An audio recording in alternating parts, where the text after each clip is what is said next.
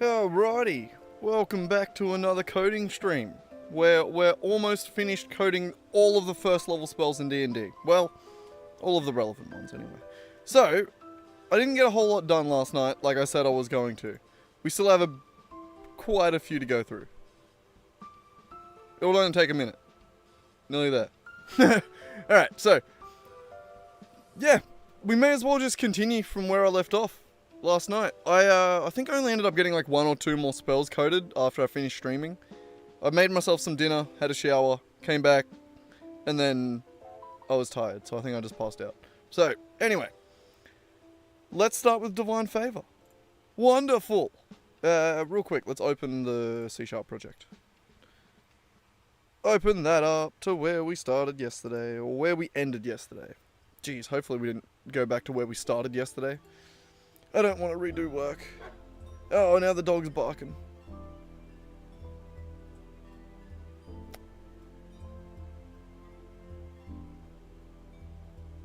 Oh, it's a quad bike. I was wondering what the hell I was hearing.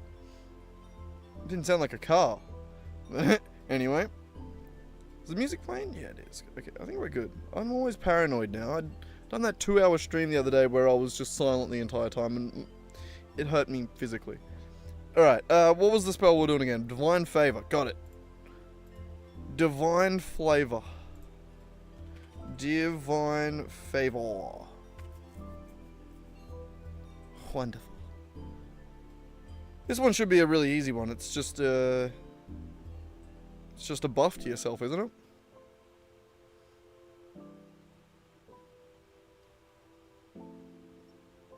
Nope, give it a minute. It's the first time I've had to do this all day. Oh, coming in.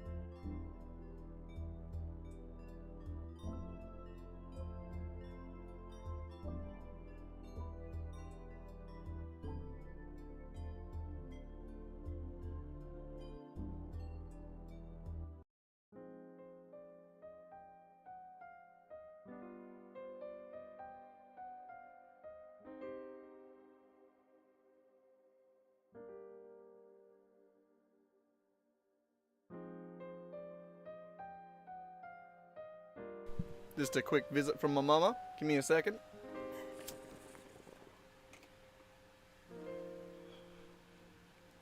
Always great timing.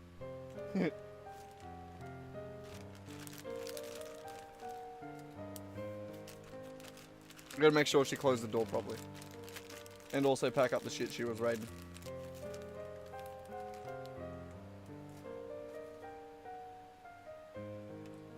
Hi. I'm back. Mostly. Hang on.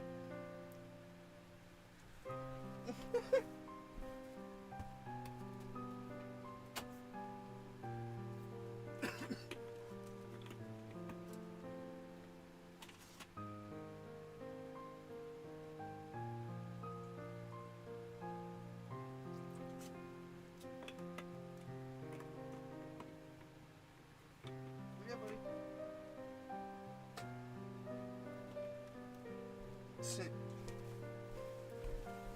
Alright.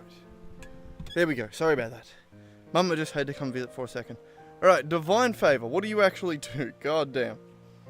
So, your prayer empowers you with Divine Radiance until the spell ends. Your weapon attacks deal an extra 1d8 radiant damage on a hit. Beautiful. Shouldn't be too hard, I don't believe. So, my god, I got a head spin from that. Which one does something similar? Bless?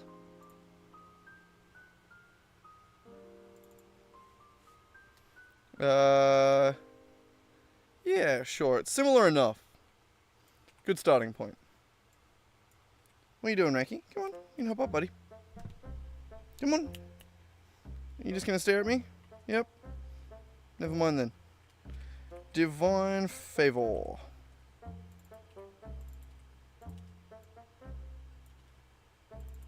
Add that to those 3. And then we'll get the description. Only a short one this time. Nice. Okay.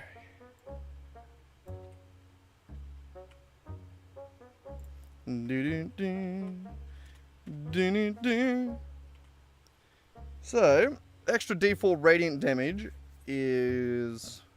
Yep, we're adding an effect to the user. We're not adding a linked effect. So we can just remove that.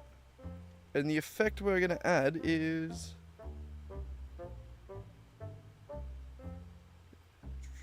extra damage effect. There. I'm actually going to call it extra damage dice. Effect.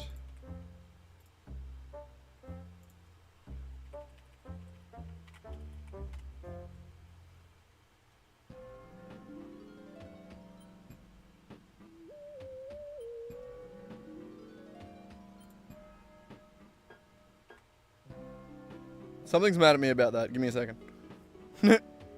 Absorb elements. I was going to say, something else has done that.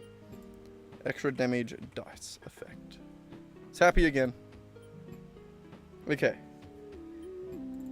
So, it does care about the attack range. Though that could also just be none to not care about the attack range.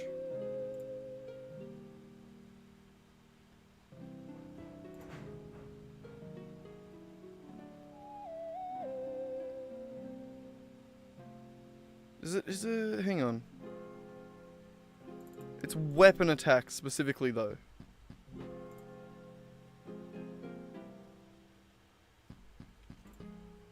Have I...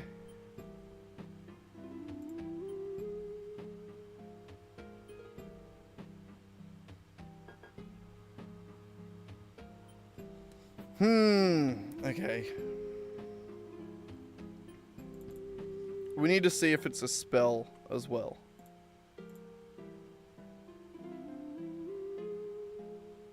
Which means we have a few references to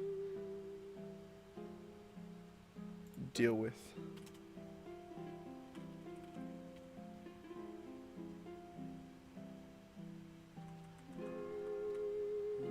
What? There's a list that has this in it. Sorry.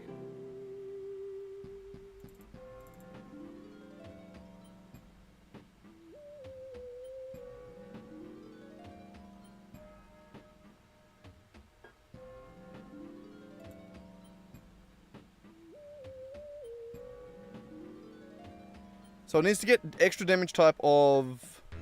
I don't think instead of attack range, I think we should should switch it out for roll type.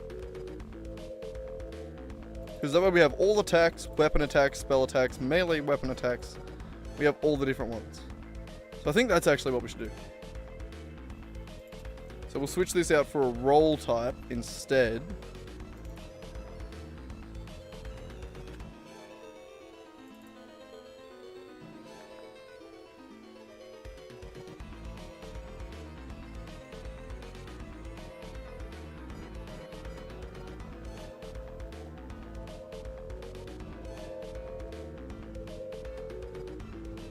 Yeah, I'm also doing this...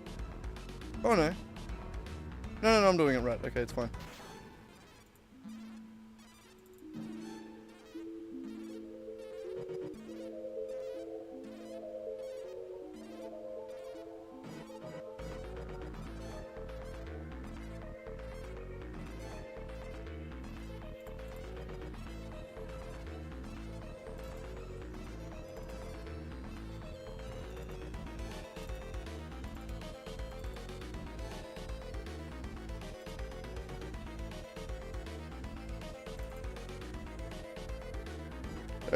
Sorry. Yeah.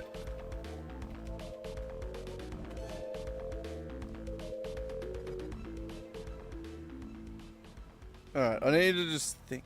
Think.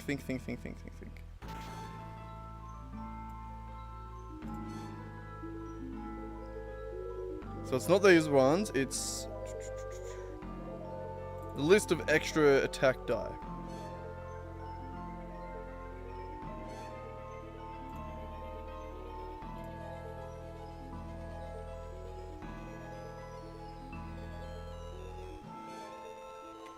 Right, I'm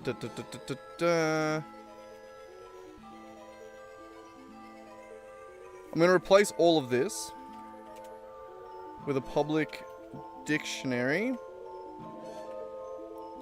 that uses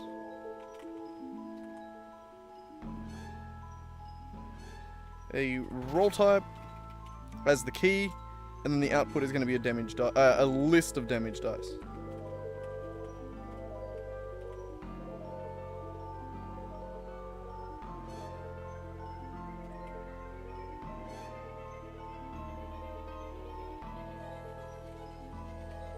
Extra damage dice. Like that.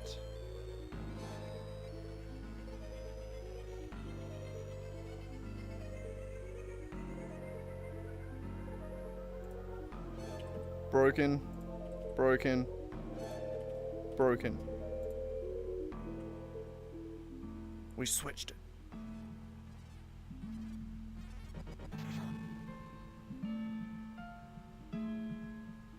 Alright.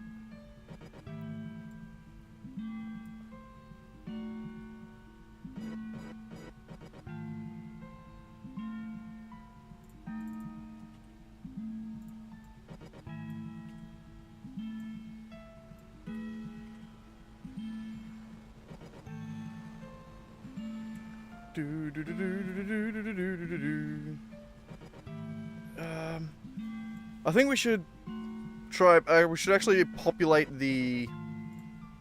I think it's because it's a dictionary. I think we should initialize it.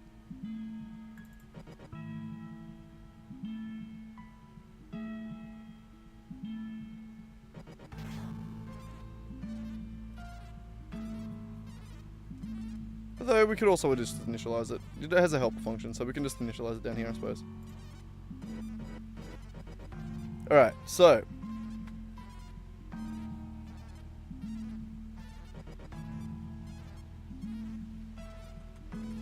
Not going to do that one yet. Add damage dice. So it's going to be based on the roll type.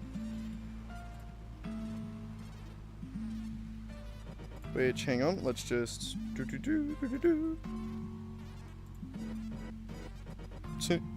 Nailed it. Alright, we'll make a new one. Roll type dot attack. Not that. Jesus Christ.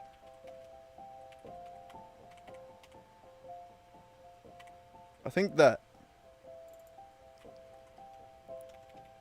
So we would care about melee spell attack.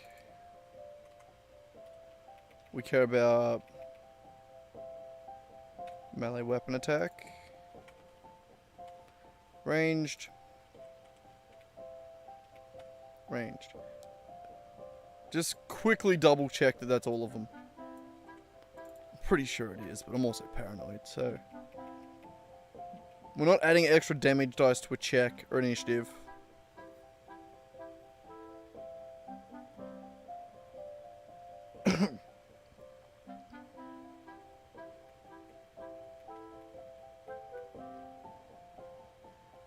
Oh yeah, we do care about generic weapon attacks and generic spell attacks.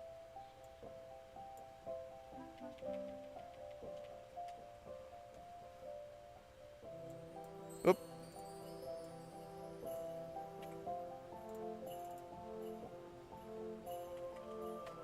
There.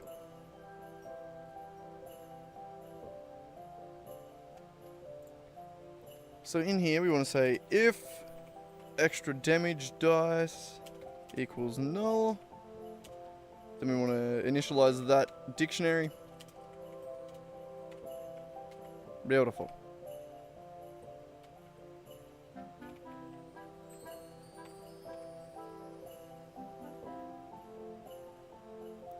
And then to add the damage dice,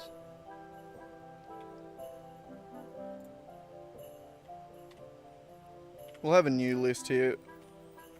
List of damage dice.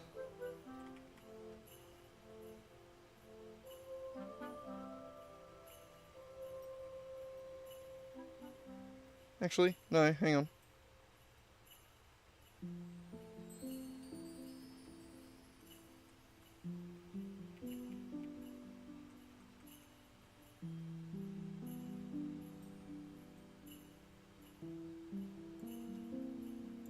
I think we can bypass all of that. Oh, I was overthinking that. So we say the damage dice that we want to make. I'm just gonna that whole thing.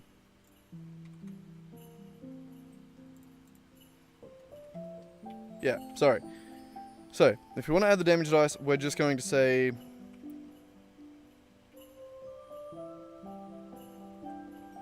if extra damage dice dot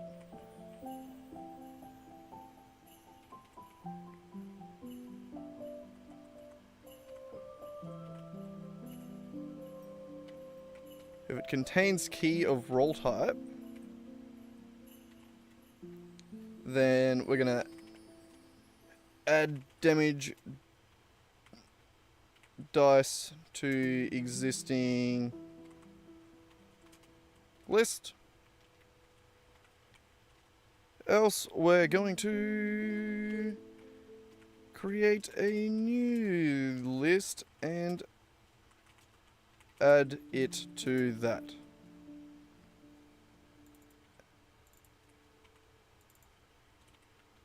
There. Beautiful. That's exactly what we need to do. Why is the music so quiet?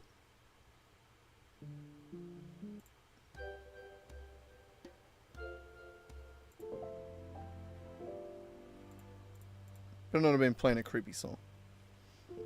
Alright, so if we're adding an extra damage dice to an existing list, then we just have to say extra damage dice, roll type, dot add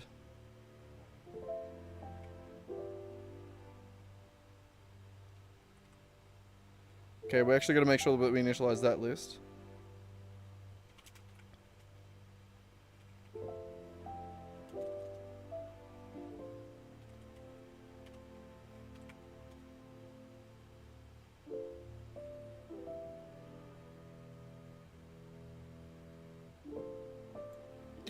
God damn.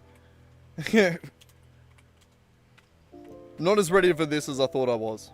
But oh well. Ugh, God, I'm tired today. I'm always bloody tired. Maybe I'm just a shit coder. So extra dice dot roll effect. We now can just say add in the damage dice. Beautiful. So we make sure it isn't null. We make sure that it has it. So if it already has a list of damage die based on the roll type, then we add it in. Then we just add it to that list. Else,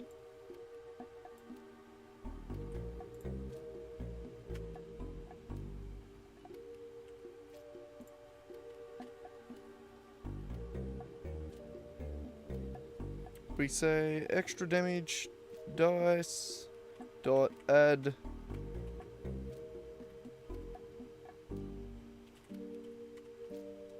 roll type and a new damage dice list with damage dice in it.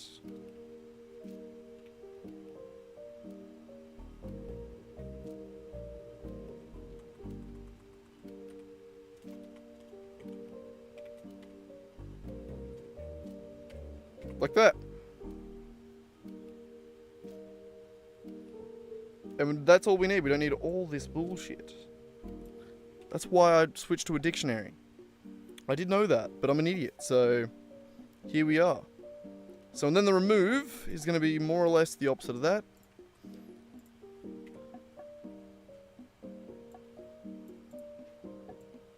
So we're going to say, if damage dice equals null, then return. There's nothing to remove.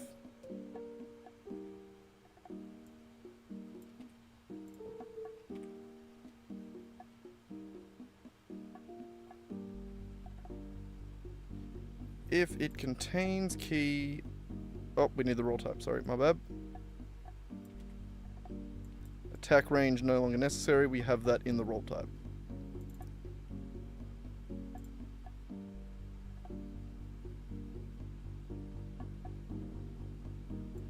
And again, here, if...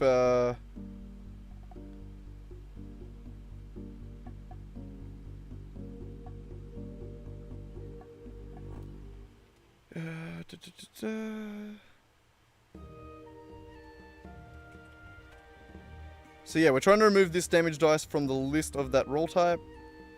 We're trying to see if that list exists. If the list is empty, then just return. There's nothing to remove. If it's not empty, then remove damage dice. Which already won't remove it if it can't. Beautiful. Last one, get damage dice.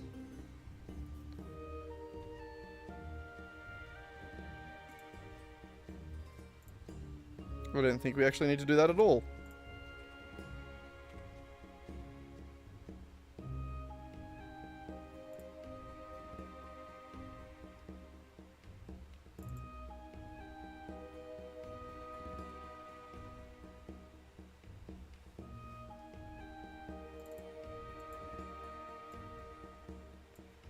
This needs to become a roll type.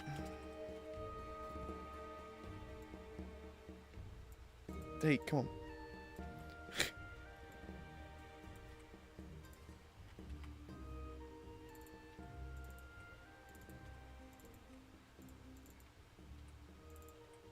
Beautiful. Alright.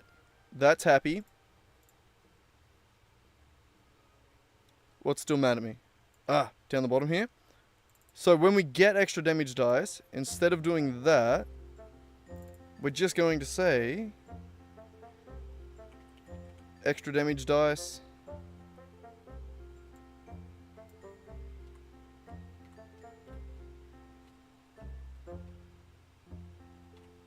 Roll type.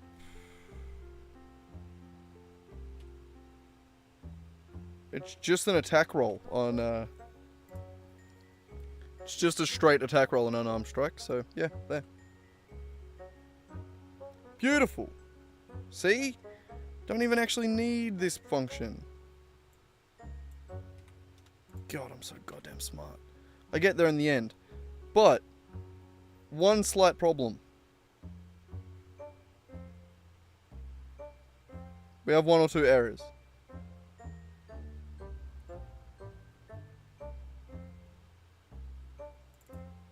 Which is fun. So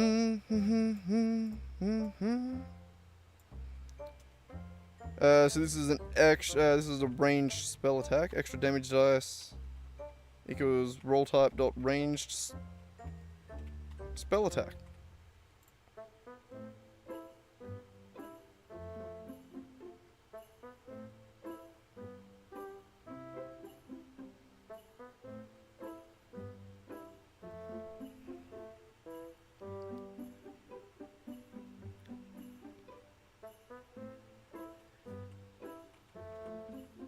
I am actually going to go back, add that back in, and my get damage dice roll type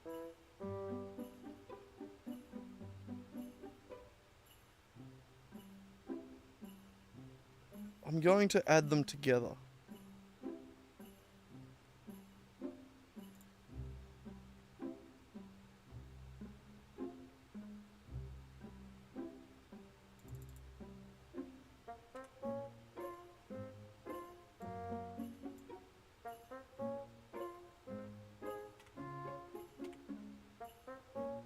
God, I deleted the one down here that was... Yeah, whoops. Alright, so we have attack. We have weapon attack. We have spell attack. Melee spell. Ranged spell.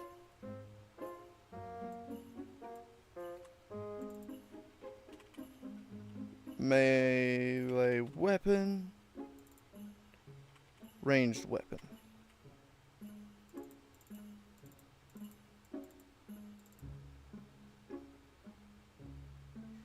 Yeah.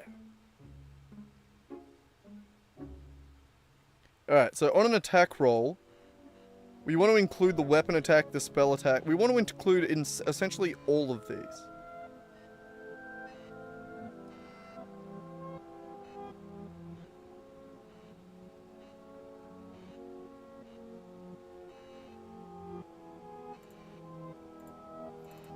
So the way we would do that is extra damage attack dice.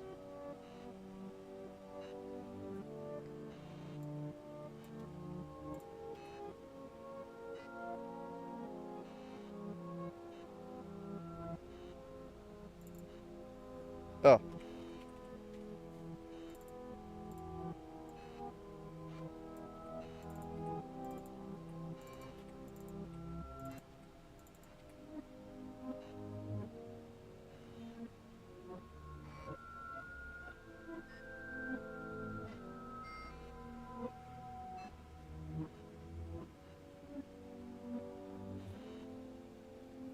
I'm just trying to think of how specific I need to be.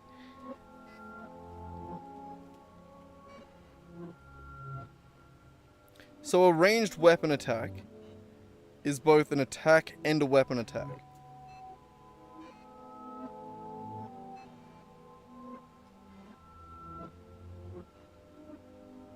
So a generic attack only gets that. A weapon attack gets regular attack and weapon attack.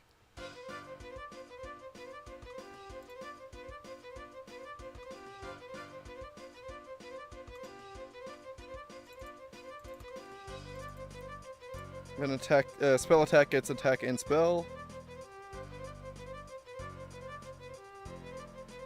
Melee spell attack. I'll probably be able to narrow this down a little bit. So a melee spell attack is a spell attack and a melee attack. Melee spell attack.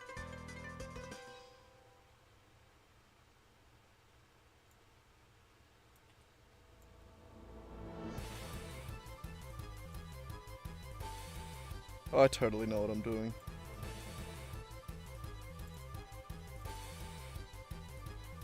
So a ranged spell attack is a ranged spell attack. Melee weapon is a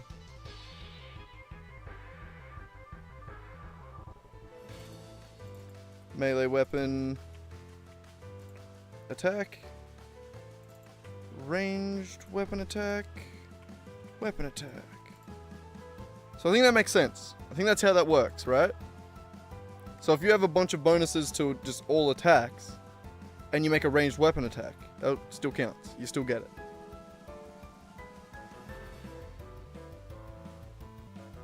But if you just make a generic attack, like the unarmed attack, then it doesn't, you don't get the benefit of a weapon or spell. That makes sense.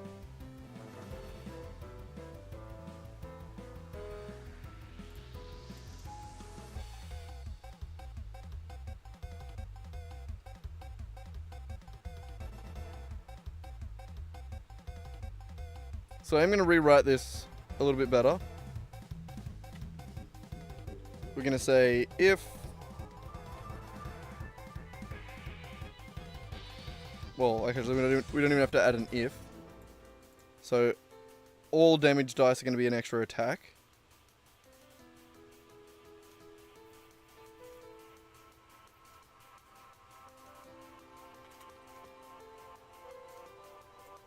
So there's that. Which means everyone already gets this.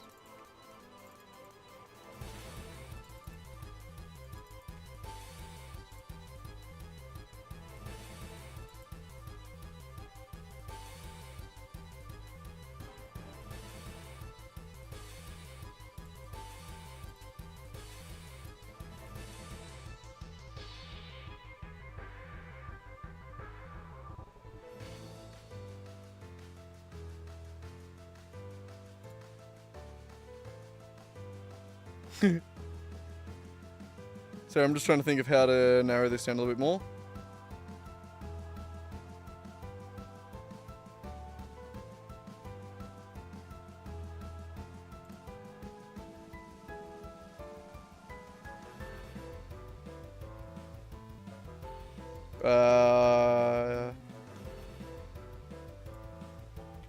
If roll type doesn't equal normal, if it doesn't equal a normal attack, yeah, no, just get out. So if it's not normal, so if it's any other one of these,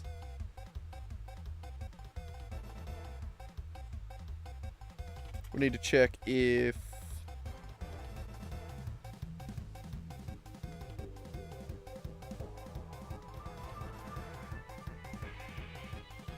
yeah, so is it melee? Or is it ranged?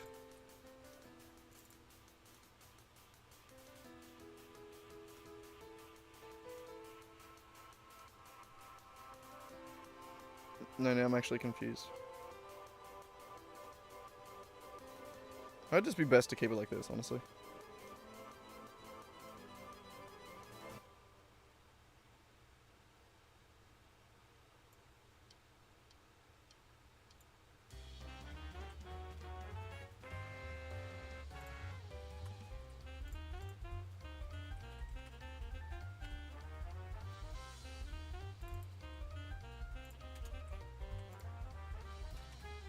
Is it better to just do that?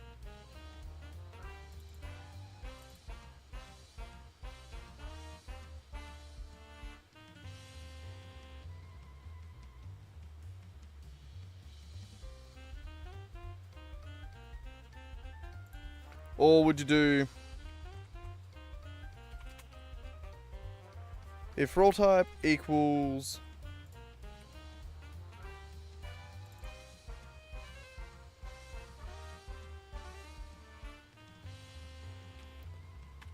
weapon attack, or...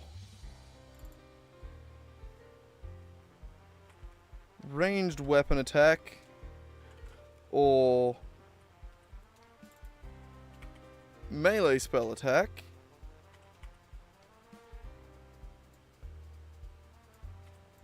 then add that as well.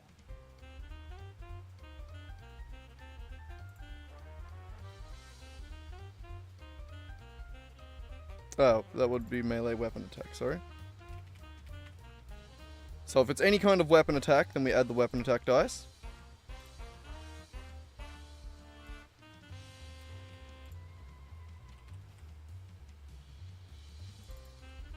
If it's any kind of spell attack,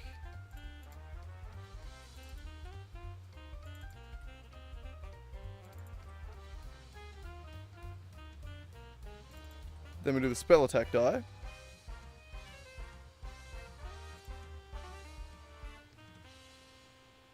This really didn't, like, actually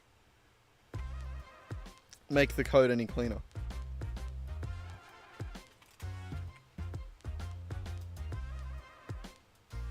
So then you would have to say if...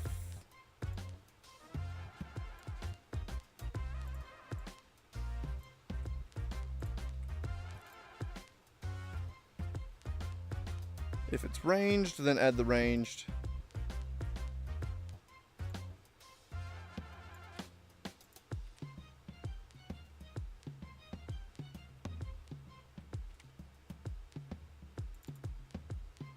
Melee weapon.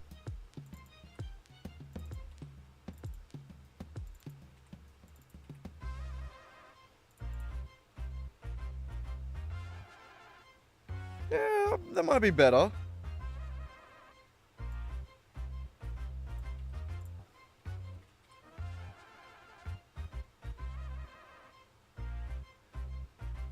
It's the same thing, essentially.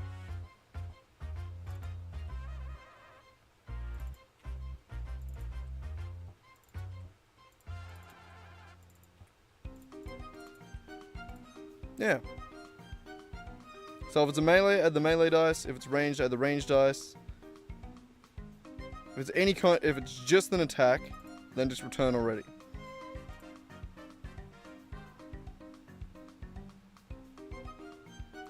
This can also be an else if.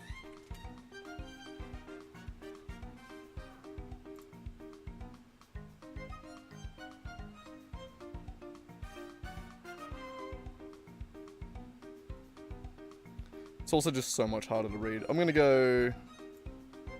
Boop. Leave that as it is.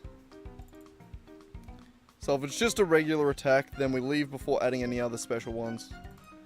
If it's a weapon, then we add the weapon. Spell, we add the spell. If it's a melee spell, then we add melee, and there. Beautiful.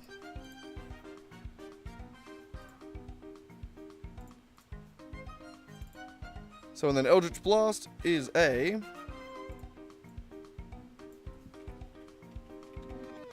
roll type dot range spell attack.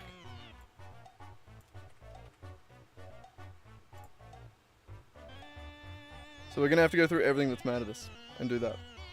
Probably not a good idea to compile it every time.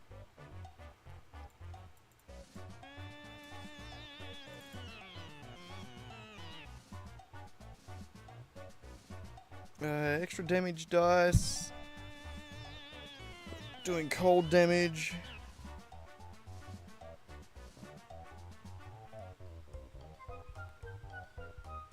I'd call that a melee spell attack.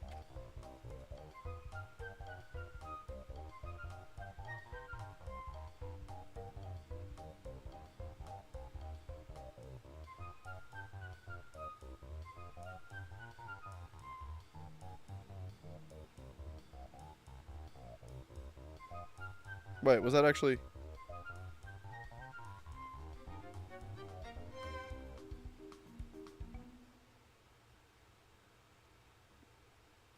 No, extra damage dice on my next...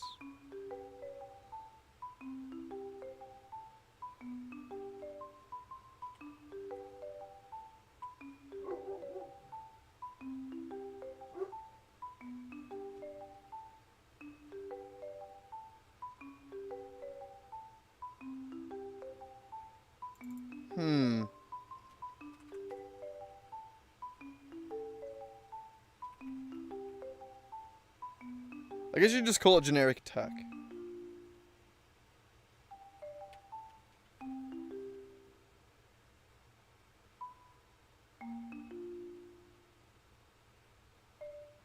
I don't think that's technically correct. So that's saying that what kind of extra damage would...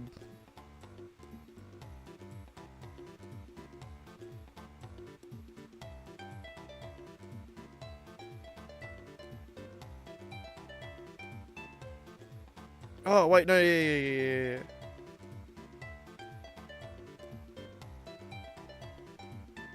Oh, yeah, no, sorry, my brain. So the first time you hit with a melee attack on your next turn, so it's any kind of melee attack.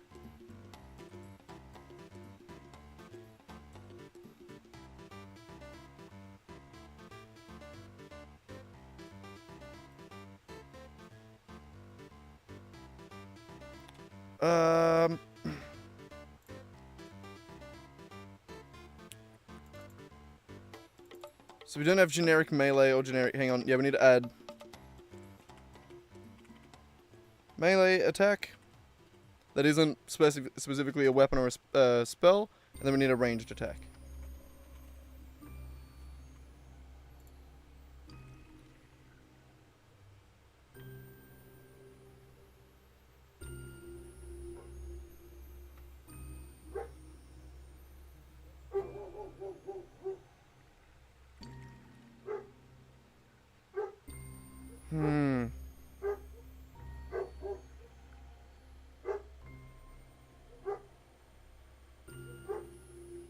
Ignore the dog's barking. She's so loud though, holy shit. I don't think that's wrong.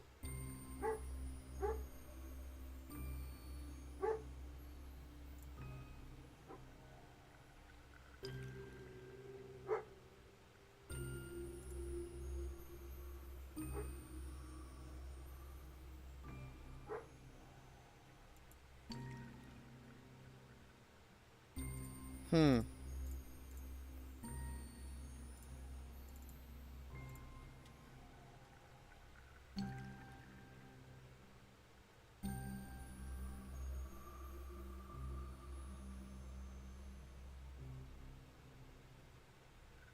See, like here, where I'm giving disadvantage on melee weapon attacks and melee spell attacks. So I should just give disadvantage on melee give advantage on melee attacks. And then I can remove that.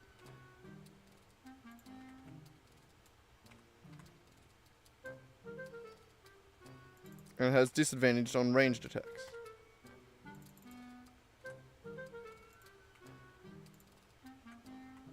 There.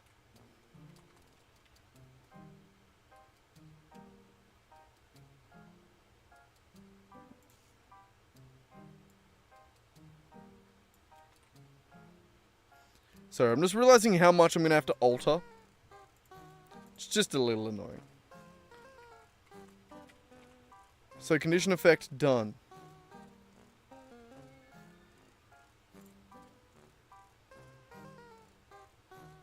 Okay, so the next time you make a melee attack. And then you add damage dice to all melee attacks. There we go. That one works. Next one.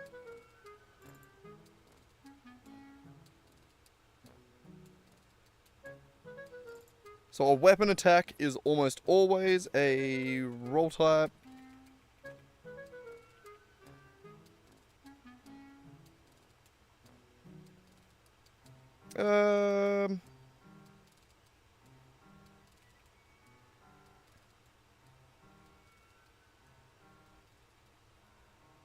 Actually, the weapon has range, doesn't it? Watch out, Raggy. Okay. Oh, Jesus Christ. Stepping across the keyboard then. What did you do? We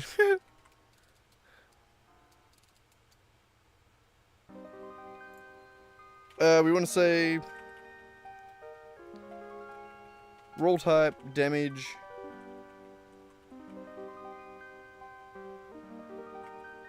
roll type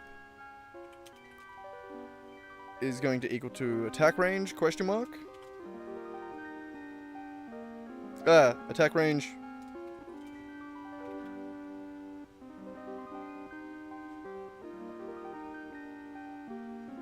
Oh shit.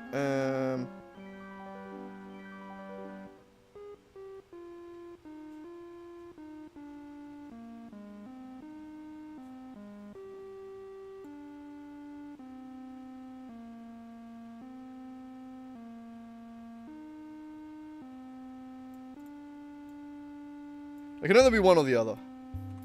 So we'll say it equals melee by default.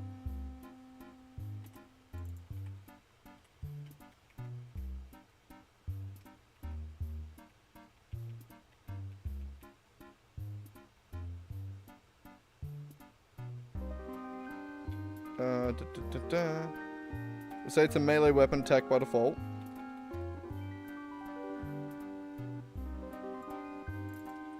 Plug that into there. And then we'll just say if attack range is equal to ranged, then we'll change damage roll type to ranged. A ranged weapon attack. There, beautiful. Alright, I'm figuring it out.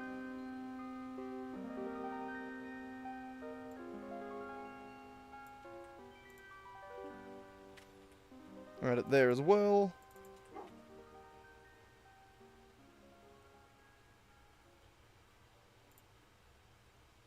Alright. I think I am just going to keep going back and picking one like this. Dissonant Whispers. Alright.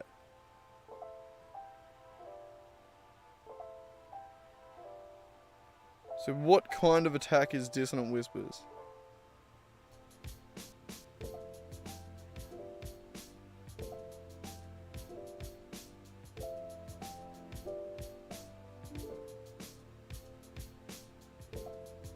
I guess just a spell attack.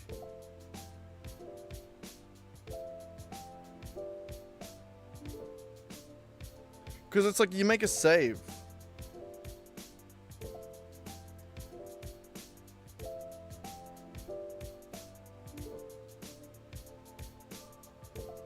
I think we'll just call it a spell attack.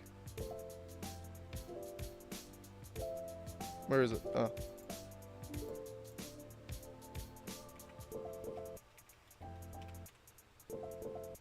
That's probably going to be the most common one.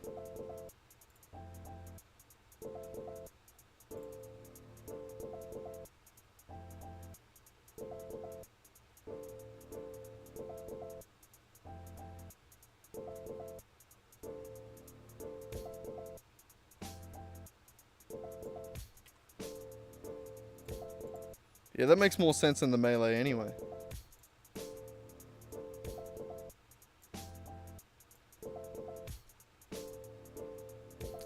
This one is a weapon attack.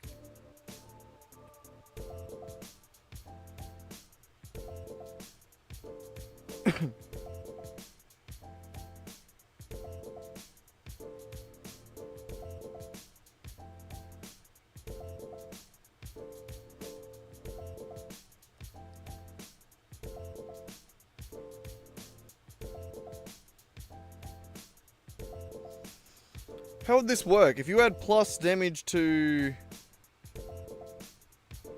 a spell attack and plus damage to a weapon attack.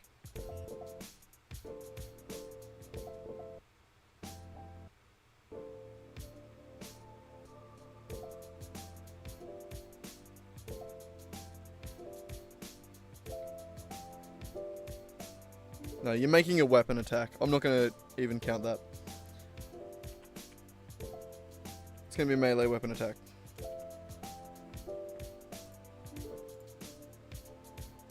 Chill touch.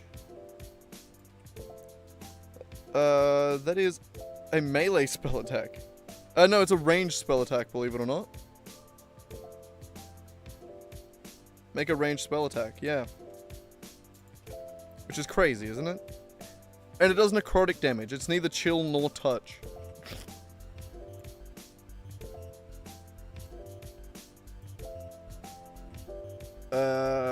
This is just going to be spell attack, yeah, for create bonfire. Eldritch Blast already did. Firebolt. That's for sure a ranged attack, right? Make a ranged spell attack, yeah.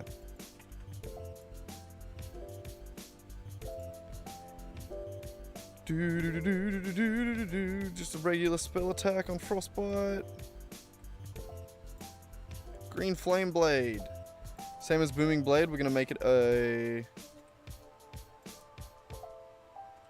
melee weapon attack.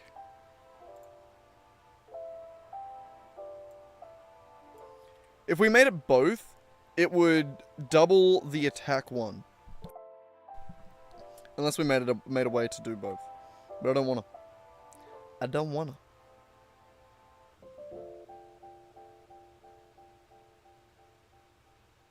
Yeah. Yeah, it's a save. Sorry, I don't know why I stared at that for so long. Lightning Lure. Just a sick name for a spell, isn't it? Magic Stone doesn't do anything. It just makes a couple magic stones. Mind Sliver is just a spell attack. Yep, intelligent save. Poison Spray, same deal. Yeah, most of them are just spell attacks. This is a melee spell attack, I believe.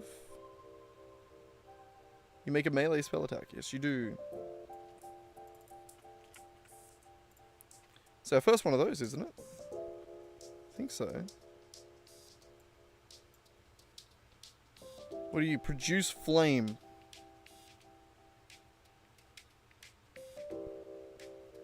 Make a ranged spell attack. Sick. Ray of Frost, is that a spell attack as well? Oh, it does. It is. Didn't realize there was so many spell attacks. Also, I'm starting to really need to pee. This is just a dex save.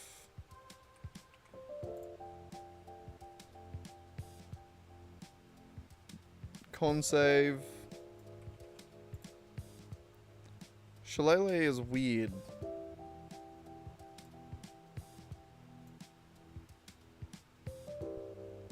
Though it would be for a melee attack. Melee weapon attack. Because the effect of Shillelagh is to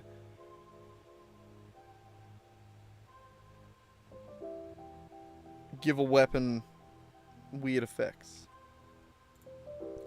Or something. So this is an attack roll.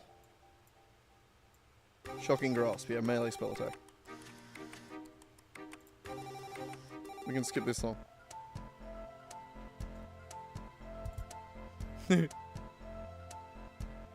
Sword Burst is a dex save. Oh, God. Only been going for an hour already, and all we've been doing is dicking around. Melee spell attack.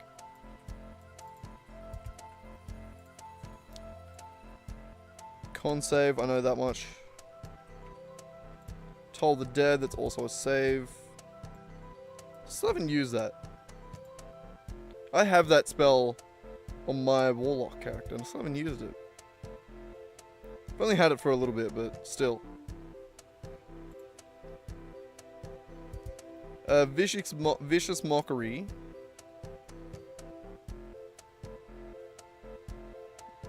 Spell attack. Word of Radiance, also spell attack. Okay.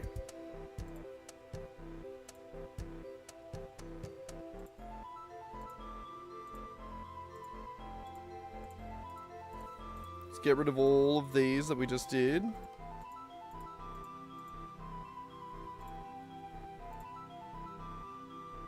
Okay.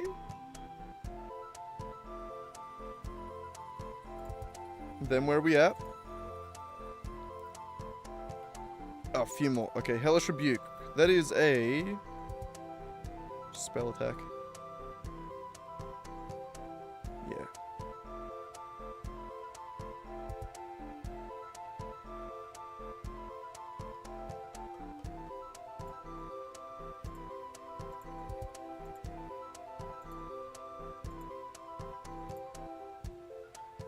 Chromatic Orb, ranged spell attack.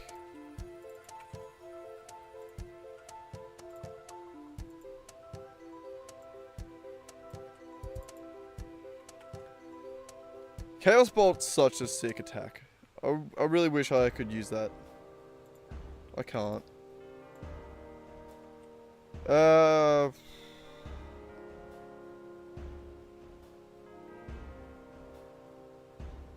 Yeah, spell attack.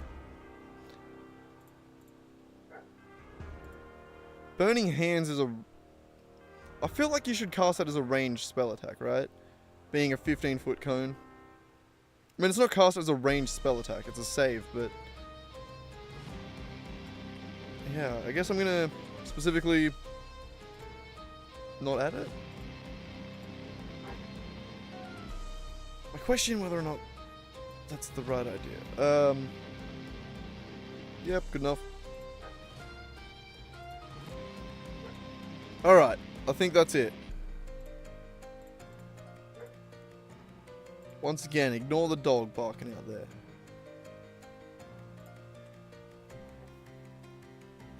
Are we good?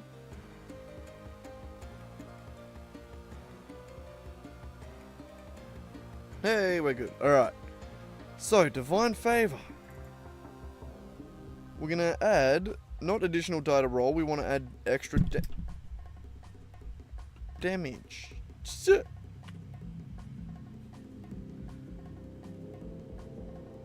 And I think it's 1 minute. Yeah, 1 minute up to concentration. Got it. Good. Extra damage dice. We need the damage type and the thing. Alright.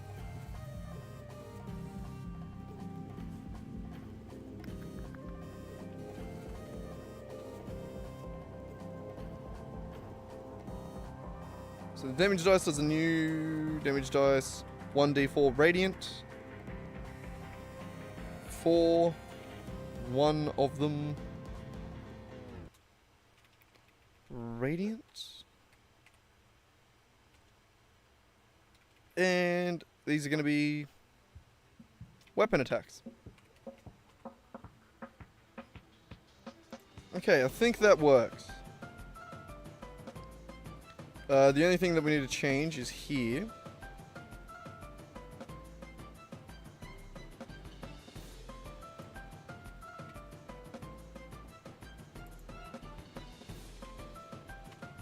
Melee attack and ranged attack.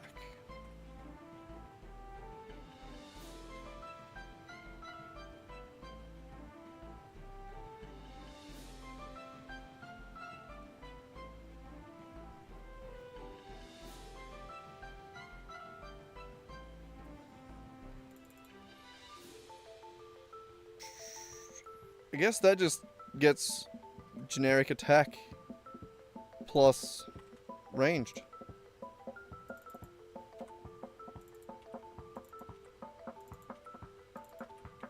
Yeah, I think that just gets its own. Like, it wouldn't get additional weapon attacks because it's not.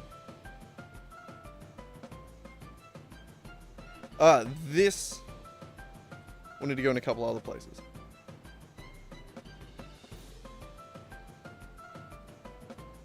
So a melee spell attack is also a melee attack. So is this. And then a ranged weapon is also a ranged attack. God damn it.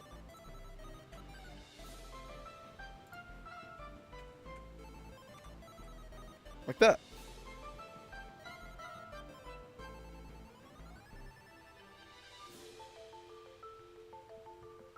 Yeah, I think that's right. So the Divine Favor spell, all it is doing is giving you 1d4 extra radiant damage on a weapon attack. Adding that effect to the character, and then concentrating on it.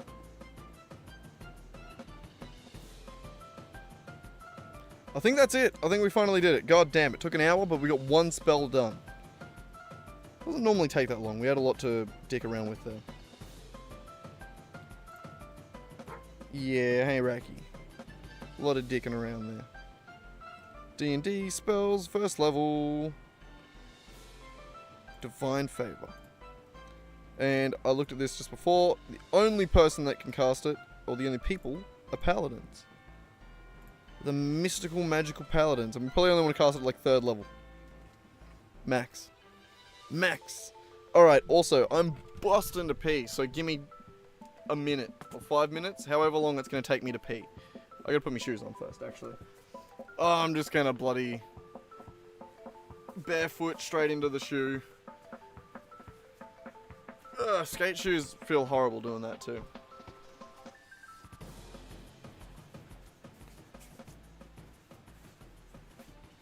Wonderful.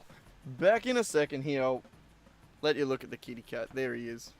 I'm also gonna have a quick billy before I go. Why not? Why not? That way I'll cough my ass off while I'm away from the microphone. Sit. Hopefully be able to stream long enough for either Swag or bloody Nick to actually drop in tonight. They all keep missing the stream by like 5 minutes.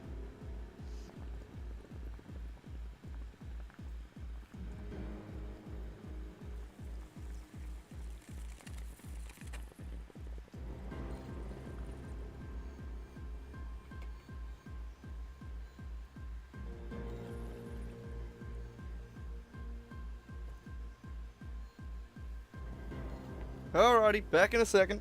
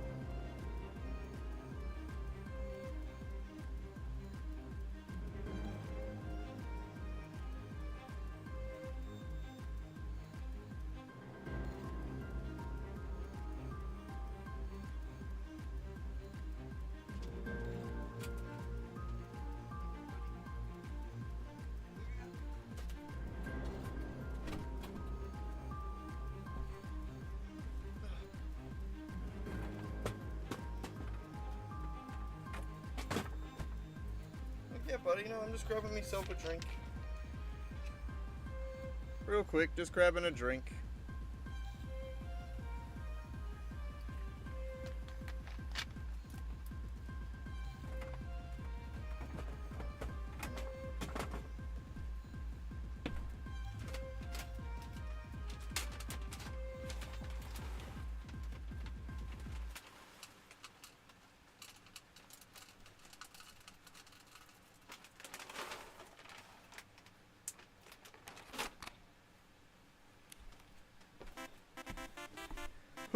Alright, now I'm back.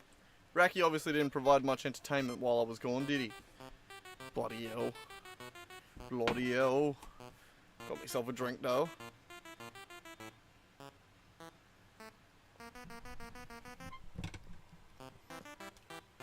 Alright, so I think that's divine favor done. If I remember correctly. Real quick. Oh, these are first level spells. We're getting further through this than I thought. Wonderful. I think that's just it as it should be. So Earth Tremor. The next one. You cause a tremor in the ground in a 10-foot radius. Each creature other than you in that area must make the dex throw. Dex save. On a failed save, creature takes damage and is knocked prone. Becomes difficult terrain. We're not going to count that. So dex save, take damage, and knock prone. So save, damage, and effect. Wonderful. What was it called? Earth Tremor. Got it. Earth Tremor. I think we also have the prone one as well. Prone's quite simple because they just got to get up the next turn.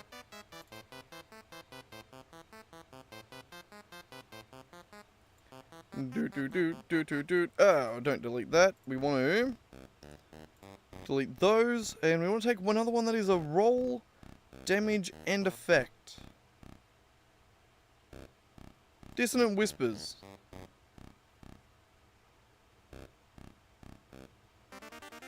Oh.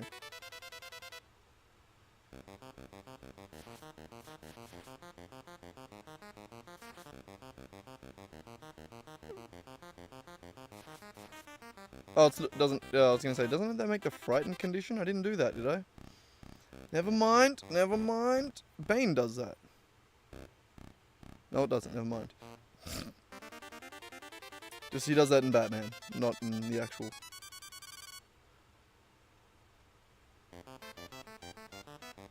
Which one of these does a save effect? There we go. There we go. Arms of Hadar does a save effect and damage. Good to be able to just copy most of it, you know? Earth Tremor.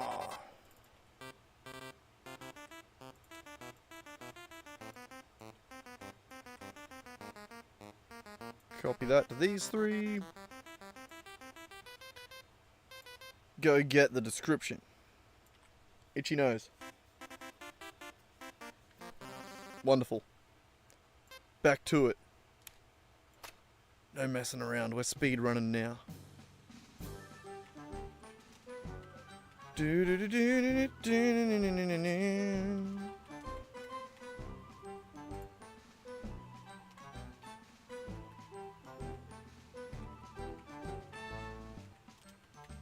My baby's on the level.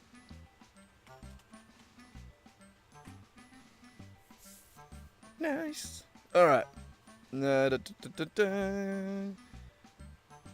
So Earth Tremor. Probably do want a decently high spell slot with it. I guess.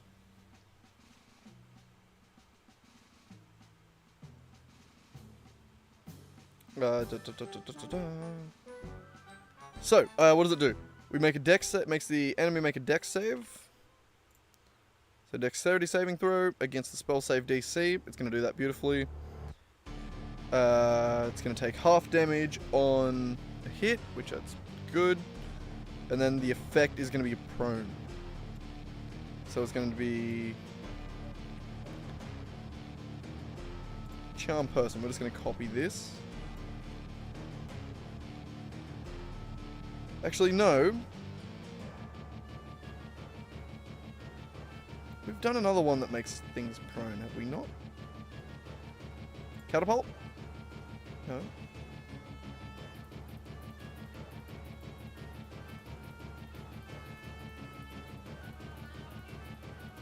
Mind Sliver?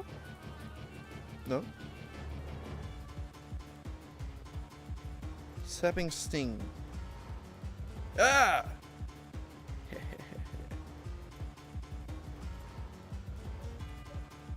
I knew someone and somewhere, somehow, I'd done it. Alright, so the effect, we add the prone effect to the target. The target can just get up on the start of its next turn. Easy. Okay, so now we need to figure out the damage. It's going to try and get the highest spell slot. Yep. Fine. It's going to roll damage. What does it do again? It does 1d6 bludgeoning. And adds an extra d6 on higher levels. Easy. 1d6 bludgeoning. And it's a spell attack. Wonderful. Earth Tremor done. See how much easier it is when things don't have new things that we have to do? So much simpler. What are you doing, Mankey? You want to come up? Earth Tremor. Beautiful. It is a level 1 spell that can be cast by bards, druids, sorcerers, and wizards. Bard, druid, sorcerer, wizard. We'll call the highest level probably like 5th, I don't know. We'll call it 3rd. Why not?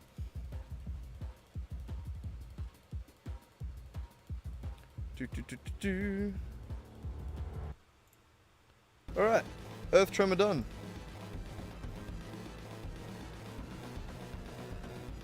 Good job, everyone. We couldn't do Difficult Rain because no movement. Ensnaring Strike, what do you do? It's a bonus action. The next time you hit a creature with a weapon attack before this spell ends. What are you doing, buddy? You gonna hop up? You're more than welcome to.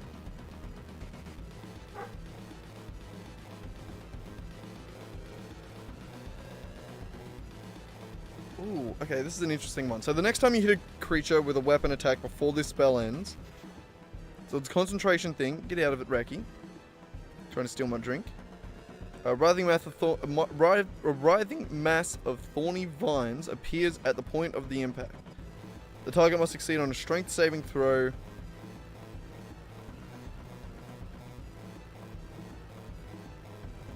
So it's an on-hit action, essentially.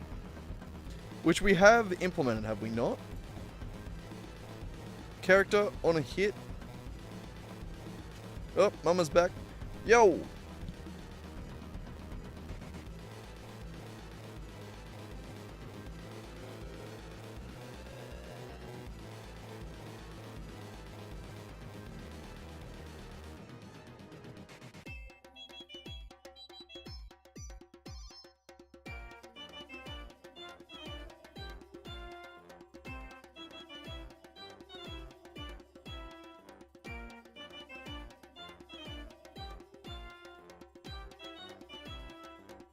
There we go. Mama just needed some cat food. Ugh. I sat down so crooked there, my pants got twisted. Alright, we're better? We good? We good? Alright, where are we at?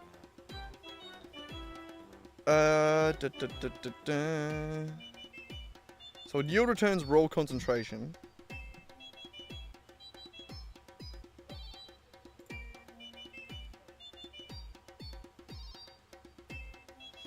We yield return AC damage reaction.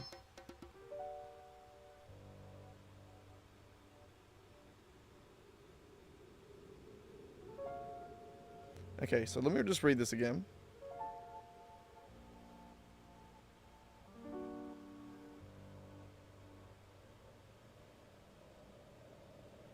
Okay.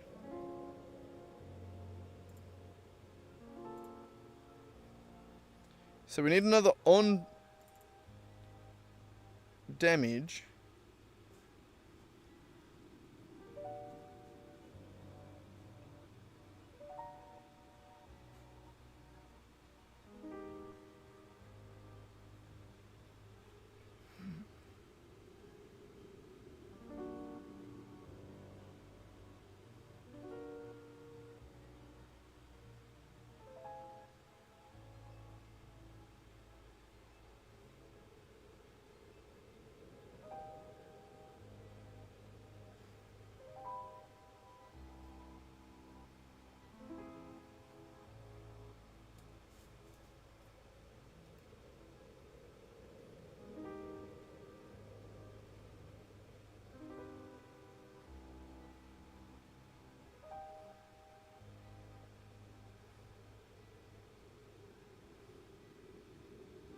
We have end of turn actions. That was what I was thinking of that I think we made.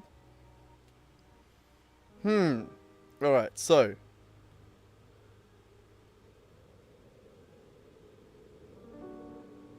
We need an on damage action.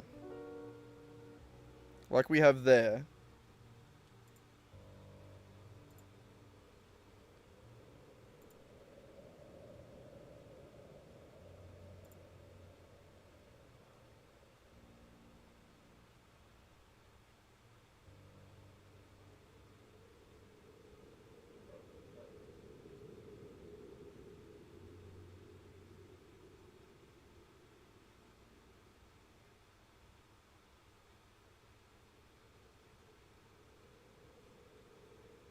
So it doesn't... Could I...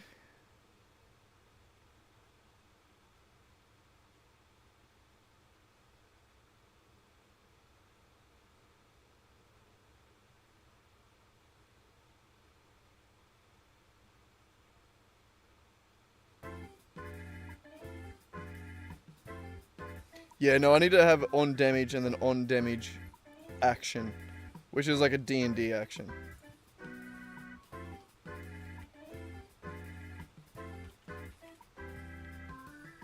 I think that makes sense. Because this is a different thing. It requires different information.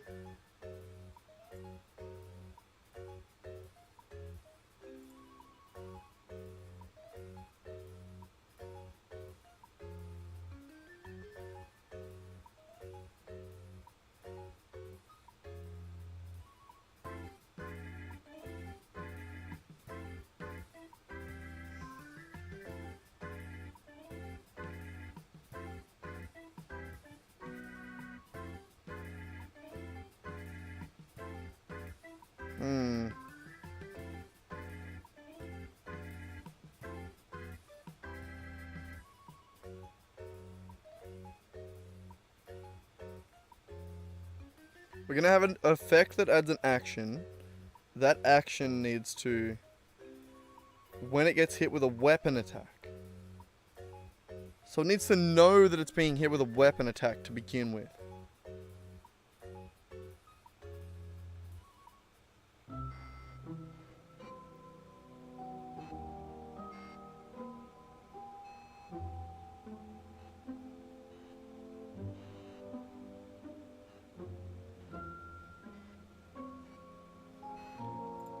Do we get that anywhere?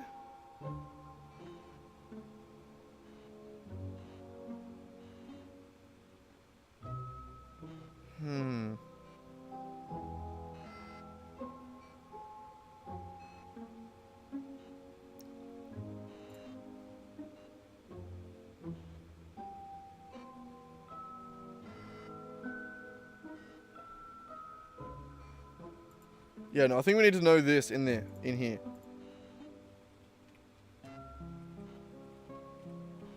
So in here we need a... In the character role we need to know the public roll type? We gotta know it. So it comes in after roll.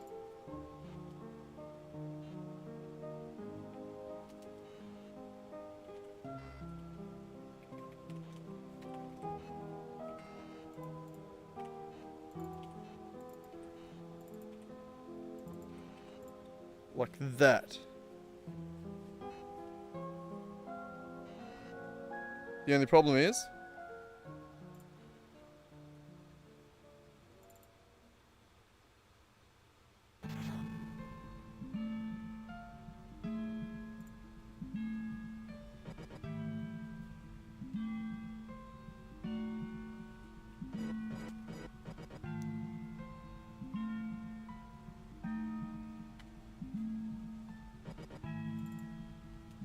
Easy.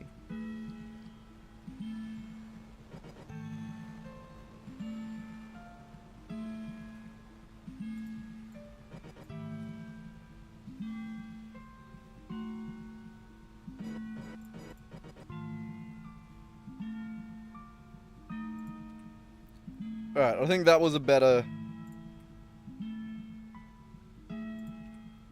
way to do that. I'm kind of glad that was fairly simple. So the roll result now knows what kind of roll it is.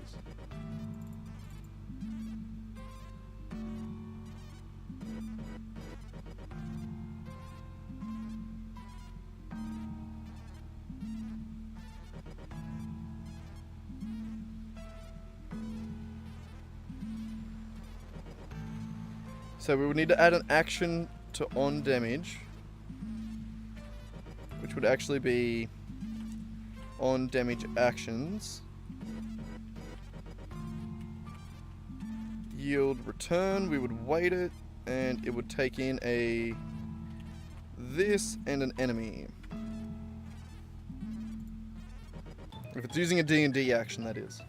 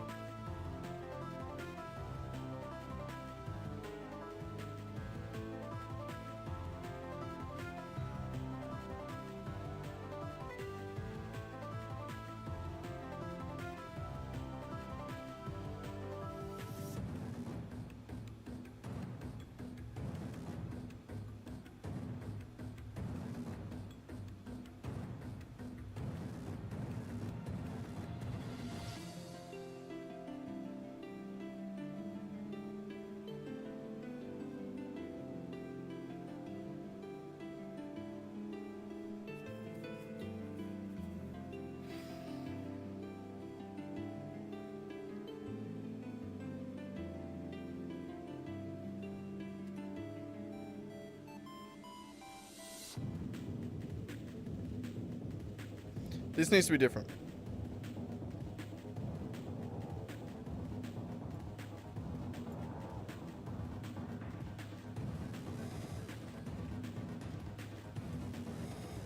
On weapon attack.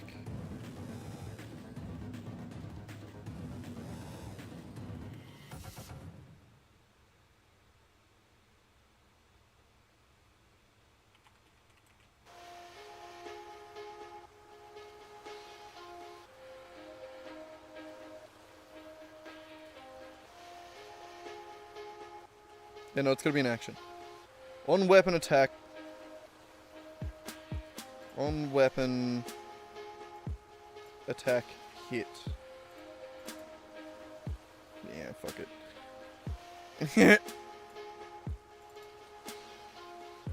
So this is only gonna get called if roll type character roll. Hang on. What was it called again? Character roll. Roll type.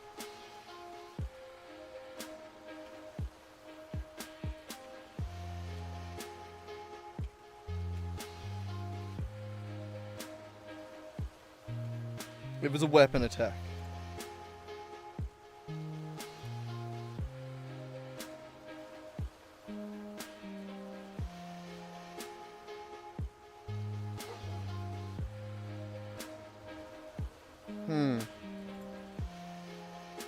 Or melee weapon or ranged weapon. Shit.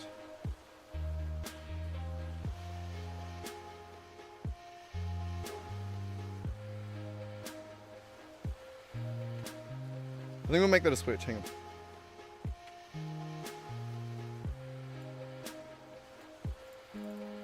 That. Then we'll say case. Roll type. Dot.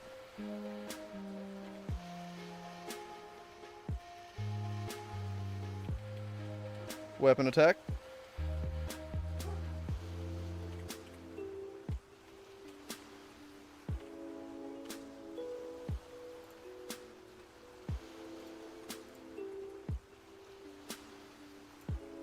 Wait, is that not how you do that?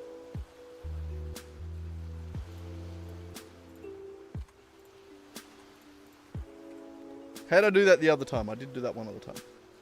It was in character sheets.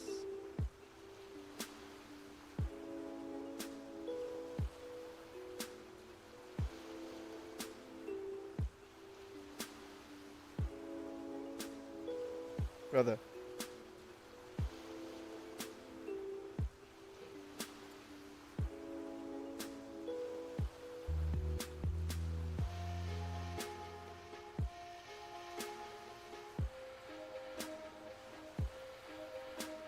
Yeah, I did do it with the thing. There.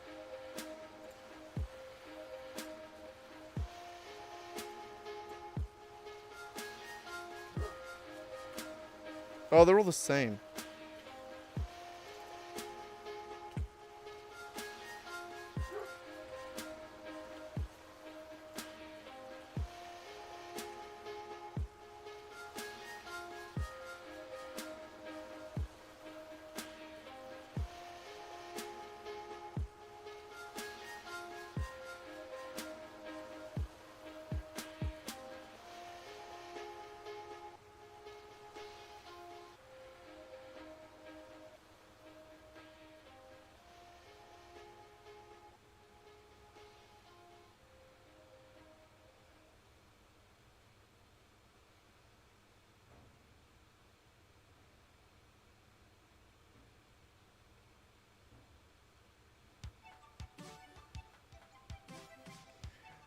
I'm rethinking this. So, the way we did this last time with Booming Blade.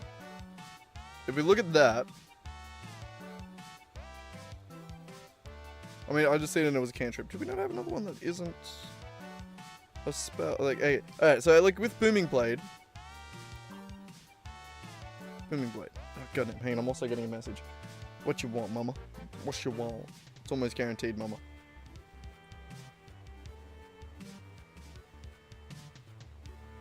Sit.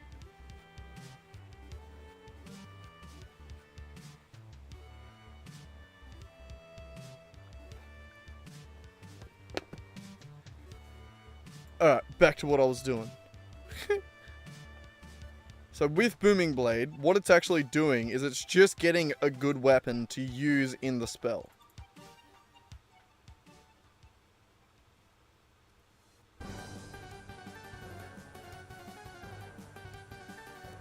It's slightly different.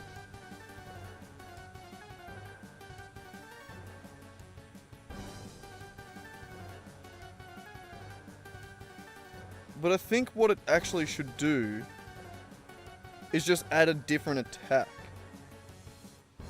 So if we were to remove all of that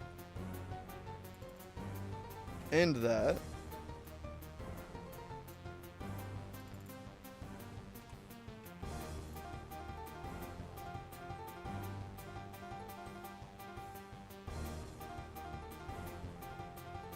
yeah, we don't need to do that at all. So hang on. Let's create the spell. Are you happy with me or are you mad? I can't remember. Nah, we good. We good. Let's actually code the spell. So what was it? What was it even called? I forget. Ensnaring strike. Ensnaring strike. Ensnaring. It's giving you a funny look while you strike it. Ensnaring strike. I think that's it.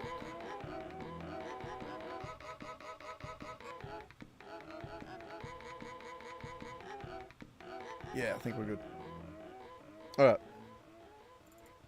Ensnaring Strike. So what it's actually doing is... it is a bonus action where it is essentially adding a different kind of weapon attack that can be done as long as it exists. So, for instance, when we're picking actions to do in a turn,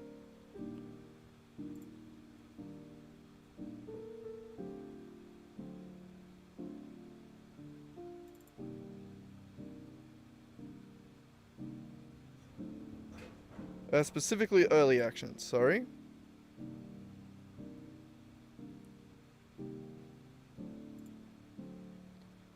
We're getting it from features, spells, and items.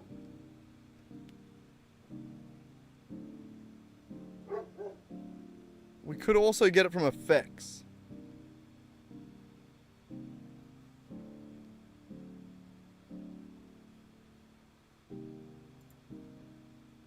So basically we could create an effect that has an action in it.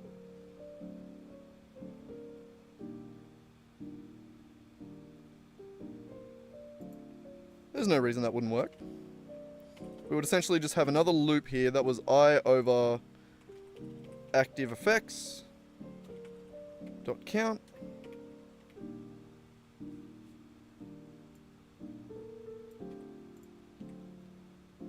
And then we could say active effects dot get actions.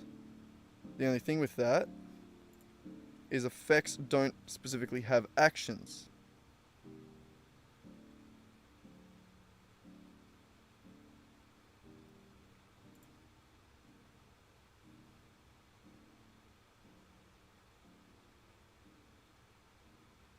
Why did it scroll me back up?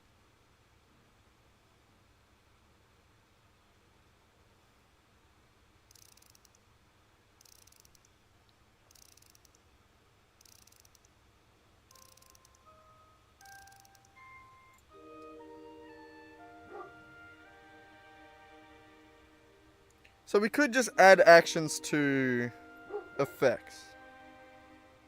Optionally.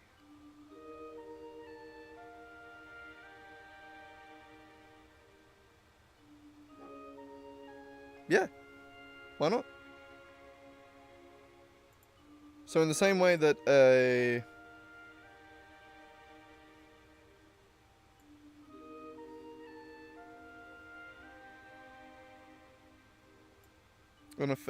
same way that a spell can do early bonus actions and early actions, an effect can also do that. There we go, done. That's all we had to do.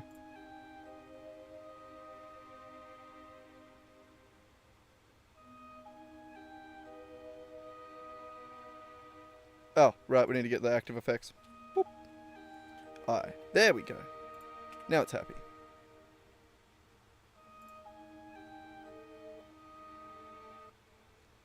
Alright, so that makes sense. So then all we gotta do is just create an effect that has an action as a part of it.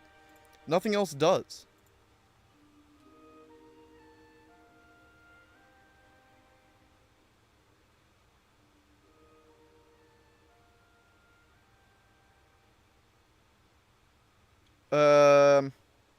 What would we call it? An action effect?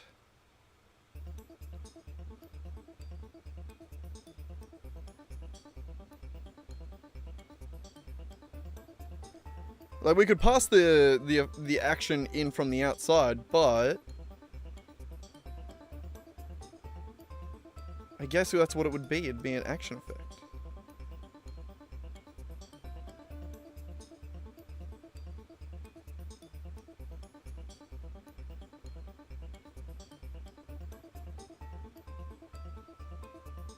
My brain is hurting.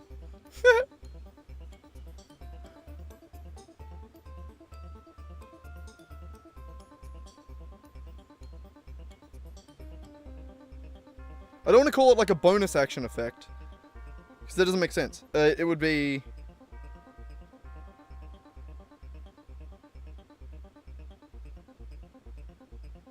add action effect. That would be it. That would be it. An add action effect. God damn. I'm so smart. I'm so smart. It's an add action effect. An effect and affect, as in E and A, it's one of the few things in the English language where I don't know the difference. I fuck it up every time. I fuck it up every time. So, this effect, all it is going to do is override... Hang on, 2 seconds, 2 seconds, 2 seconds. Ensnaring Strike is essentially a bonus action that just adds an effect. So, bonus actions. What do we have as bonus actions? These are all reactions. Bonus action... Booming Blade. No. Bonus action... Actually, I have no idea.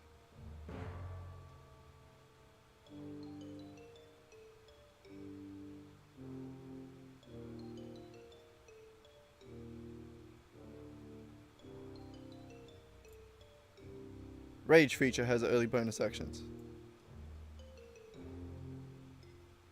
No, I'm not stealing it from there. That's horrible. Let's just steal a normal effect then.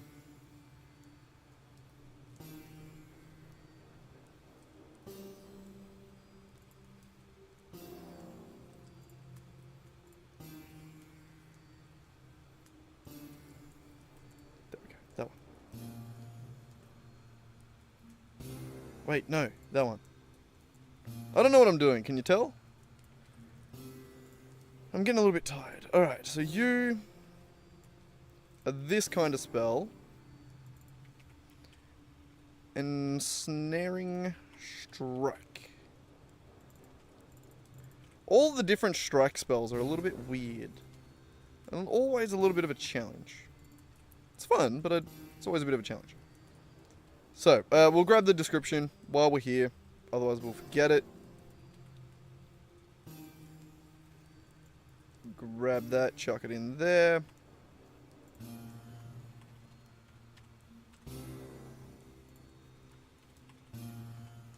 Ah.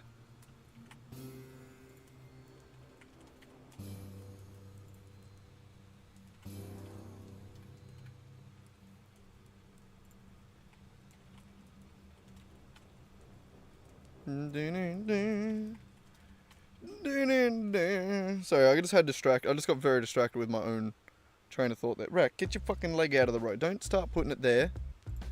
You've been lying beside me, very happy to coexist until right this second. Stop it. Do whatever you were doing before. That's horrible. Jesus. I'll turn you into a pair of Ugg boots, I will. I will. I swear to God. Yeah. What is it? What is the other one again? God damn it. Hang on. So Ensnaring Strike is a bonus action.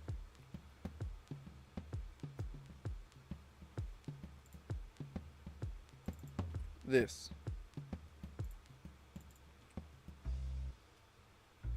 So we get that early, which is going to add an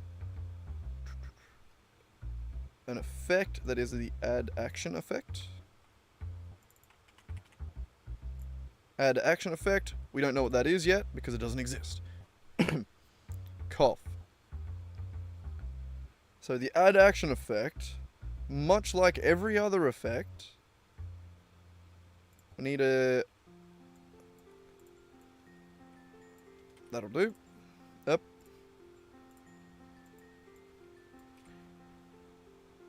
Give me a second. Add action effect. Okay, so it's going to have an amount of turns that it can be alright for, and then it is going to take in a D&D action.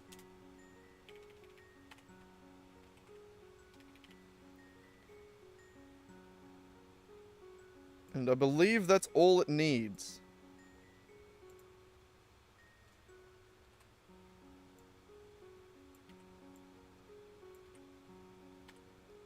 that.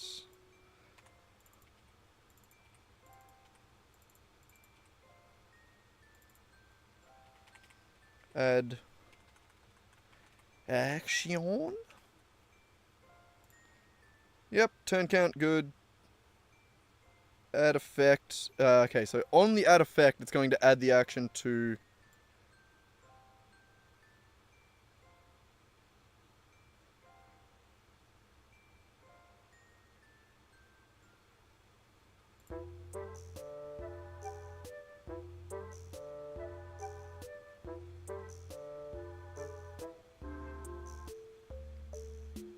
No.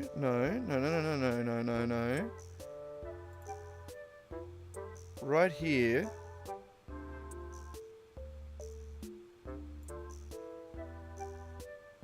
We want it to be a scored action that's here.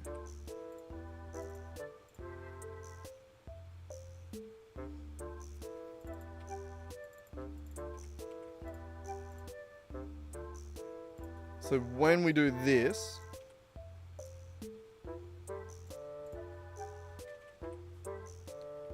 when we try and get actions. Yo, what's up, mama? Hang on 2 seconds, I'm gonna go see what mom's...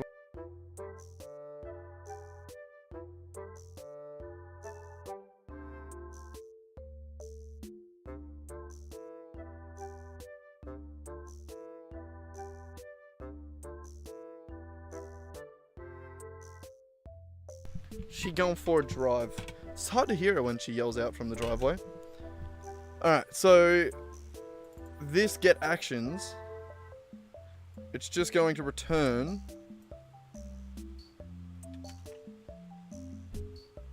it's going to be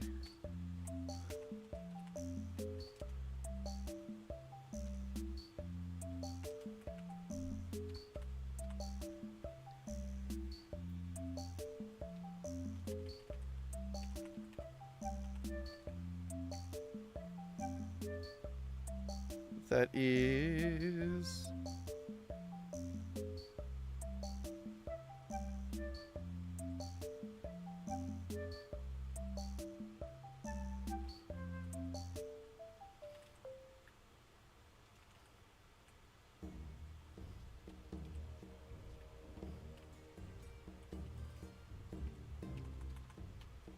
wait, am I missing something?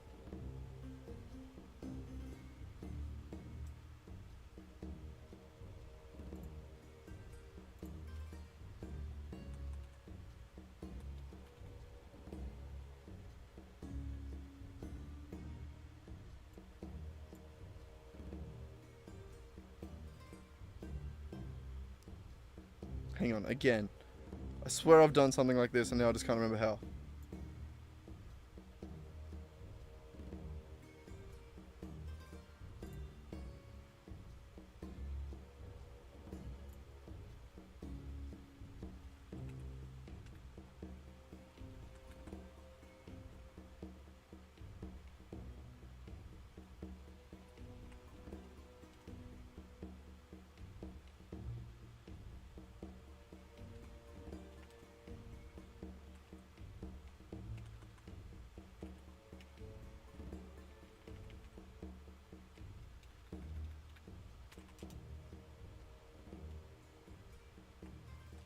It's just got to return.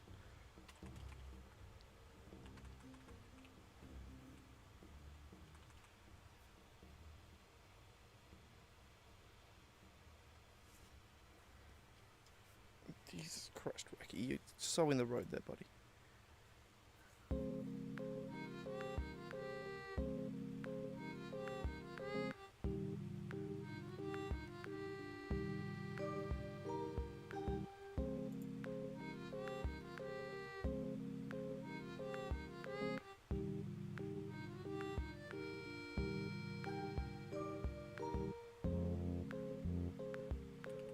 Okay, fine. I can't think of how to do this.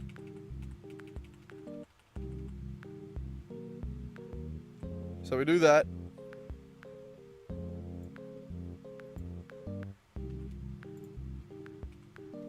That.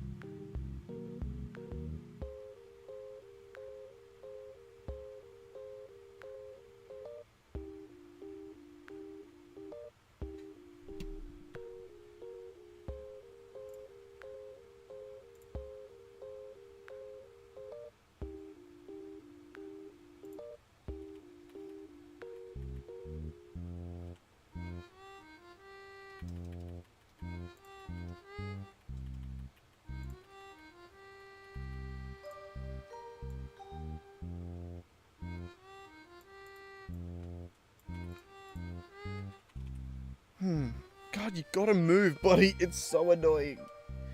Yeah, your leg and your bony bloody foot.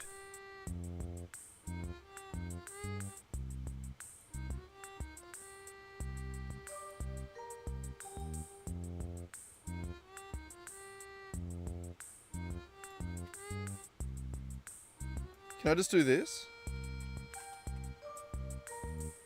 I can. God damn it. I knew I was close with it before.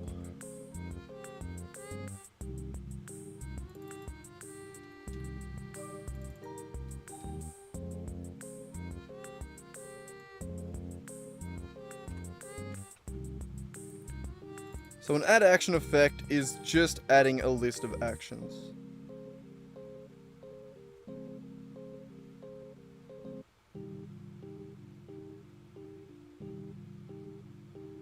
Also, we haven't found a single goddamn spell that does multiple actions. I know that some weapons can give you multiple actions, but I still haven't done it yet.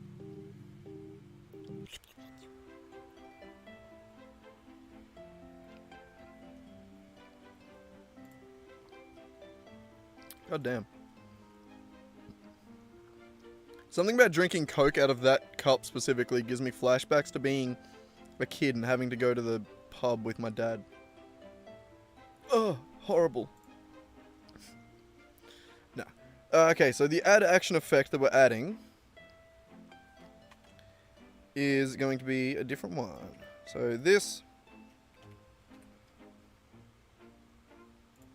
is going to be bonus action. Well, it's going to be the action that we call. This one is going to be the added action.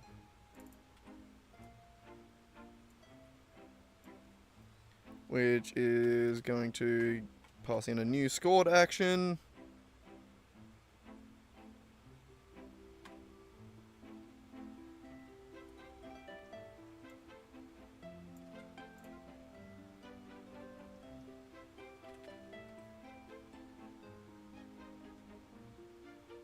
Added action score.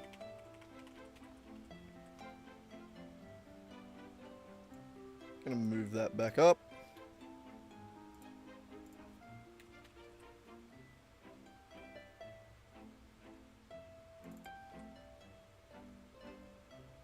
Okay, so the new scored action is going to come from the added action score and the added action.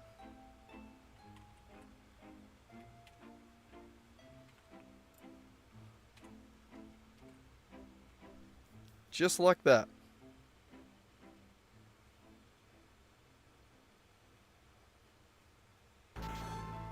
And it is a concentration for up to 1 minute. The next time you hit, it does that effect. So only once can it do that effect.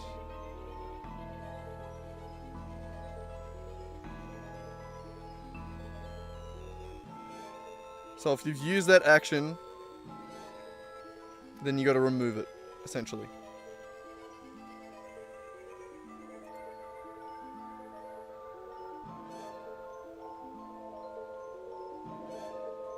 Yep, alright.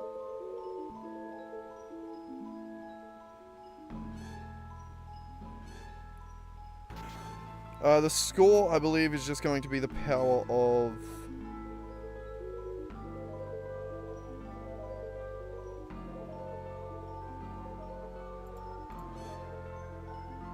Yeah, the power of the weapon attack. So we're not even going to do that added action score. It'll be the same score regardless.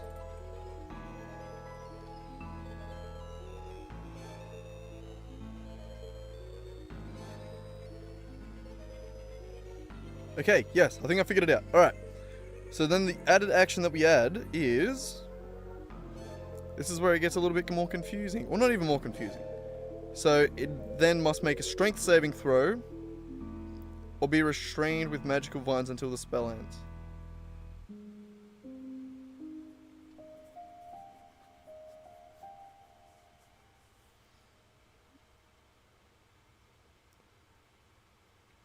Okay, so it must make a Make a save or get an effect.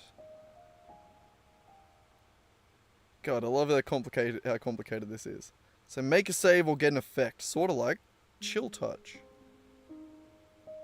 Nope. Sort of like this. Okay, making a save, getting an effect.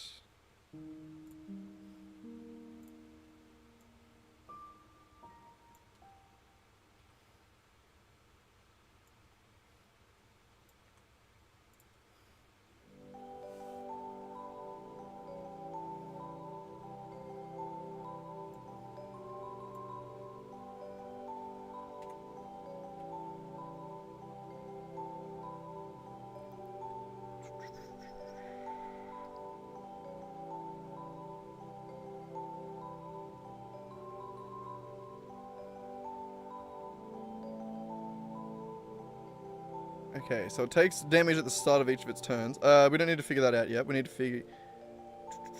We just need to add a... yeah.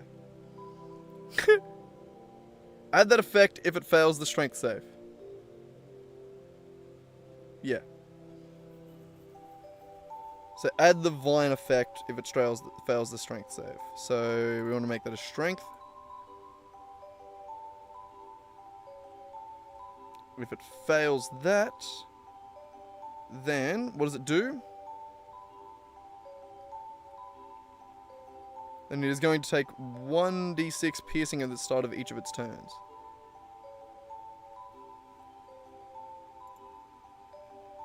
So that'll be like a damage each turn effect.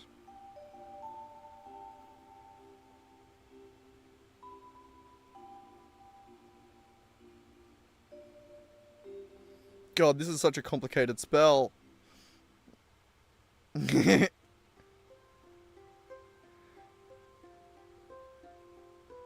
so we need to create that.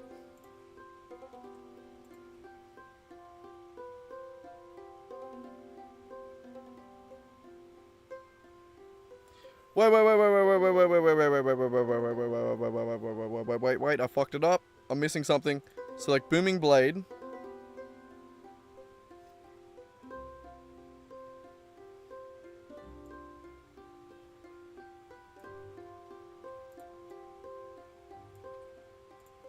So the way Ensnaring Strike needs to work...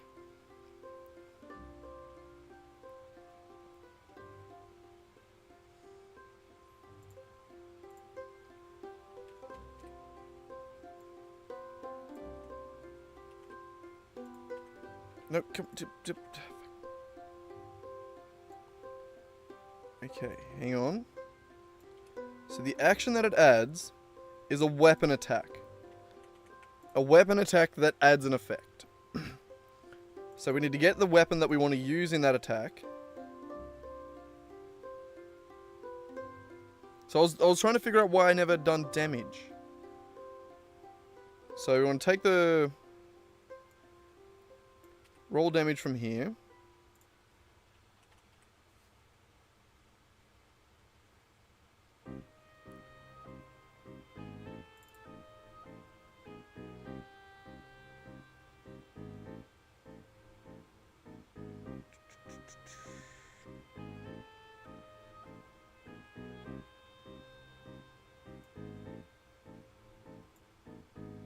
Okay. So ignore all this for a second. So we get our best weapon that we want to make the weapon attack with. We then have to make a roll to see if we hit. So we got to do a damage roll. So back to Booming Blade. Make a weapon attack roll.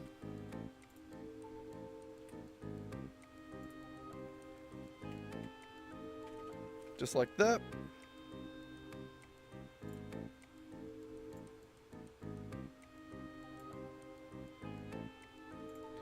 We just want to do weapon damage.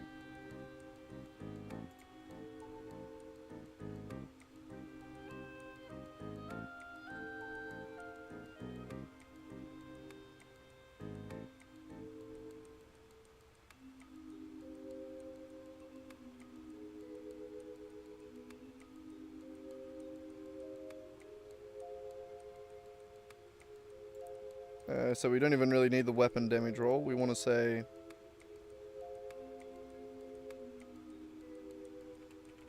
weapon.get damage roll user make roll.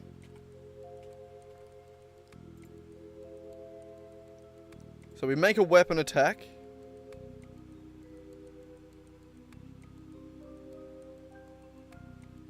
That's the damage roll there. Yep.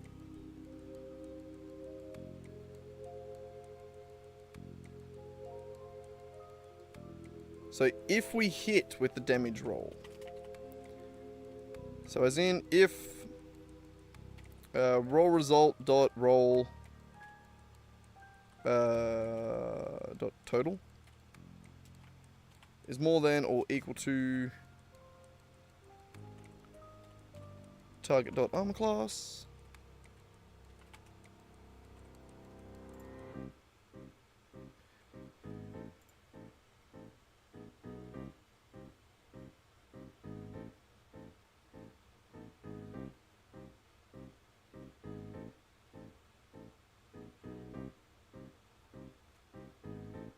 Then, so if it hits, then it must make a strength save.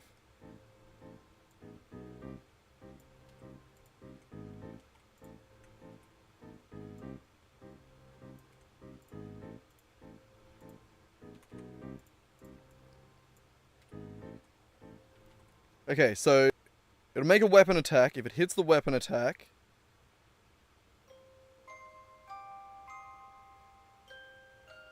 then the target has to then make a strength save.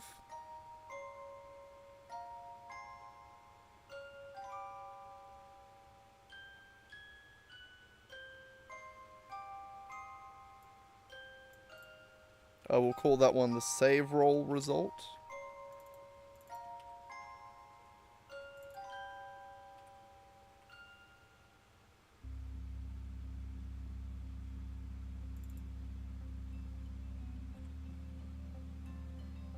Okay, and if it fails that save, then it gets the Vine effect, the damage at the start of turn, or damage each turn.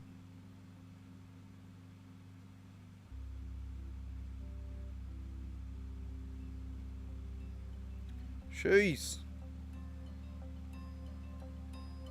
Nice and complicated, isn't it?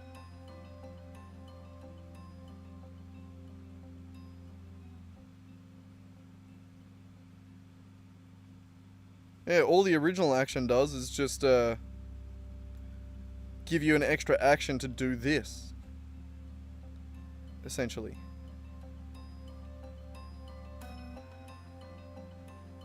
Where, yeah, if you hit an attack, you hit a weapon attack, you make it do a strength save against your spell save, I guess. And then it's going to add an effect. So what was the effect that we need to add, technically? It is a damage at the start of each turn. While restrained by this spell, the target takes 1d6 piercing at the start of each turn.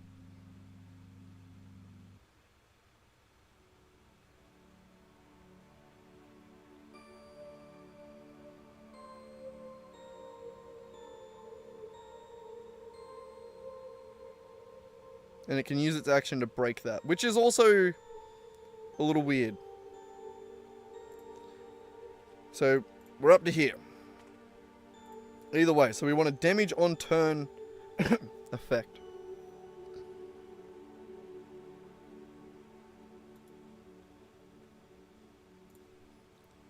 Damage each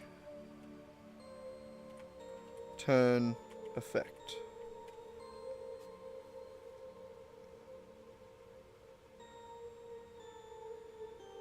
Beautiful.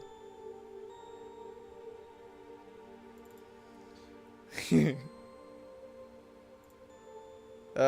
need it slightly more complicated than the add action effect. There we go, we'll do that.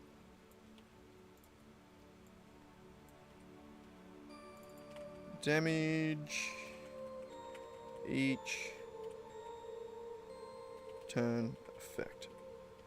Sometimes it auto-fills those, sometimes it doesn't. Rack, you gotta move, buddy. That can't be comfortable for you.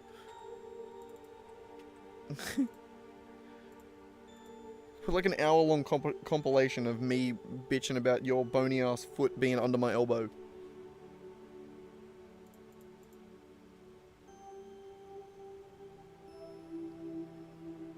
Alright,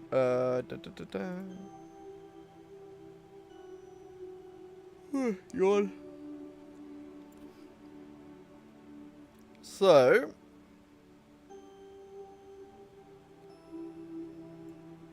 at the start of each... This needs to do it... Oh, god damn it. I don't want to have a Billy real quick. Oh, give me a second.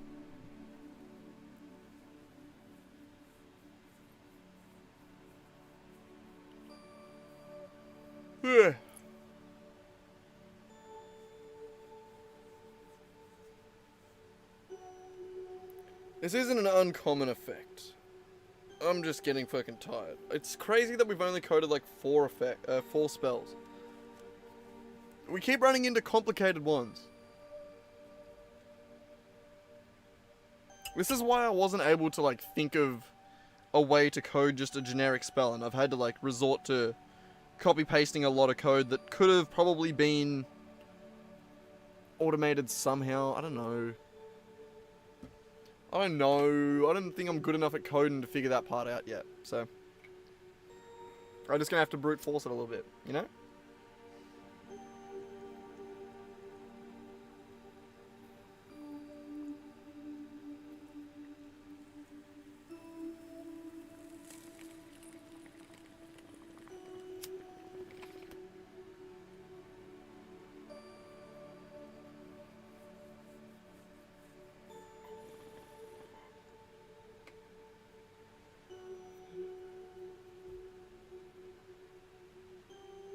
Alright.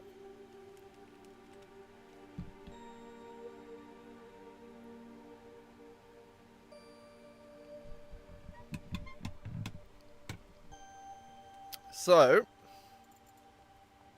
I don't think we need the roll type. We do, however, need a damage die. So, get rid of that. Get rid of that.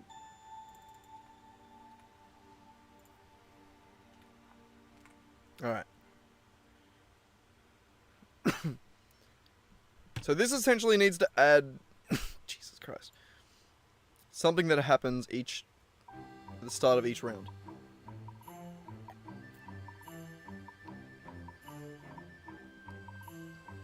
Which shouldn't be hard. Action on start of turn. So this is all on start of next turn. These ones here get deleted.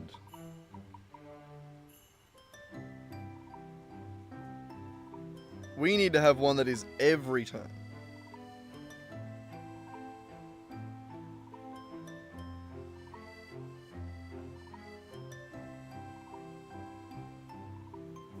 One that never gets reset. On start of each turn. Essentially. And then down here where we do the turn start. Where are you?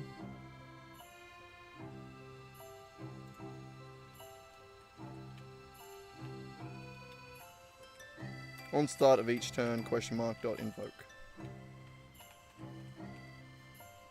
There. And damage on each turn, all it's going to do is the character that it's attached to. On start of each turn, plus equals a little bit of damage.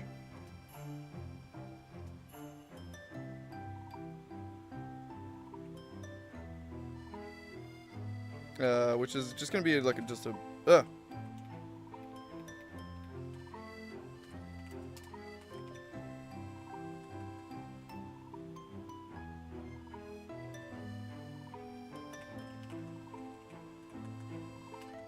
just gonna have a quick do damage function down here. And we're just gonna call that.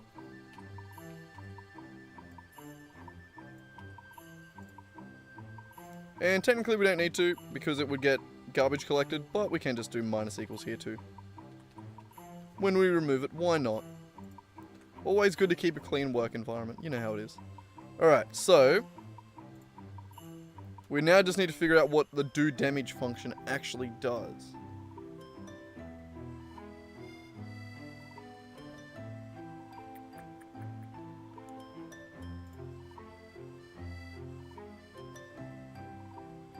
So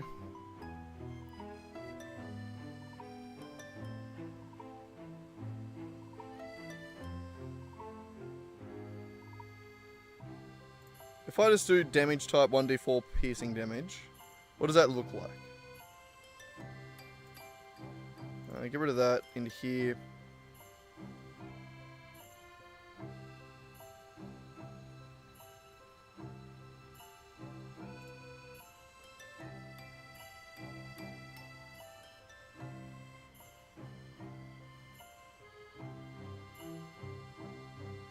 Yeah.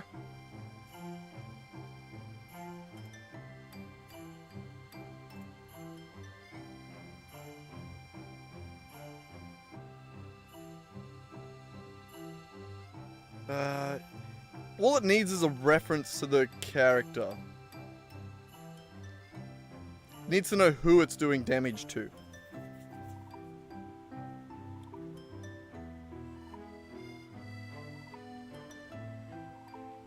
Which...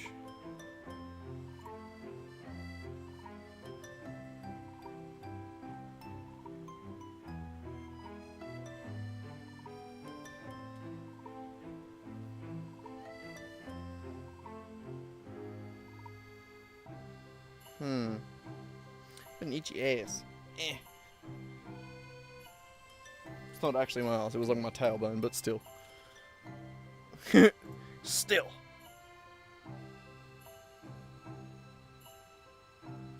This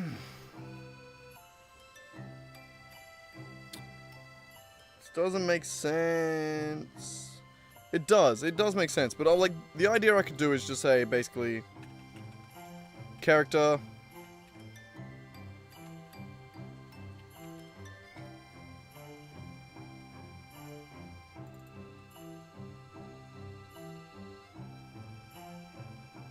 and then store that variable. But I don't love that.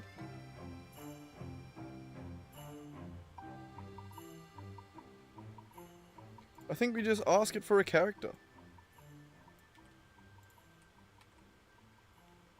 Which doesn't like this. But we can say action requires a character. And then when we call it, we do this one. Add this. So that does work. Now we have access to it. And we can simply just say character, damage, we want to...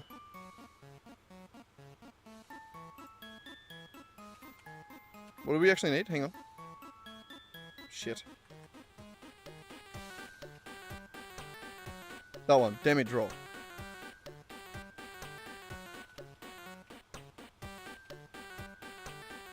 Did he roll it again?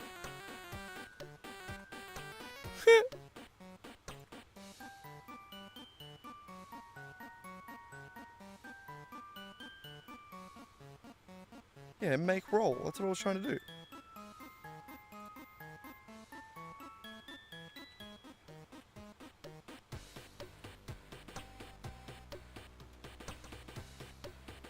What? What am I missing?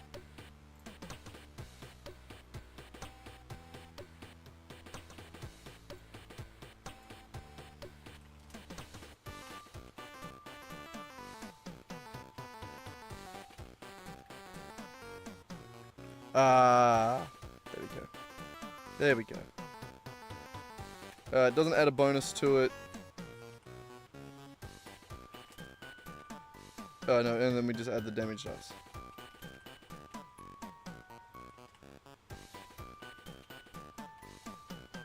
Okay, that was good, except I hated it. So I'm going to say damage roll. I think it was that. And then do this. Like that. Much cleaner.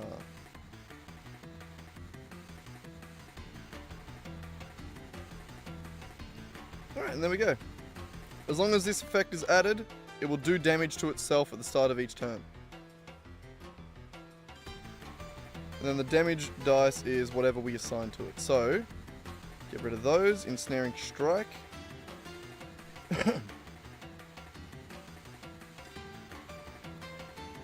So we want to say...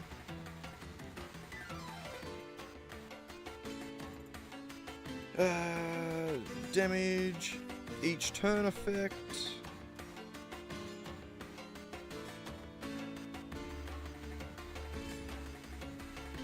I'm guessing you can hold concentrate.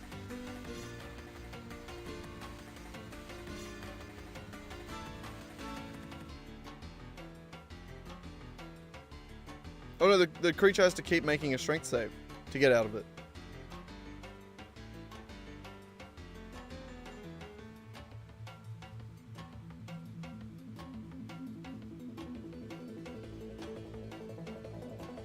Right, so, whoops.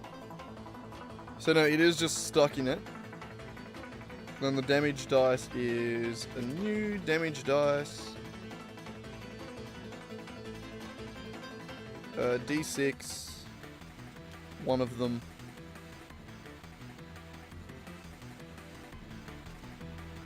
Piercing.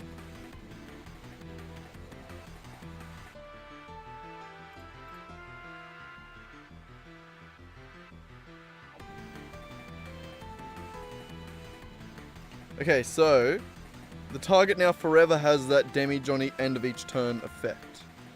We need to we need to figure out a way to make it get rid of it. As in, we need to give it an action to get rid of it.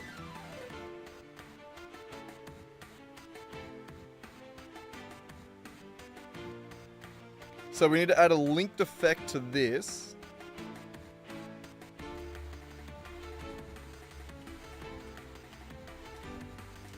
Which is a new add action effect, which is also on there for as long as it has to be. And then the action it adds is a way to roll to break this spell. Ha!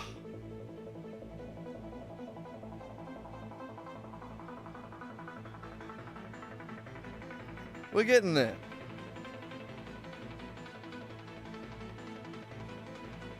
Okay, and also this roll damage.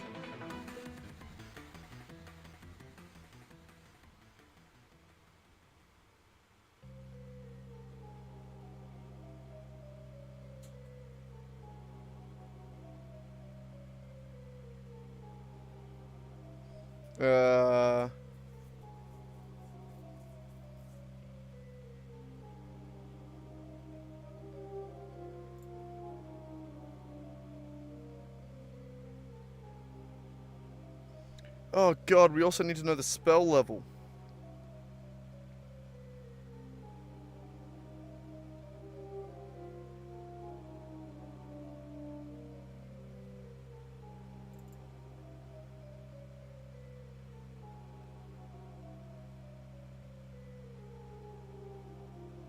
Just breaking my brain. We need to pass that spell level through somehow. Oh, there he is. Holy shit. How you doing, Nick? You're just in time. Oh, I'm confused. I'll say good day to you now that you've broken my train of thought. And I'm going to have a billy while I do it. We're coding the most complicated spell I've done so far. And it's rough. It's rough. Yeah, and there's Racky Boy. He's hanging out. Well, what's been happening, man? Yeah, it's been a while. You rocked up right at the end of my last stream, just like Swag did. Actually, I don't think it was last stream. I think it was the one before. Everyone keeps missing me.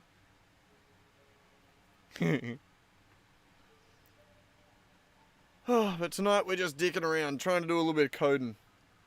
But my god. My god.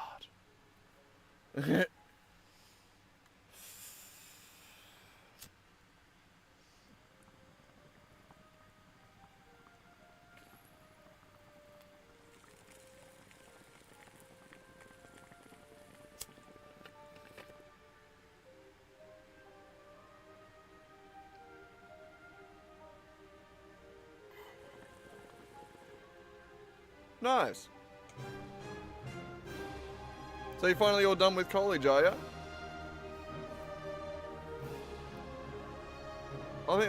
You've been saying that you're getting close, but you're done now. I don't know, it's been a while. Yeah. Don't mind me just dying. Yeah. Gotta love the fucking job hunt, don't you? I'm in the same boat, except unqualified. So, mine's even more annoying.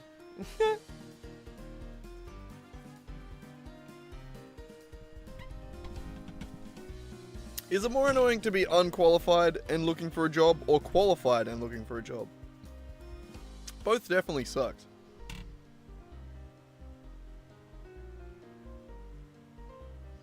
Ah, yeah, that's fair. Alright, I'm with you. Alright, so let me see if you can follow this, this spell that we're coding here. Oh, okay. But yeah, alright, I need your help. Ready? You gotta try and help me decipher this spell. So, the next time you hit a creature with a weapon attack, before this spell ends, a writhing mass of thorny vines appear. The target must succeed on a strength saving throw or be restrained by the magical vines until the spell ends. Alright? If the target succeeds, there's no vines. So, basically, I need to hit... This is a bonus action spell. So, to begin with, as a bonus action, on your turn, you can cast this spell. And then that will give you the ability to, next time you hit with a weapon, you can then add an effect on a hit. So, the way we code that is this initial action here, which is the early action that gets called. All it does is add an action to the list. That action that gets added is the cool weapon attack. The ensnaring strike attack, where we get our best weapon, we do an attack roll, and then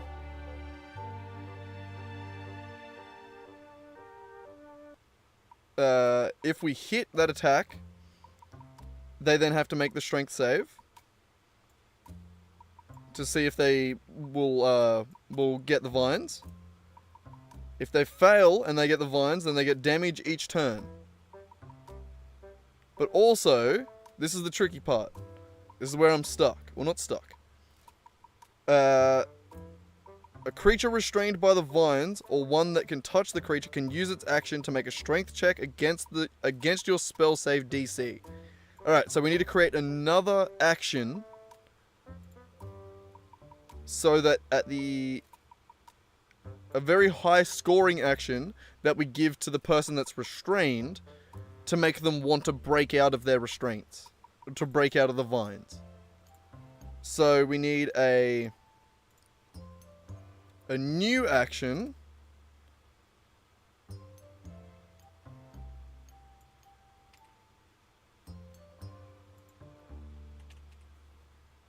that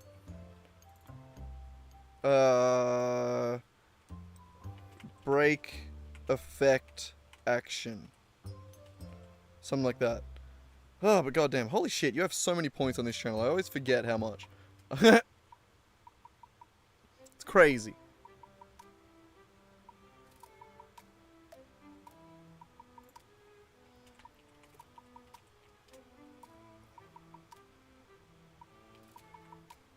So when it tries to break it, you know you make me break out, make me break out.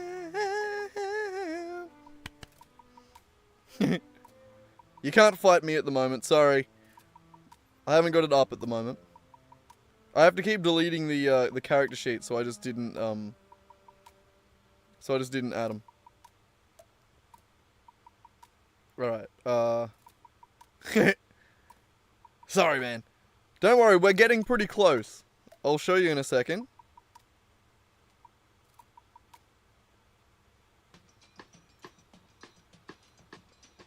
I'll show you in a second.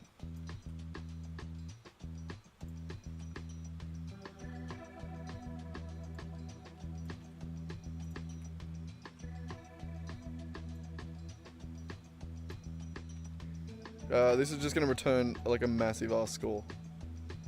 Yeah, I don't even need that.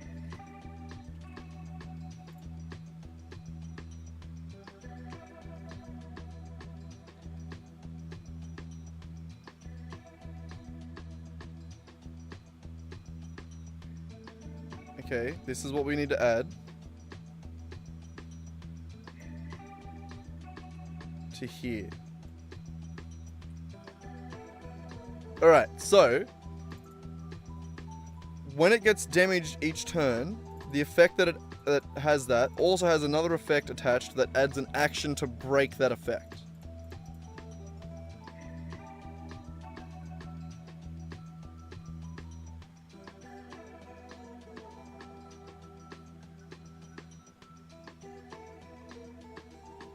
And that effect is going to be the same strength save.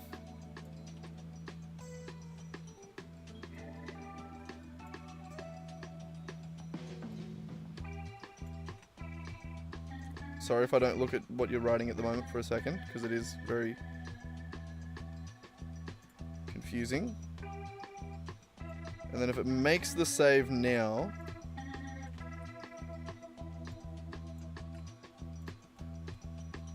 if it's more than or equal to the spell save,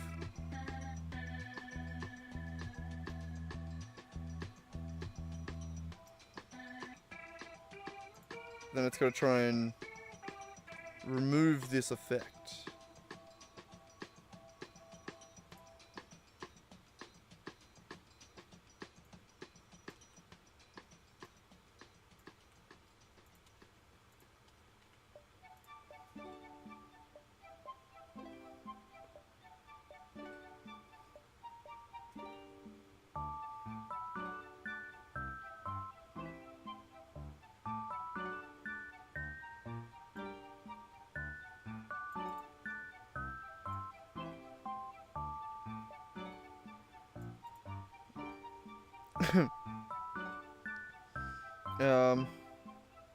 I need to pass in the effect. The effect needs to...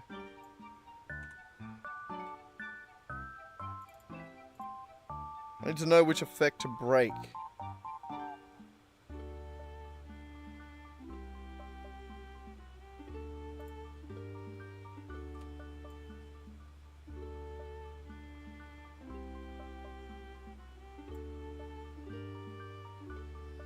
Do we create another action?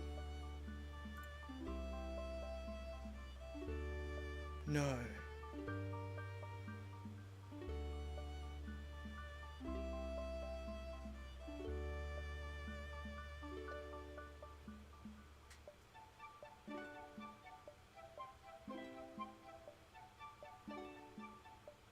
We could probably just have this.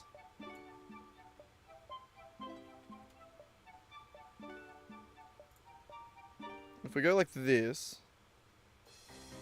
move it up to here.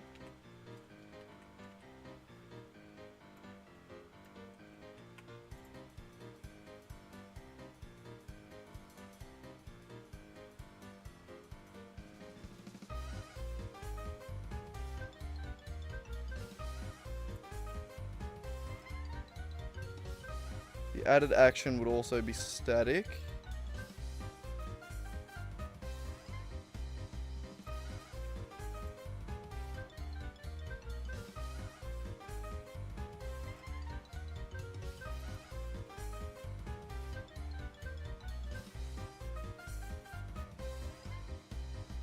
Nick, I'm so confused, it's so hard. this score would be 100. No!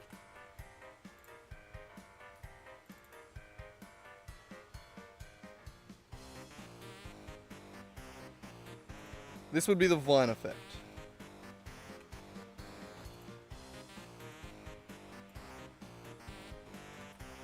And yeah. And this would be the break.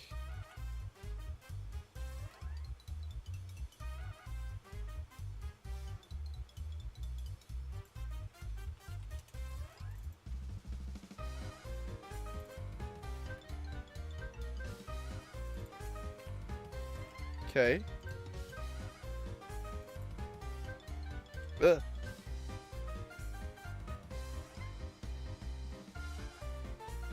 So when we smack it with our weapon, it makes a save to try and resist the vines. If it can't resist the vines, then the vine effect gets added. And then if it breaks the effect, then we can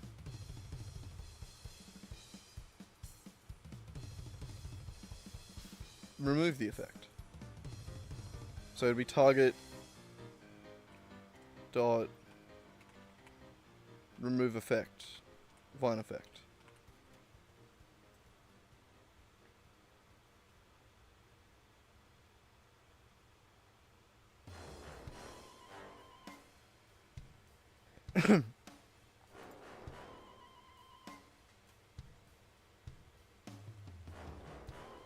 It's a little bit confusing. Okay, it's all confusing. It's all just fucking confusing. The play sound function, we could probably just make that static.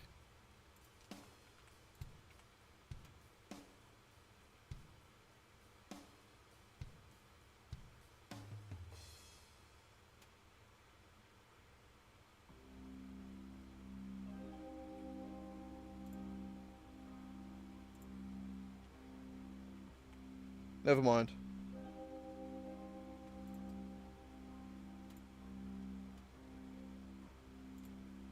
So we won't be able to play sound on a static effect.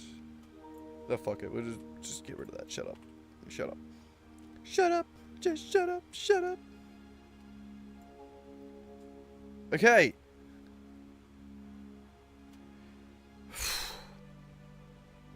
We're getting there. Let's break this shit down. What's happening? Alright. It is mad at us here, where we get a score.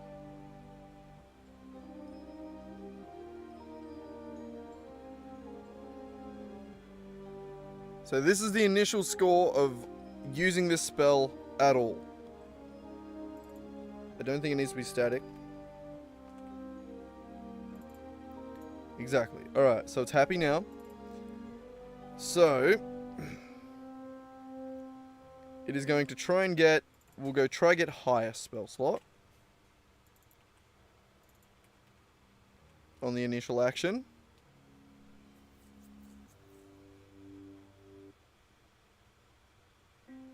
Where we're going to get the score based on the damage that it can do. So roll damage here.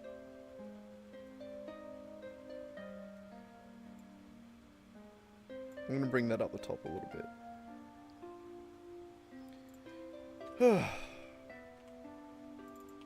think we're getting there, Nick. I think we're figuring it out. This has been a really goddamn... just a hell of a spell.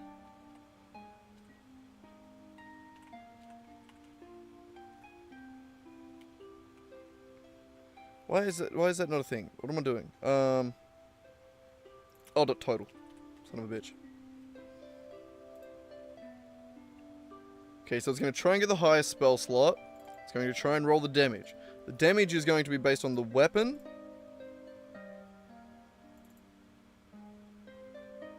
And that's it.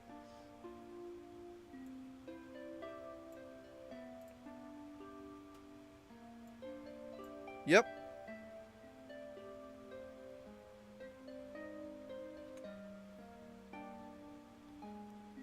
So roll weapon damage, this is going to be.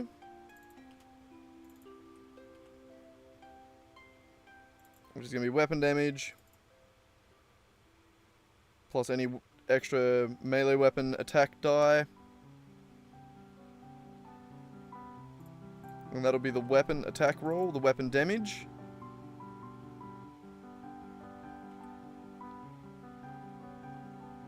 Which will get called here.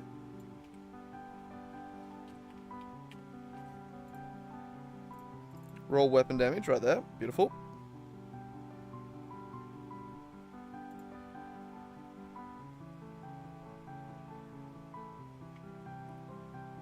And then the Vine effect.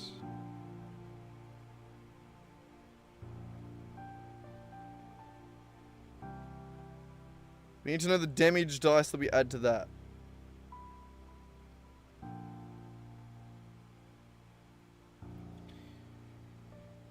Which is annoying because we need to know.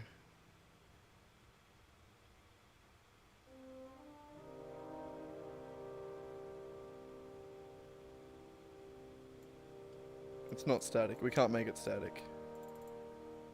Shit.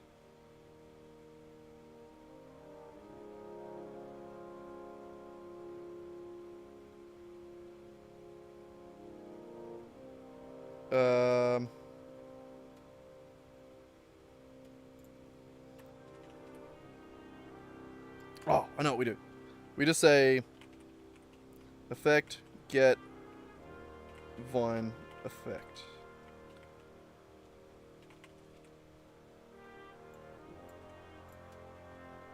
Which is that. Return Vine effect. Okay, so here. And then we also want to have this one again. Which is going to be roll Vine damage. Okay, now we fucking figured this shit out, Nick. God damn. I don't even know if you're listening, but we're figuring this shit out.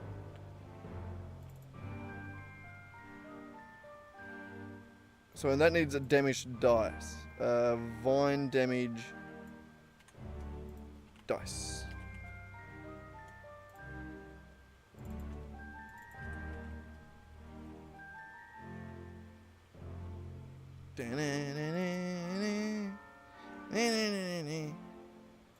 Okay.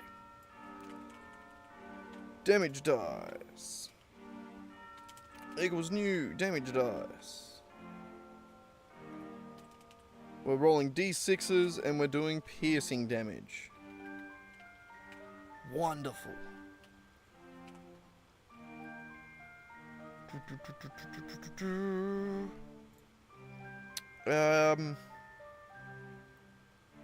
Yeah, we just need to add the extra die.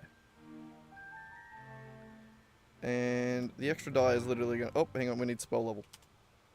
Int. Spell level. It's technically just going to be plus spell level, but I don't like doing that because it's confusing in the readability. It's only because it's a level 1 spell that the math happens to be that it's the same. So I am going to just go plus extra dice count. I'm pretty sure that's correct. Damage is increased by 1d6 for each spell slot above first. Exactly. So and then that is just going to return damage dice. You cast brick wall. Why would you do that? I don't even know what that means, but why would you do that? That's actually... There is almost every other spell in D&D besides brick wall. Like, there's wall of air, wall of fire, wall of water. Okay, maybe not wall of water. There's wall of, like, everything. Except brick. No wall of brick. It needs the user. Sorry, I was just talking shit. I'm always talking shit. It's good fun. No, what are you doing?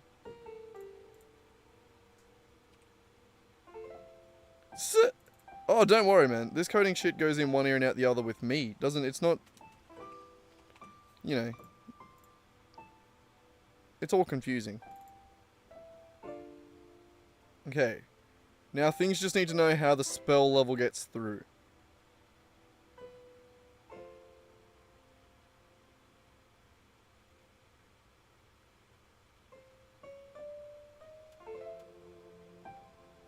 Okay.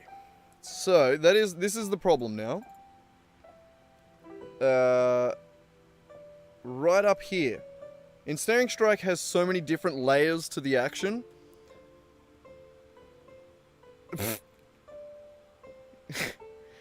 Stop fucking up my train of thought. Casting Brazilian wax on me, you bastard. Alright, so, in the initial bonus action, when you cast the spell, is when you consume the spell slot for the spell. That happens at the second one. So here is where we actually consume the highest spell slot, or the spell slot we choose. That then needs to be passed through to...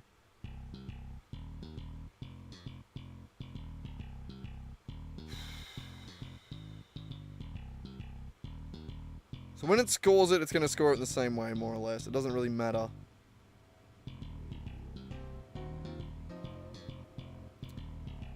That damage doesn't matter.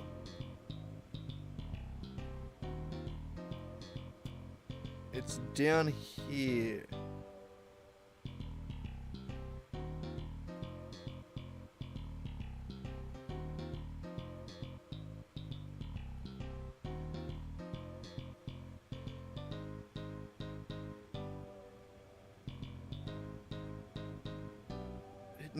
It needs to know the spell level. Yeah, no, we have to have one that knows the spell level. Which means I think we need to add another different D&D action. D&D spell action.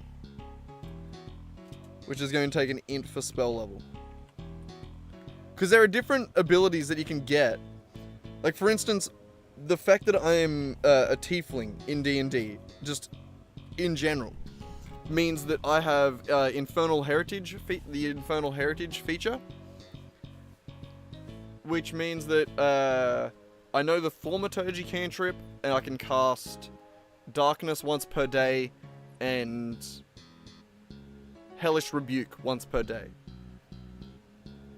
But I specifically can only cast them at second level. So there are going to be things that add spells, but spells that can only be cast at a certain level. So I think adding an action like that works perfect. What do you think, Nick? Did that check out? Also, while I'm having this, Billy, I'll show you what I'm up to, or like where I'm up to. So as you can see with all the tabs up the top there, there's one or two of them. Those are all the first level spells we have left to do. These are all the ones we've already done. We're nearly 20% of the way through all of the spells. The red ones are the ones we can't do. We're at second level, third level, fourth level. Go all the way down to the bottom. And here are all the cantrips. Those I've done. They're just done. I've done all the cantrips.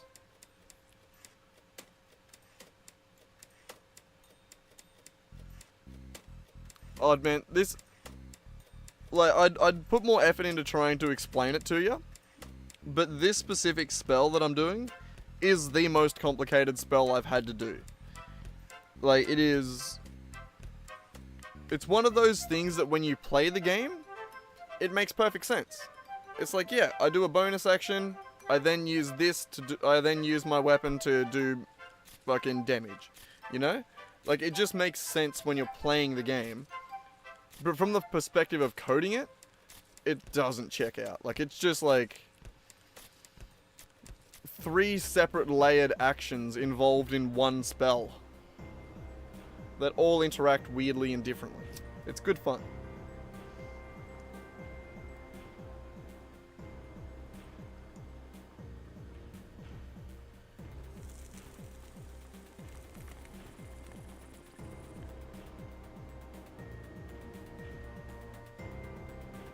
Whereas something like Divine Favor, that was easy as shit.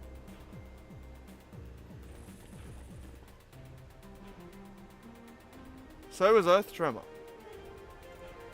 Took like 5 seconds. Yeah, look. They make a dexterity saving throw. If they fail the dexterity saving throw, they go prone. And they get damage regardless. It either gets halved or... It either gets halved or it doesn't. Simple. That's the entire Earth Tremor spell. Like... Ensnaring Strike is just so much more complicated. It's a bonus action spell which gives you a new attack that you can do with a weapon. And then that attack can cause different effect, or can cause an effect. And then that effect has to be resisted using an action.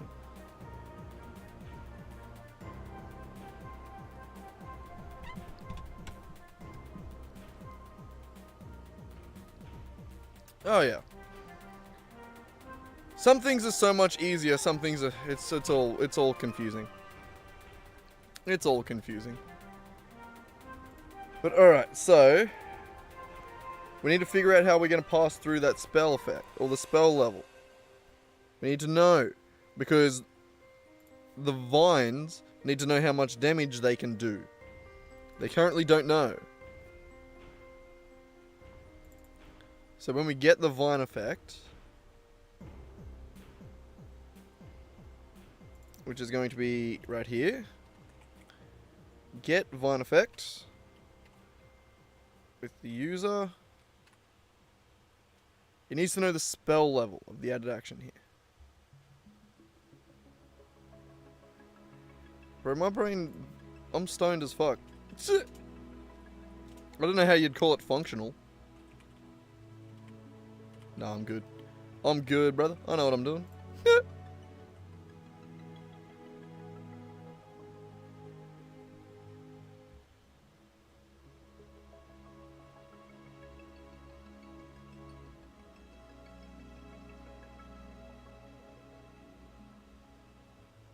No, I can't do that. I can't do that. I can't do that. That doesn't work. That added action. Yeah, and then you get mad at me.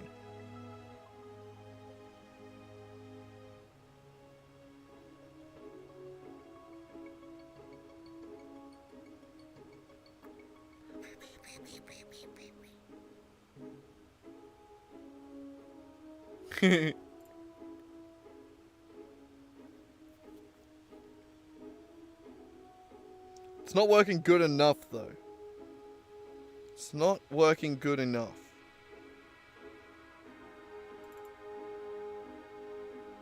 So everything is actions.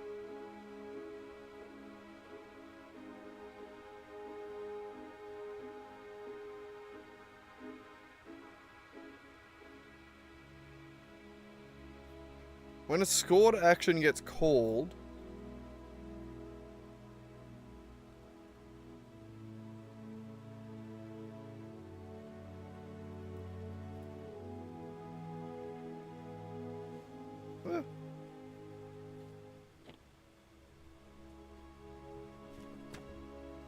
thanks, Rack.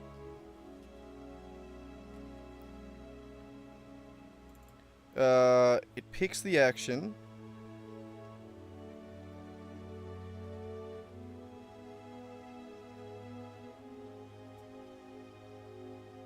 Yeah, it sets a D&D action. I can't...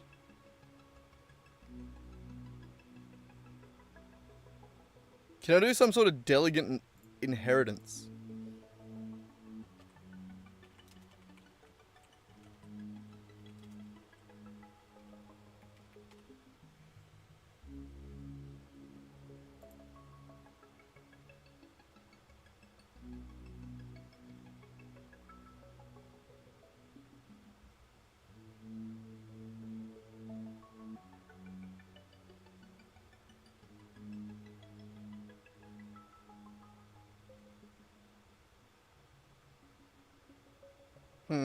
No.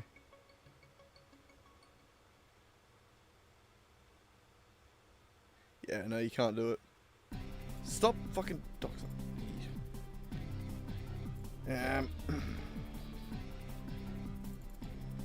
So a spell action isn't the answer.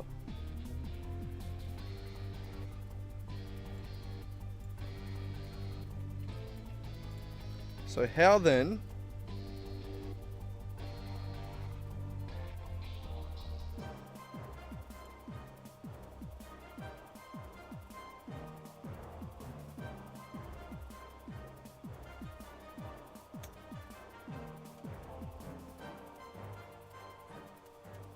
How then? How? How? It doesn't make sense. I need a way to pass the spell level down into...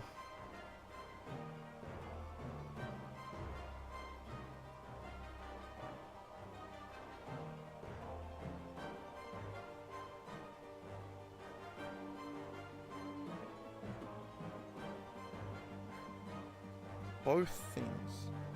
So I guess I need to know what level effect it is when I remove it.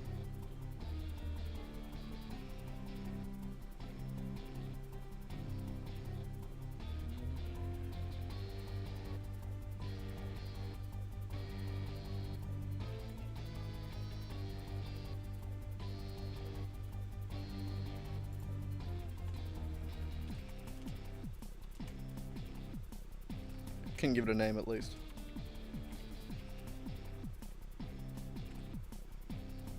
There.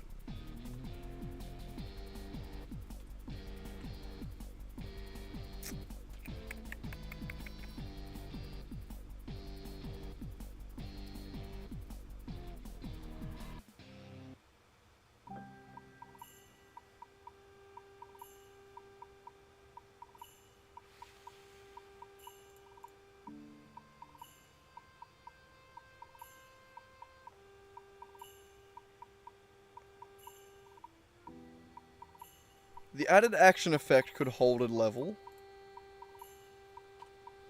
Int spell level equals -1.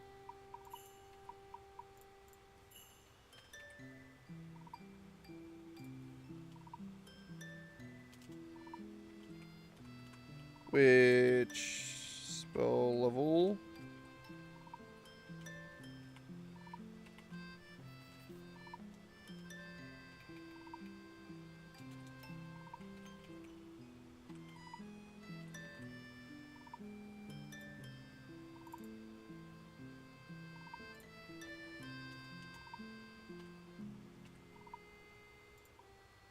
Alright, so this added action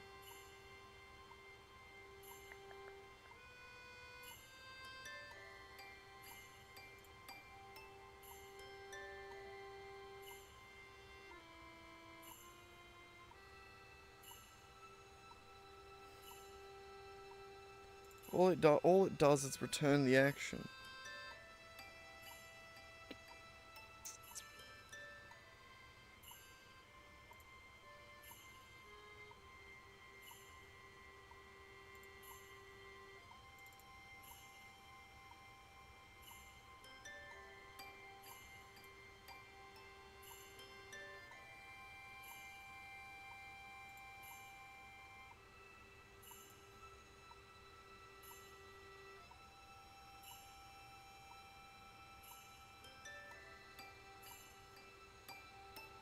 Alright. I have a way, but I don't like it. We just store it up here. We store it within the spell.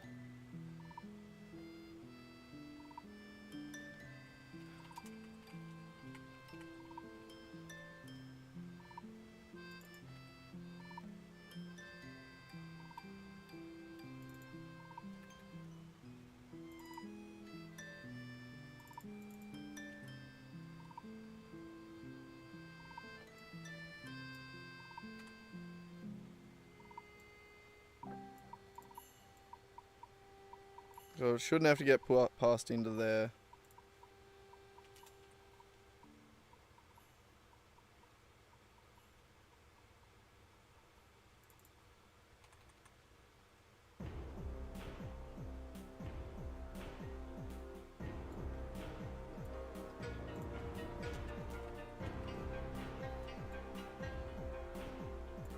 Hang on, I'm not sure why that's yellow at the top there.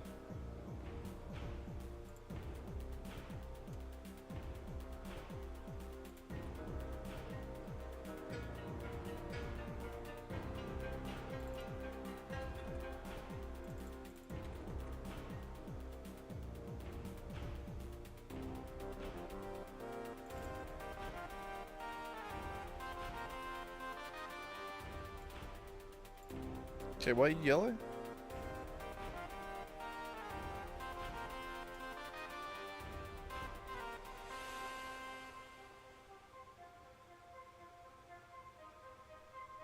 Oh, right, we already have this variable called spell level.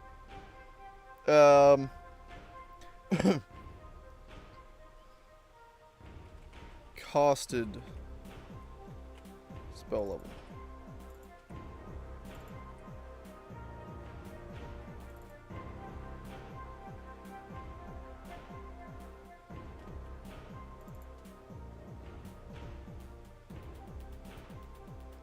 My baby's on the spell level.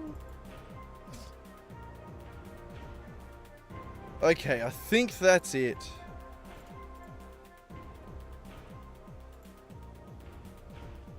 I think I did it, Nick.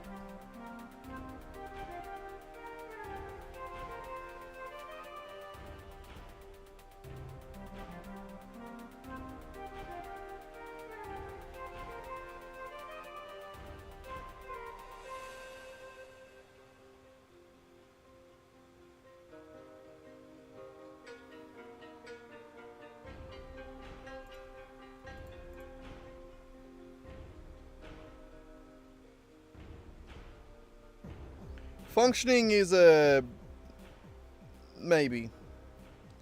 But I think I've got it more or less coded. There's a big question mark beside this one. A big question mark. There's a big boy question mark. But I'm going to tentatively call it on that one and just move on to the next one. So the way I've decided to do it is I'm just going to code a bunch of spells and then test them all in one go. Because I kind of need the spells to exist to... This is all essentially to figure out just the spellcasting feature that characters get. Also, what was that spell called again? Ensnaring Strike, that's the one. Thanks, Nick. I knew you'd help me. Alright. All the way back to here. Only rangers can do it. Wow. Shouldn't have even coded it. No one's going to be a ranger. And we'll call it like 5th level. 3rd level. 53rd level. 3rd level. There we go. Ah, bloody hell. But I'm going to call that one done. Pain in the ass of a spell, but good enough.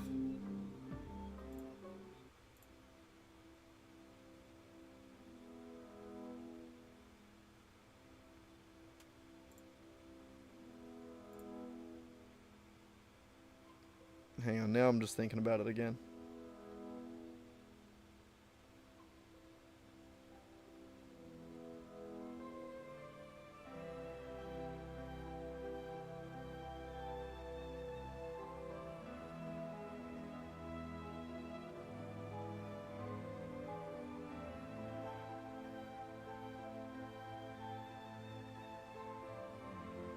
I just realized a problem.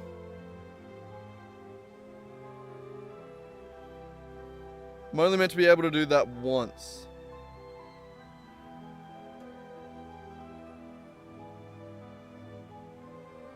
So if it's already vined up,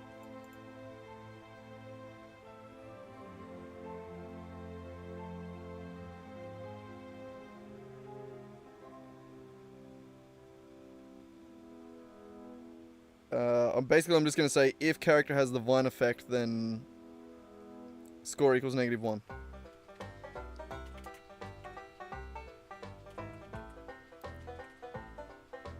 If the enemy dot has effect, vine effect. Every time I say that in my brain, I hear the vine boom, by the way. then return -1. We can't do this spell.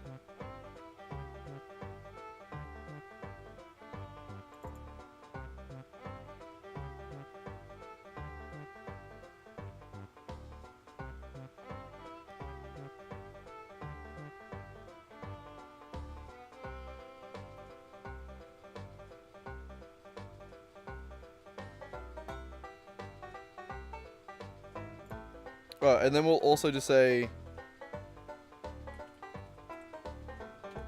the score plus equals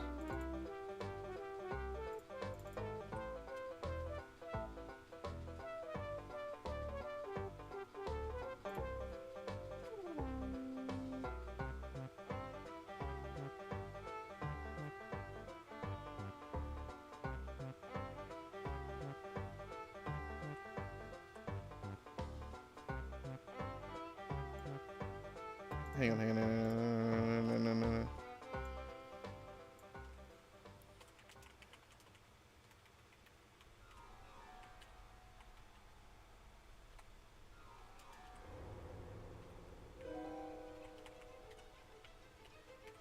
Okay, there.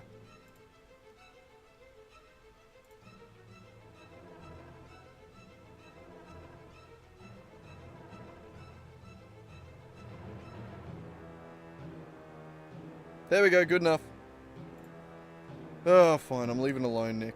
I'll leave it alone. Ensnaring Strike, there is a big question mark beside that one. Entangle, next one. Grasping weeds and vines sprout from the ground in a 20-foot square starting from a point within range. For the duration, these plants turn the ground into difficult terrain. That's irrelevant. We won't be able to do it. Oh, we won't care about that. A creature in the area when you cast this spell must succeed on a strength saving throw or be restrained by the plants till the spell ends.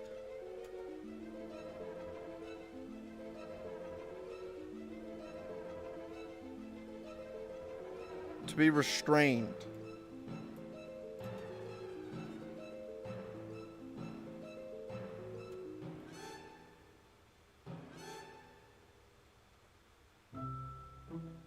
What does that do, though?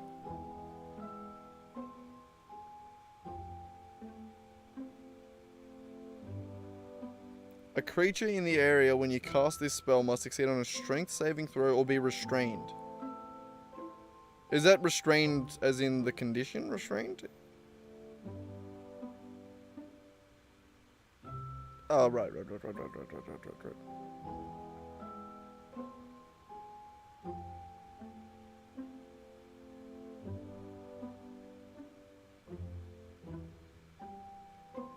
Alright, yeah. Sick.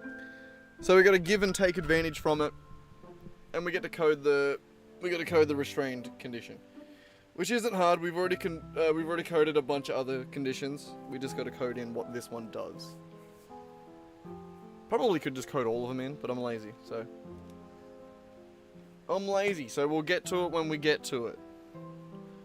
But we're slowly getting there, man. I am really happy with how this is all turning out. I think I've finally figured out, I've gotten good enough at coding in this fashion that I understand generally how to solve the problems that I'm coming up against. Like, at a certain point the solutions are similar, like for things that I've already done, you know what I mean? Though that one there that we just did was a particularly unique one. But I'm glad we were able to get it. Basically just by manipulating what actions a character has and doesn't have at any given time. And giving it new ones. But yeah. Getting there.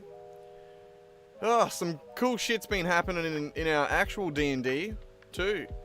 Bloody Kyle is at a point now in the campaign where he is not pulling punches when it comes to trying to kill us.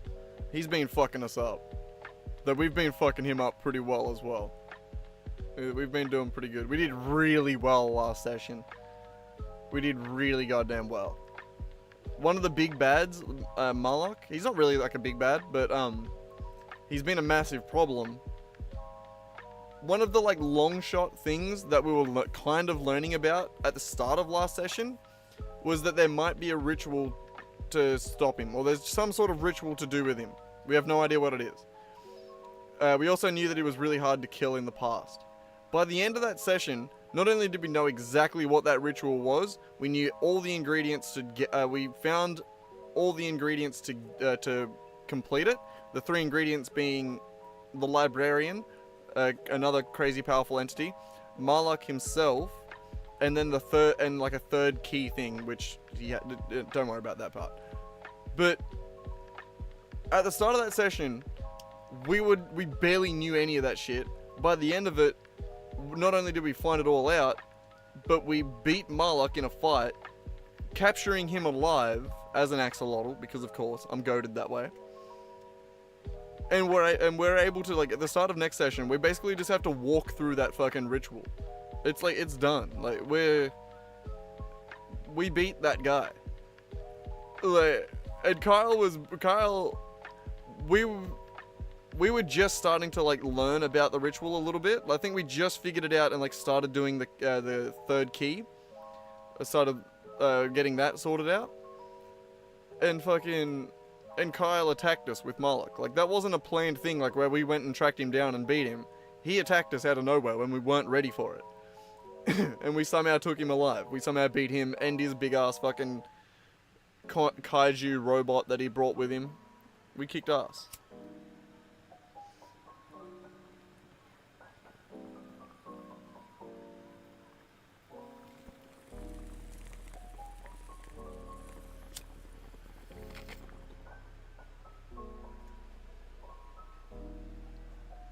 Actually, mostly me in that fight, now that I think about it.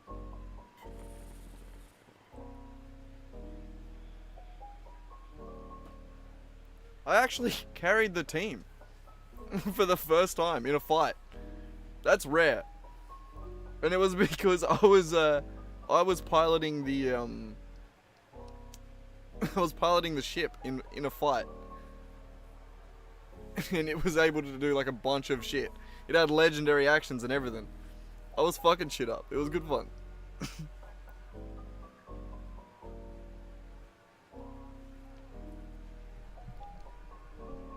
Alright. Back in a second. Gotta go piss. Okay, Ricky.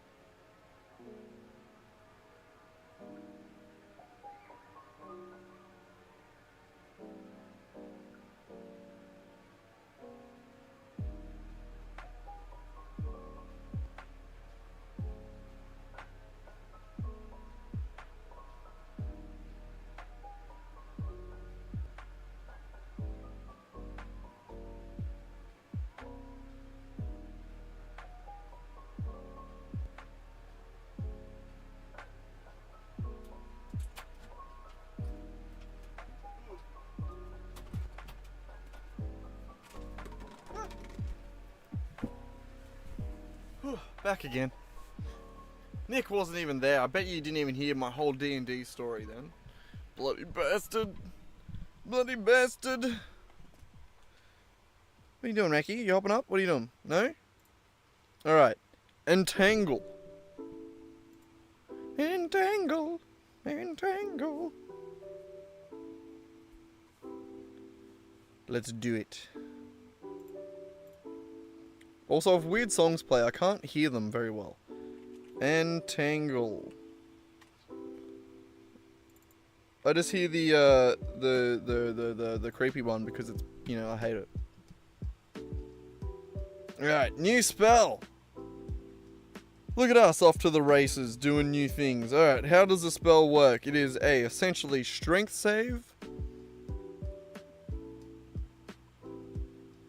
And then an effect. Sick.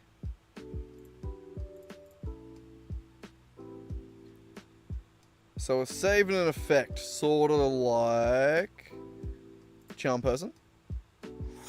Fuck, I'm smart. I'm so smart. I'm so damn smart. It's actually unfair to the other... I don't know, the other something.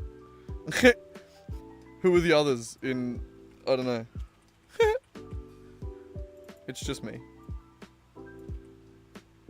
Me and Raki. It's not fair for Raki.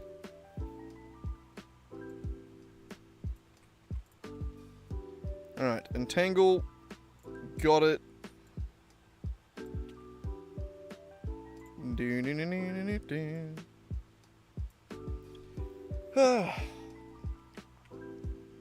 It is very much a slog through all these bloody spells. Like, we're getting there, but God, there's just so many. Why is there so many spells in D&D? It's unfair. It's like the guys that made it didn't even consider me at all. How rude.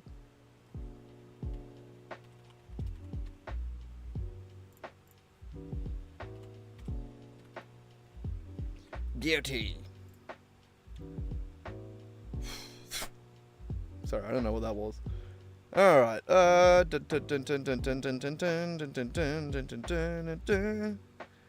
Entangle spell.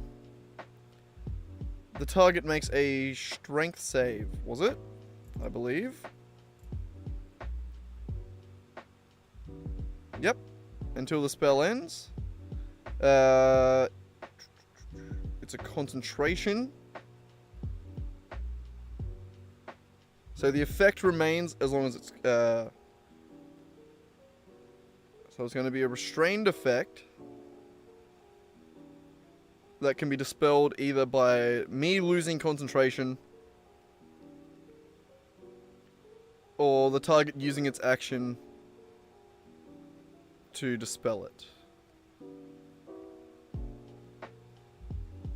Got it.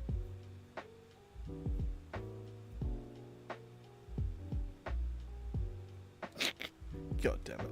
So it's going to be a... an effect on the target that I am concentrating on. It is a restrained effect.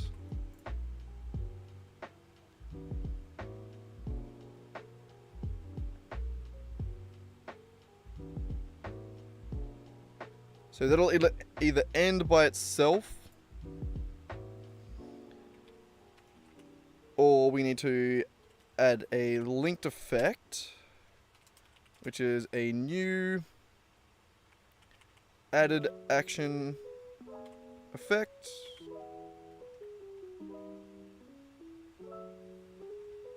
Which, with the same turn count,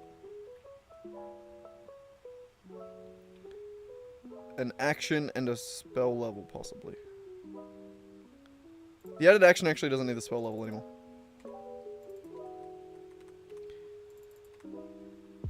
That didn't end up working.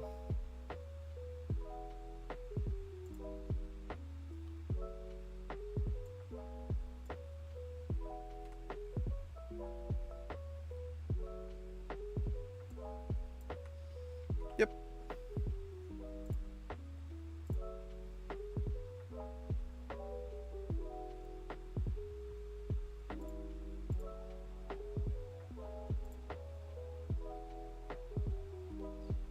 Okay, so we need a break effect action again.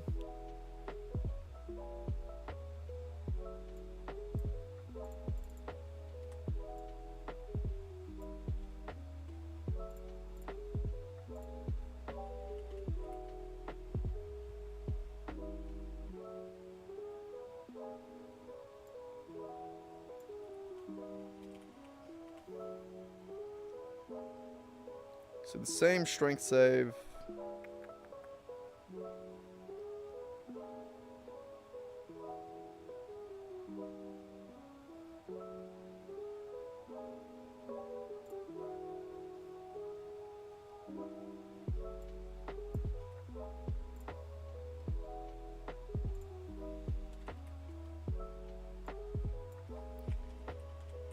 It's actually very similar to the last spell.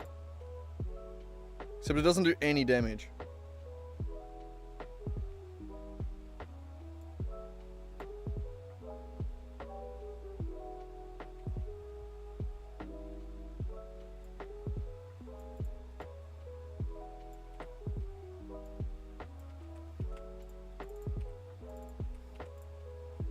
Alright.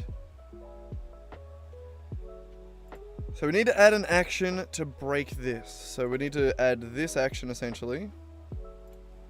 So a new scored action. The score is probably like, I don't know, 100. We'll just make it really high again. And the action is going to be break action, break effect action.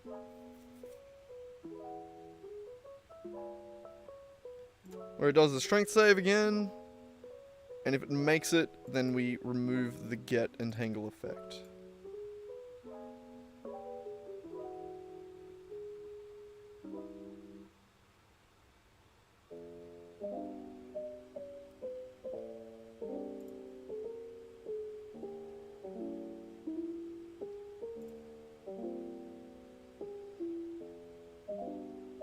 I think this is working.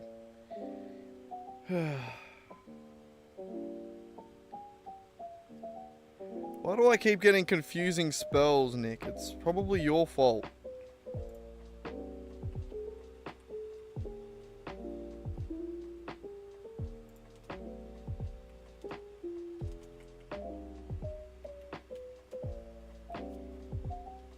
And you're not even really listening, I don't think.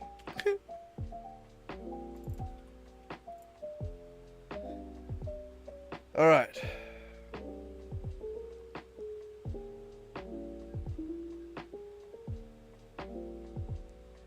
Strength save, where we add the entangle effect.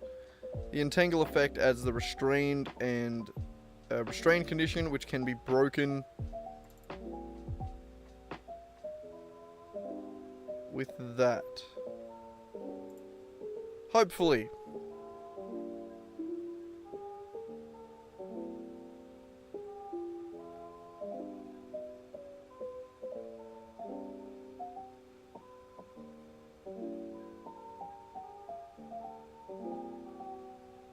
Yeah, hopefully. God damn, coding's confusing. Again, I think I'm just gonna call that one and hope that I got it working. Add it to the pile of shit that probably doesn't work. We'll test it eventually. We're not up to testing. Oh wait, also we missed another thing. Hang on. Oh no, we only got one. Never mind. I'm tripping. I'm tripping. Spells, first level, and that was... What was it again? I've already forgotten. Not Ensnaring Strike, not Earth Tremor. Entangle, that's the one.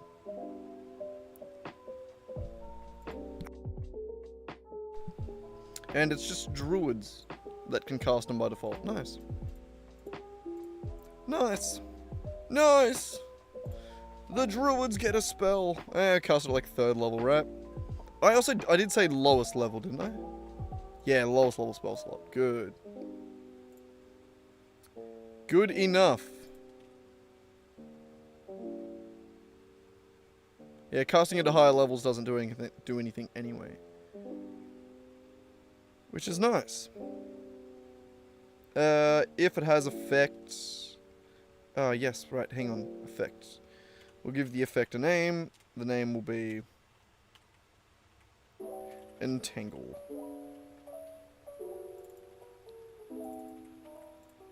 If it has an effect named Entangle, then don't use this again, because it's already done it. Wonderful. Alright, let's take it off the list.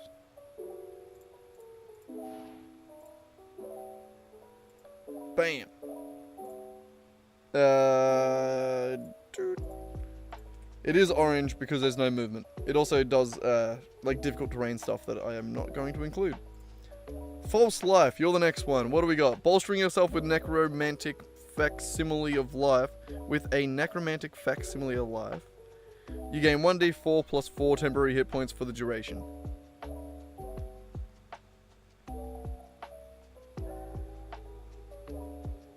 Nice. Luckily, we just recently added a spell that does that. That one's an easy one. Fuck yeah, Nick. We done it. Easy one. Woo! Woo!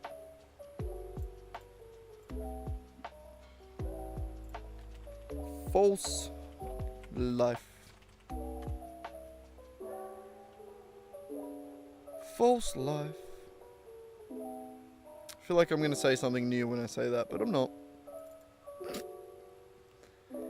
Alright, so all that does is just straight up add an effect to the, to yourself. Got it. Awesome. Sort of like Cure Wounds. It just do a thing to yourself.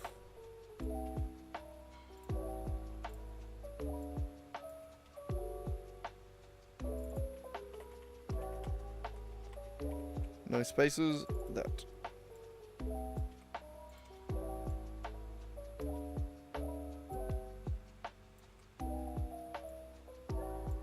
Nope. There we go. Alright, good.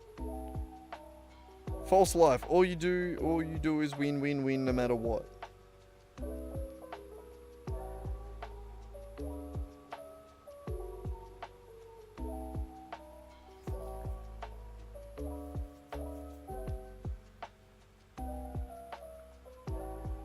Okay, so it's 1d4 plus 4 plus spell level times 5, essentially. Nice. Weird damage.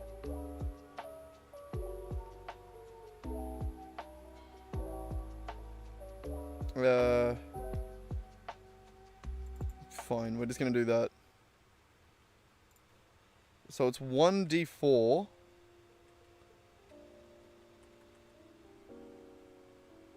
This isn't damage, this is like roll the heal amount. But damage is the same. So it's 1d4 fire, 1d4, not fire. And then it is going to be 4 plus 5 times extra dice count. Essentially.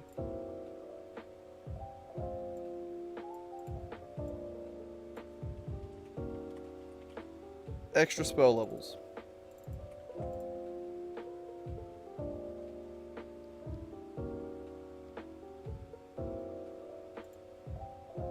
Wonderful. And that doesn't heal. It is going to add... It's going to set temporary HP.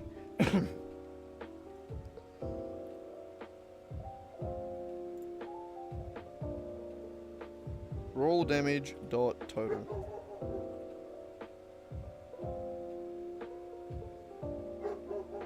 And there it is. I think that's all we needed to do.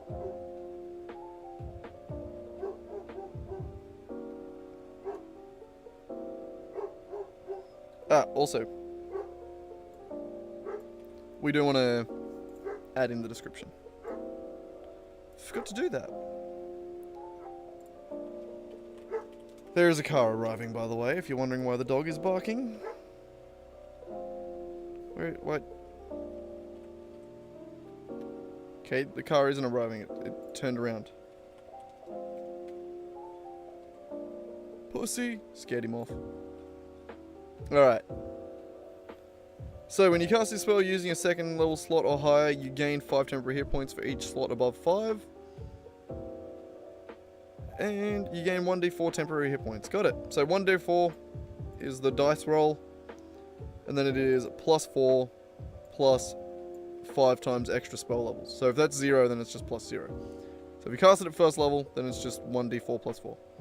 Cast it at second level, 1d4 plus 5 times 1. Got it? Good. Good. I'm glad we're all on board here. Okay. Well, that's false life. We're done another one. See, some of them are easy.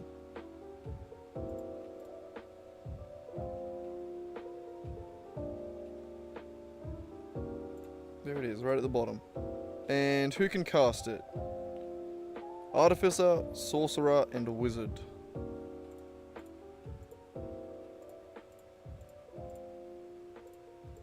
Artificer, Sorcerer, and a Wizard.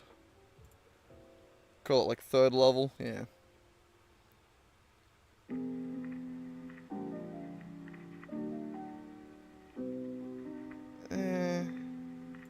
Okay, it's currently doing the lowest spell slot. That was what I was curious about there. Currently picks the lowest spell slot to use. I don't know if that's a good idea, but that is how it's working. Wonderful. Alrighty.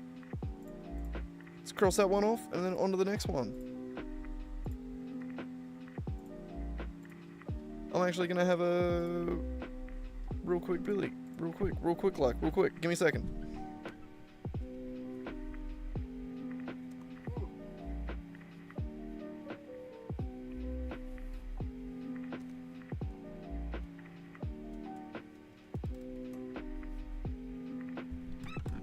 Last one. I do need to get a drink, but I don't want to get up. Even though I did just get up.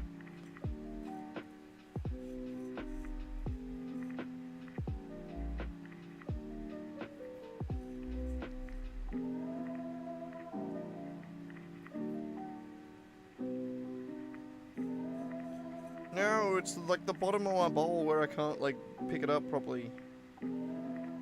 My shitty fingers.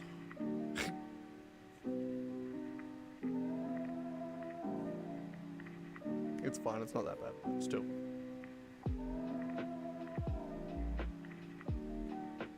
Oh, man. I really had no idea how long this coding project was going to take. It is, significantly more than I initially thought. I'll admit that. I'll admit it. I'm brave.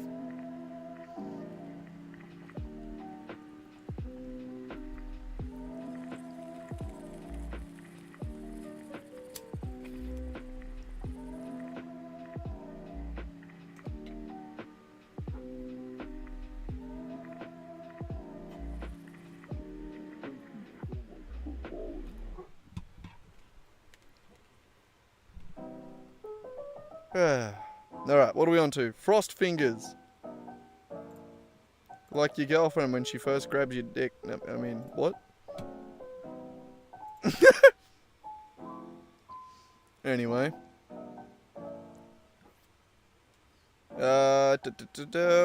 Freezing cold blast from the fingertips in a 15-foot cold.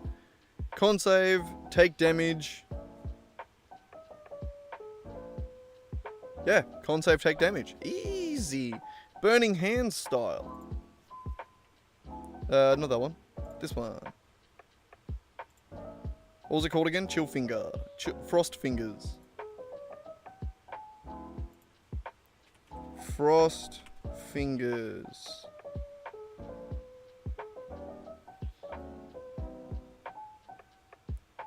So yeah, just straight up Burning Hands. We'll copy that. And just, yeah.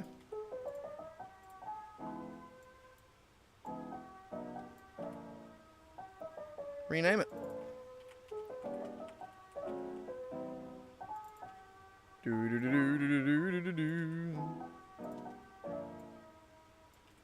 Oh god, I got a fair bit of editing done today as well, which was nice. There's still so much. I think I narrowed down 14 hours worth of slug hunting to about 8 hours. Like, as in, that's how far I made it through. I think I got about 8 hours left to get through. It is a lot. It's not fun. Actually, it's not that bad. I don't hate it. I do quite enjoy it sometimes. It gets monotonous, and you do get sick of it, but I don't hate it. It is quite enjoyable. You get sick of hearing your own voice, but, you know, trying to find the funny parts and trying to think of how to put them together is nice. It's good fun. Whoop. It would be funny if I was just like, nah, I just really like listening to my own voice. Eh. So I just actually... Sorry, I'm scratching my arm. Ow. Ow. Don't mind me, I don't know what I was even going to say there. It's fine, don't worry about it. Probably wasn't spunky anyway. Continue. Alright, so, deck save? Con save. Right, because it's cold. And it's 2d8 on a failed save. Half as much on a 8, 2d8, and then extra dice is, yep, 1d8 extra time, and it's cold damage. And it's a spell attack. Wonderful. Sorry. Okay. Now that is done. That was an easy one. Frost Fingers.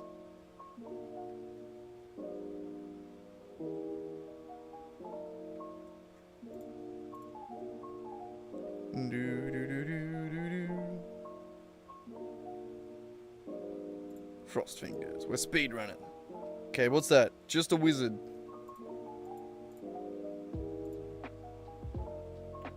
All good. I figured you went for a bit of a walk. Back now. I know. I did start trying to tell you our recent D&D adventures. They were pretty fucking cool. Kyle's been actively trying to murder us recently, so it's been fun to try and kick his ass.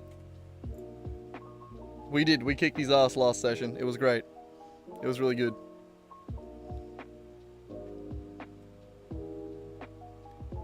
Yeah, no, he tried to attack us with, hang on, let me get a drink, and I'll chop up, and I'll tell the story.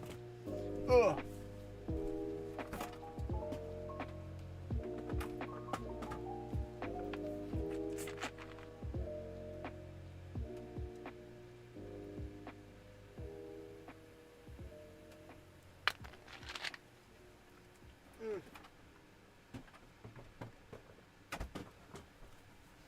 Ugh. Look at me using a cup like a big boy. But alright, so yeah. Where were we up to? So, the last time that I think I remember giving you an update wasn't actually that long ago, was it? It was after my coronation. Oh, I went to the Discord, not the notes app. It was a while ago. We haven't done too much, so we did my coronation where Malak rocked up and like killed half of the bloody people in my city, which was very sad. It's not a great first day as king. Wasn't very successful that day. That led into the next session essentially, where we were like, alright, Malak is the problem. We need to fucking figure out either how to track him down, how to kill him, we need to sort him out. He's the problem, right? So we spent that session, the end of that previous session actually, like that was sort of where we were at. So we were trying to figure shit out. We ended up taking one of his avatars hostage, trying to bloody get information out of it. I say one of his avatars. He took over one of our team members. So Rieni, our teammate, is a mannequin, and because he's a robot, Malak can just take him over. Like, they're all the robots in the city, all the mannequins, he just has access to them. And we slowly start to learn that he has been switching people out all over the city with robots, basically. And a lot of these robots don't even know that they've been switched. Like, he takes the mind of the person, puts it into the body of the robot, fucking wraps that robot in the same skin that he took from the person, and then that's it. Like, they don't even know that it's happened to them, really. But, yeah, he ended up taking over our friend, Rieni. And then subsequently poisoning half the people in the city during my coronation. It was just a very successful terrorist attack. We managed to, like, I basically, like, grabbed Rieni with the ship, fucking chucked him into, like, a side room. He just kept spewing poison out of his body. Not an ability that Rieni has, by the way. But, fucking, we put him in, like, a side room where the ship's immune to poison, so, like, we could just store him off in the edge.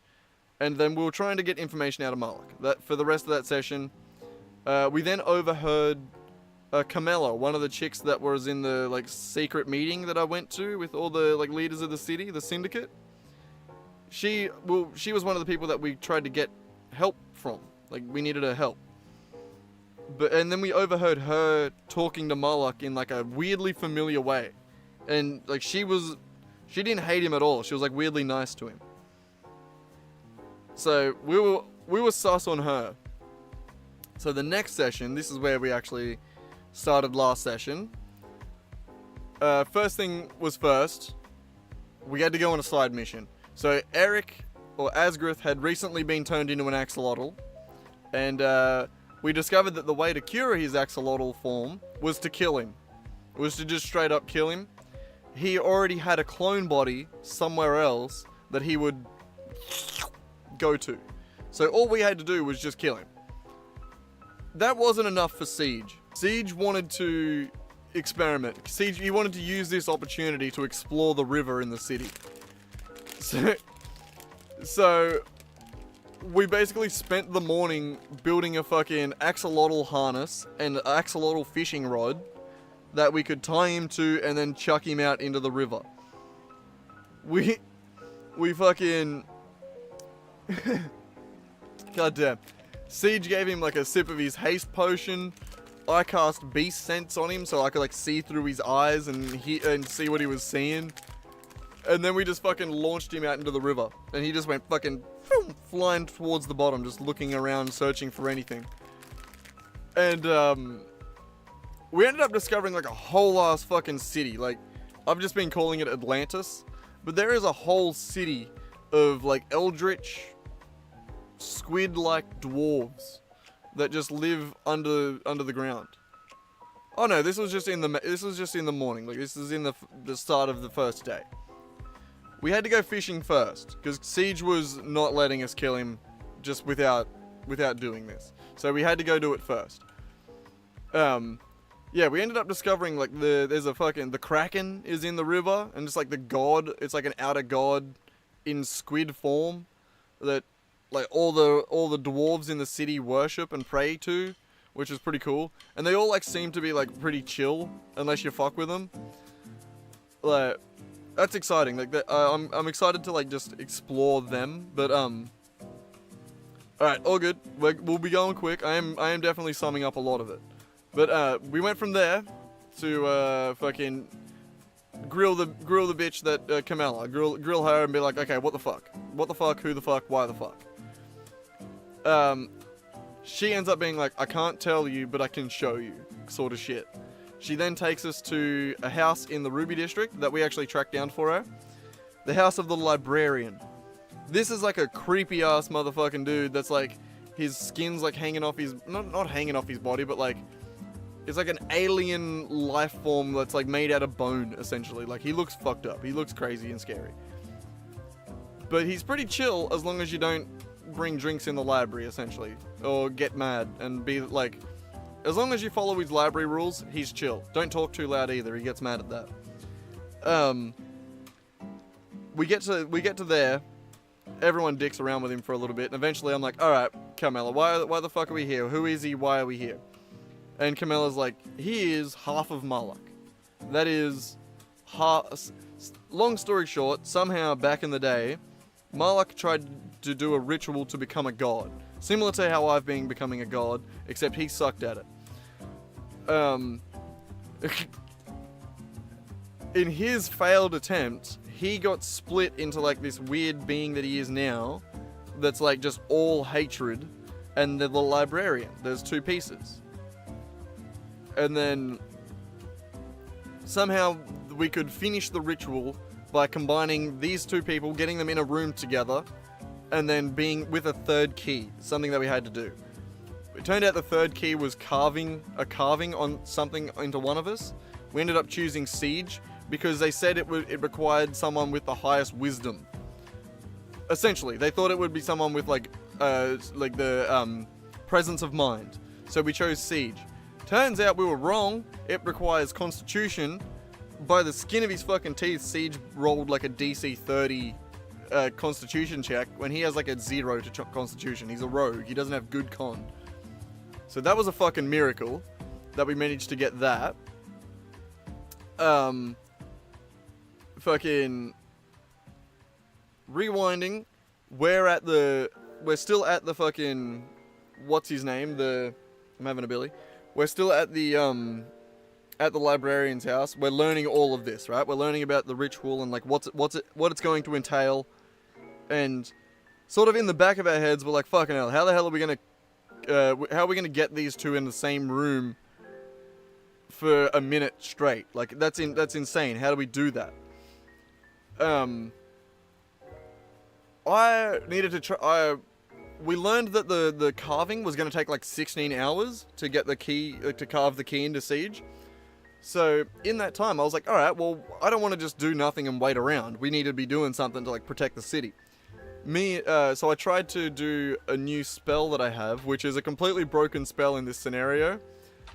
It's an Unearthed Arcana spell, which is like a modern day kind of take on D&D spell. We're not normally allowed to use any of these sorts of spells. The Commune with City spell, he is allowed, Kyle, our DM, has allowed, specifically because I'm king, and part of being the king and wearing the crown is having the memories of everyone that's ever ruled the city, and having sort of the ability to communicate and talk to the city. So Commune with City is an actual spell that I can do once per day. I did that while we were there, and Malak was fucking right next to us. Like, he was on his way, flying towards us, like, with fucking murderous intent in his eyes. So, immediately, I'm trying to find someone else, by the way. Trying to find someone that can help us, like, organize safe zones and shit like that, and figure out how to, like, scan people to see if they're robots. That all gets fucking thrown out the window when Malak's, like, right on top of us. He's coming to attack. So, we all pack back up into the ship. I try and teleport the ship away. I try and bail out to the east of the city. Quick, Billy.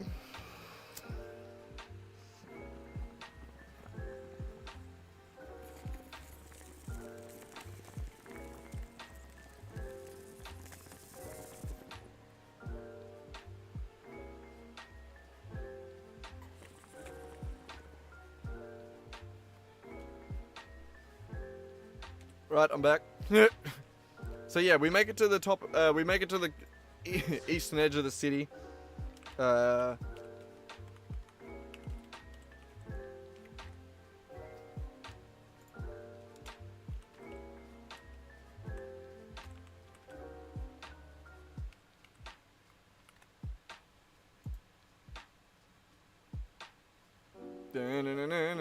Give me a second. There's a better photo. This one. Alright. No! Why would you open so small?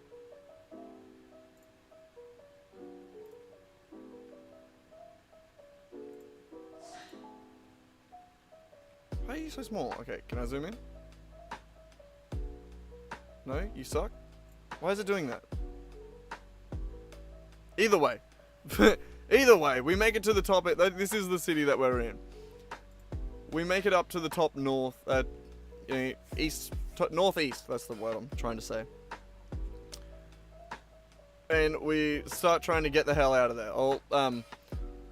The only problem is when the ship teleports, it leaves behind like a gate, like a portal gate. Malak follows us through, so we sort of get to a point where we're like, alright, fuck, we gotta fight. We can't run, we gotta fight.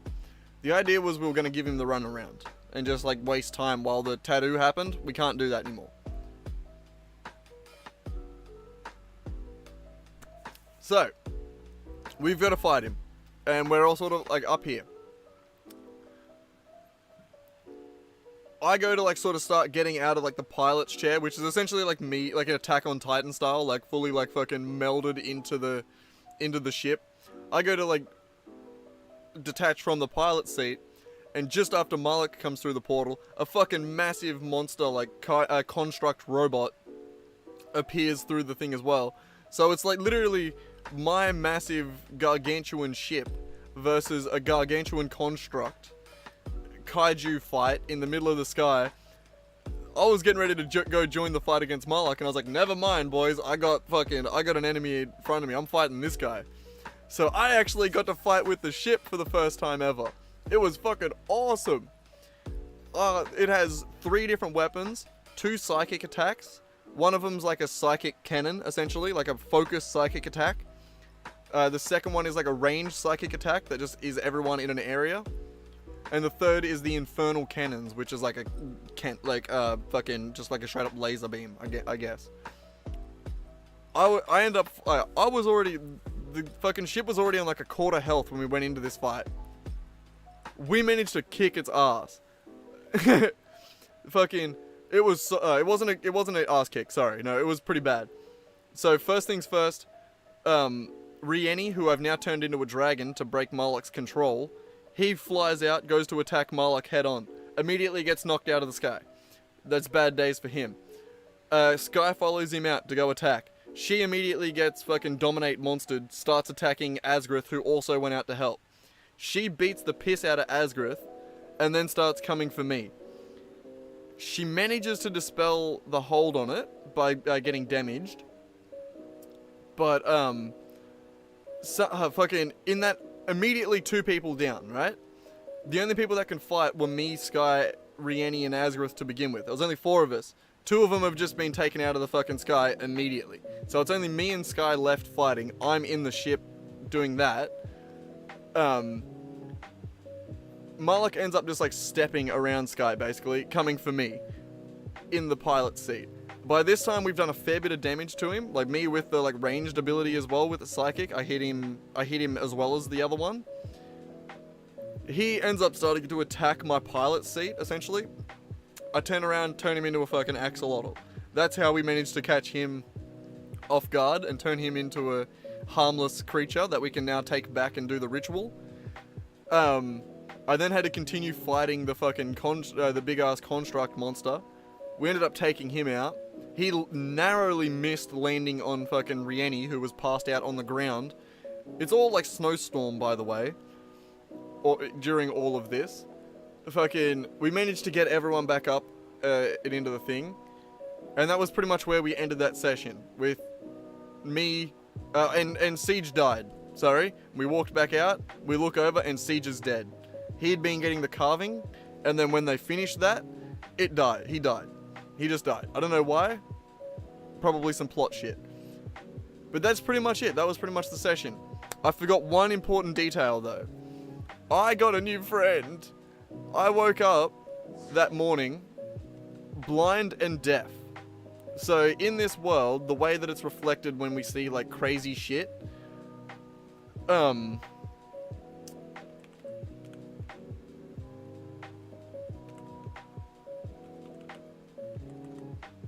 get madnesses, basically.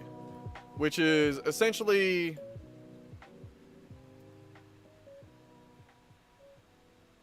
you get madnesses. So it's a way to reflect the crazy shit you see on a daily basis. Like, every time you go to bed at night, you have to roll to resist the madnesses. Basically, to process the crazy shit that you see on a daily basis. I failed a couple of those rolls, and the downside effects that I got were blindness and deafness. If you get too many of these, by the way, it fully fucks your character. You become a mindless NPC that the DM has control over. That's bad. You can also, you get short-term ones, long-term ones, and then permanent ones, I think. There might be another set. But, fun stuff. I woke up blind and deaf that morning. Remembering that I had a bunch of new spells from becoming king, I was able to rummage through the castle library and copy down every single ritual spell that the castle had access to, which is a lot of spells. All the D&D 5e. It's quite a few. But one of them is Find Familiar, which when you do that, allows you to summon a pet of any kind you want, more or less at the DM's discretion. But it's also like they're small creatures. They're not like you can't summon a fucking saber-toothed tiger, you know what I mean? Like there's limits. I summoned this little guy. This little girl, should I say. A little pseudo dragon. Look at the scorpion tail. Look at how cool that is. Look at how cool that is. But one of the things that you can do with a familiar, if you look at the spell list, is share their senses. So with her on my shoulder, like wrapped around my neck, I was able to use her eyes and ears to navigate and see through the world. Additionally, as an action, you can see through your familiar's eyes and hear through its ears until the start of your next turn, gaining the benefits of of any special senses that familiar has. Basically, I can just walk around looking through the eyes of my dragon, who's on my shoulder, so I'm fucking hitting door frames, basically, just fucking every time I walk through a door, because my perspective is slightly off-center. But yeah, that's fucking awesome. I have access to like so many new spells, including this Find Familiar spell. But like, yeah, look at like Alarm, Ceremony, Comprehend Languages, Detect Magic, Identify, Purify Food and Drink, Speak with Animals, Unseen Servant, Augury, which is like fucking like a divination. Like I can basically ask the DM, is this a good idea? And he has to answer. Beast Sense, which is how I was able to connect with the axolotl and follow him, so that I could see through his eyes. But yeah, fucking sick shit. Now I think that was all I wanted to tell you. Oh, last thing, I named her Princess. Get it? Because I'm the king. my pseudo dragon named Princess. That, and it's just what I always call my all the female cats. I wanted to name it after Capella, who is always on my shoulders. But yeah, Princess. But yeah, have a good one, man. Good luck with it. I'll get back to doing my shit as well, even though it's nearly midnight.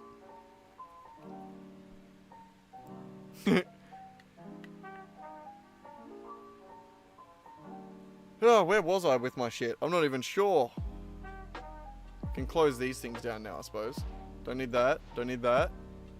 Don't need that. There we go. Oh my god, that's bright. Where were we? Frost Fingers. Oh, we just finished Frost Fingers, didn't we? Bloody hell, we're that good. I'm having another Billy. I don't know if you can tell.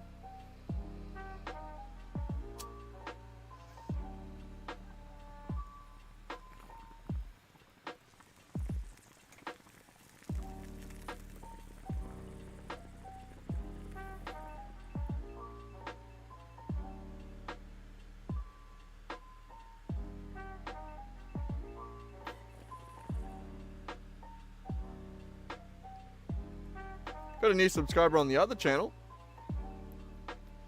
That bloody short's just been it's been doing work. I made it ages ago and it's still cooking. This channel is so funny though. Nothing happens on this channel. It's because I don't make good videos. I just make streams and they're boring.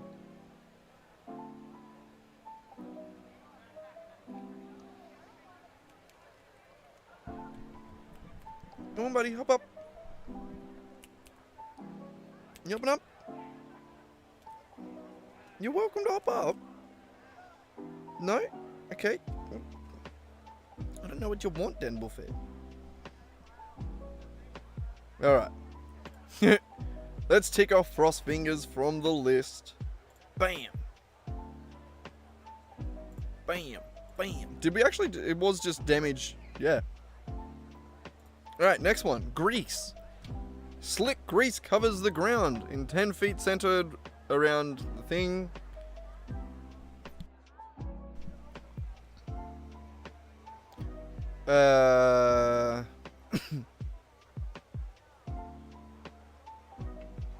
Dex save or fall prone.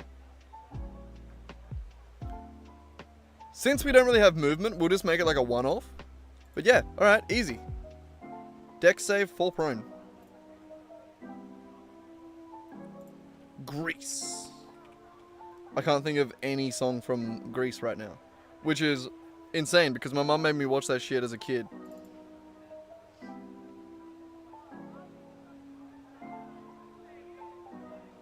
You're the one that I want. There it is.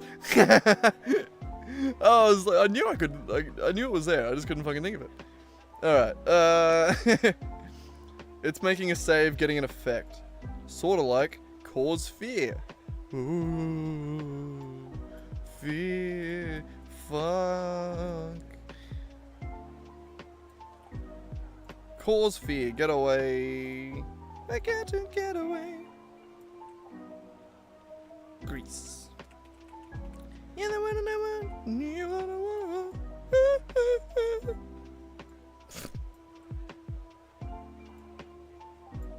I do actually remember liking that. I just liked the cars. The cars in that was sick. I stand by that. I love those old cars, man. They're so nice. I was having that conversation with someone the other day where it's like, as much as I want to be the guy that's like, yeah, new cars aren't bad, they just don't look the same. And it's not like a back in my day thing, because it's like they were way before my day. You know? New car, like the old cars just have it's just something different, you know? Something different about them, where it's, every one of them just looks, it has a look. You know what I mean? Whereas new cars just feel so plain. They feel like a corporate apology statement reads. You know what I mean? That's what modern cars look like.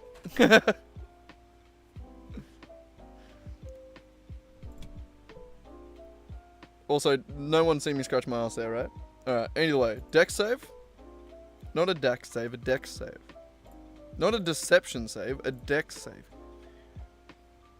One day you'll figure it out. And you'll be prone, which doesn't have an end of action.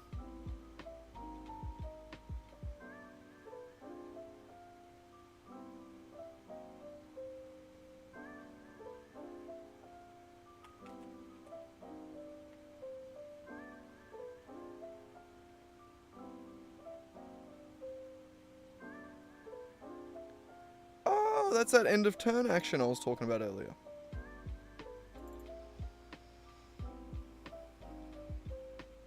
To remove a frightened effect. Huh, interesting. Remove it. It was just the same thing but done slightly different on a different day. Either way, it adds the prone effect. We don't need to worry about that or any linked effects. And then we just need to say...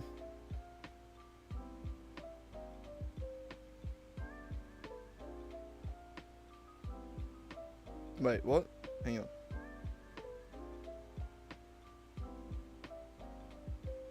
How does it get up from prone again? It uses half its movement. It happens at the start of its turn. Never mind.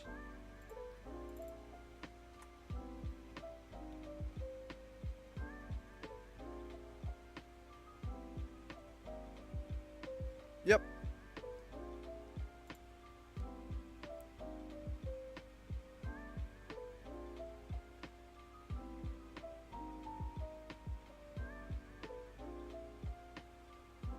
It's not a concentration.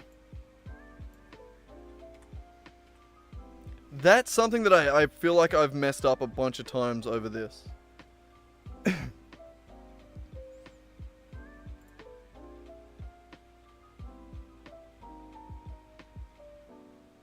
It's like frost fingers. Okay, so luckily it's not. Never mind. Alright, so I think that's grease done. Again. Grease is done. You're the one that I want. You're the one. Honey. Imagine what my dad's workshop looks like. Also, when pretty well the same amount of cantrips. But imagine like being around my workshop when I go into like, It's me, my dad, my uncle, and it used to be my pop as well. And we all had that, like, same sort of... We'll break out in song at any moment. Not because we're good, just because we're dickheads, you know? Like... If there's a song playing on the radio, you best believe that one of us is going to randomly... Just bust out one line of it at the top of our lungs. Not actually, like, sing it, just one line, real loud. Or change the line and say some dumb shit. Artificer and Wizard. The Sorcerer one was optional, we won't do that. And we'll only cast Grease at like 3rd level. 2nd level. Fuck Grease. Y'all want a single say fuck Grease. Fuck Grease, fuck Grease.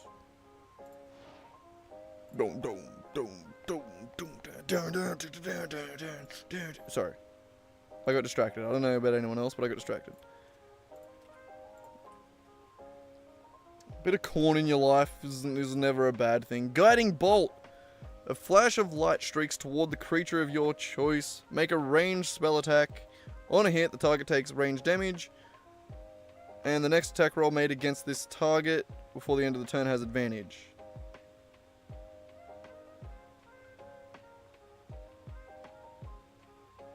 So basically give yourself advantage.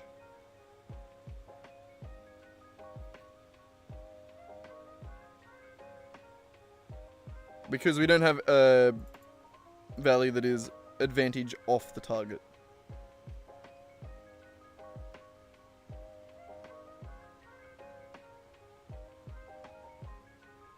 And then damage increases. Alright, Guiding Bolt. Guiding Bolt.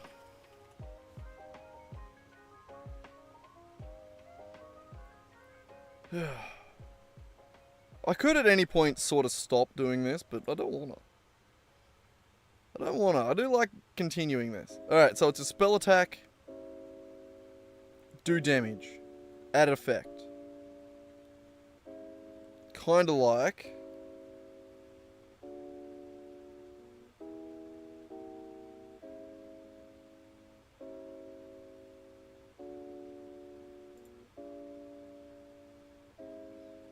Have we done any attacks? Let's just save again.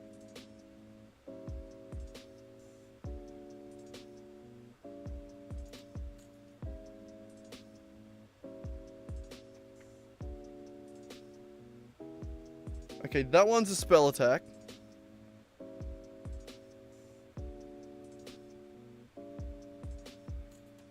Yeah, that'll do. Alright, we'll go with that. We'll go with that.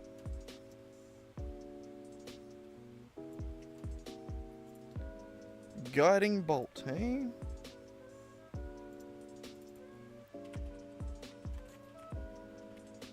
Alright. Oop. Gotta... Jesus.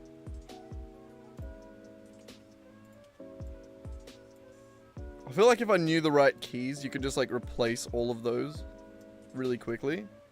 But I'm an idiot. So, here we are. We don't need this table.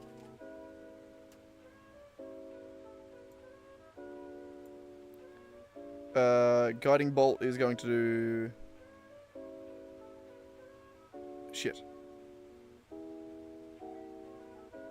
Radiant.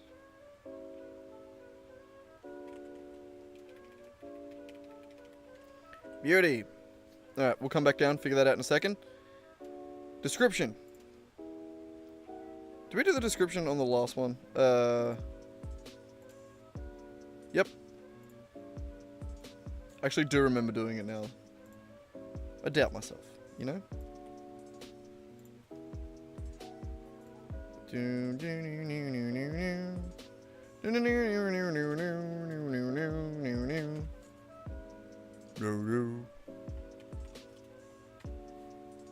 Good singing, eh? What do you reckon? No one's here anymore. Talking to myself.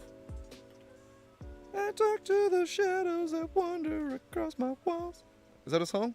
There's gotta be something there, right? I'm friends with the monster. That's it. That's the one I was looking for.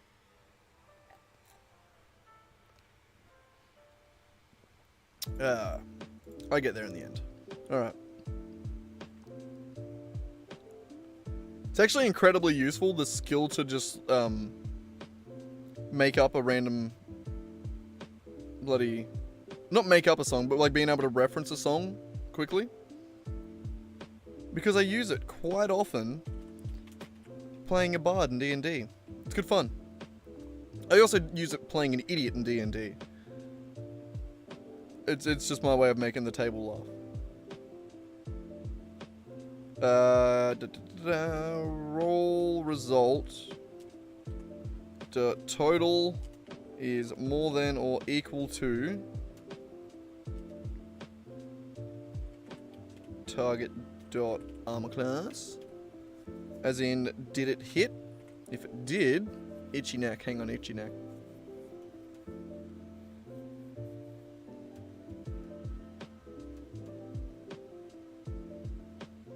Are none of these other ones spell attacks? They gotta be, right? Crazy. Doesn't make sense. Alright, either way. If the roll result, as in if it hits, then I get advantage on attack rolls against the thing.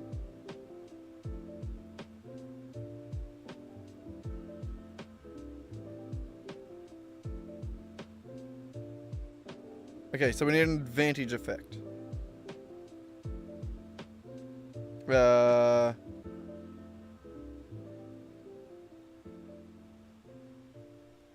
Which one has an advantage effect? Advantage effect. Vicious Mockery has a disadvantage effect.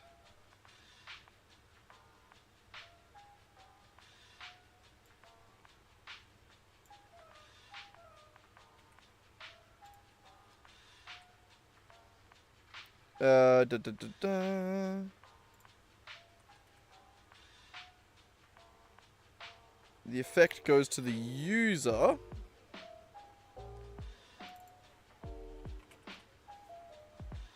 We get advantage on attack. Yeah, on the next attack roll.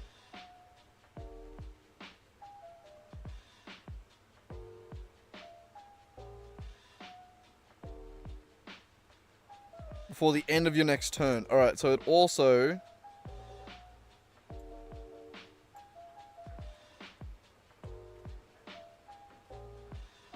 Oh, whoops.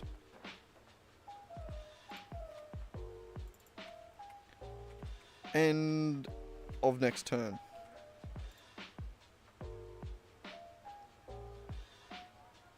Got it. I think that's it. Good job. Pats on backs, everyone. So we need to do the damage, which is going to be... I do 4d6 radiant damage. And on the next attack, it does 1d6. Extra d6 per thing. So 6, 4, and then an extra dice for each level. And it is a ranged spell attack that we're doing.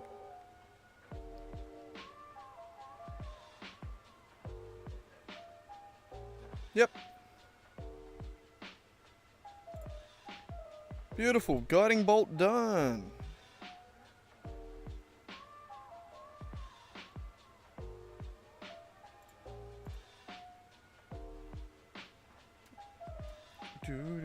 Flying through them. Guiding bolt. There you are. Just a cleric. Really? I'll believe it.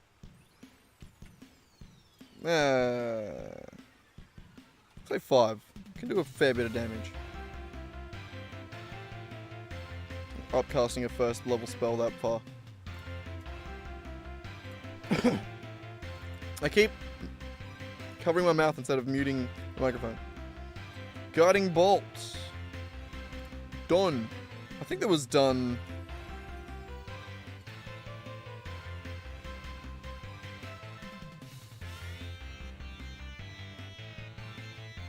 Yeah.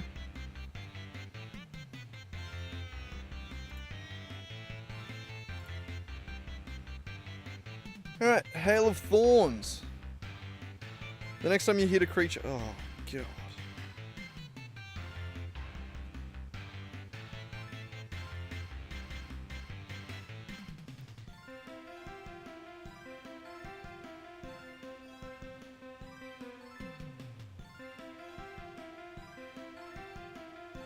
Okay, good. It's not a lasting effect.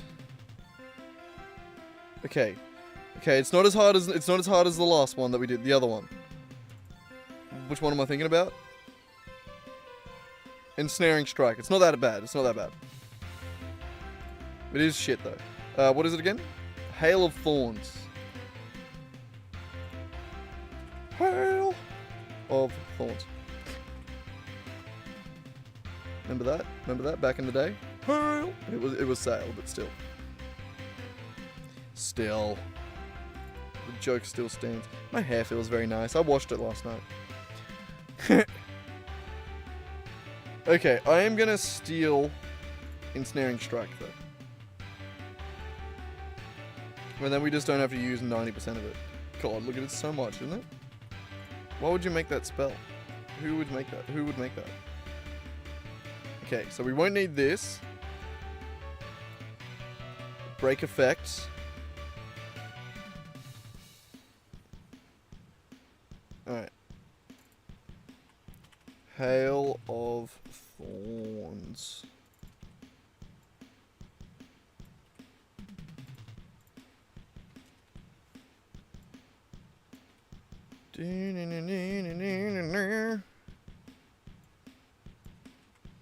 Yeah, now this one shouldn't actually be too difficult.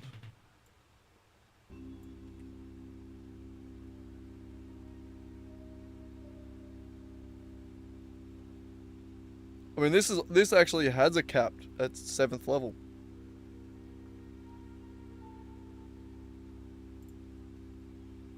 Sorry, I didn't. Not that relevant, but I just noticed it.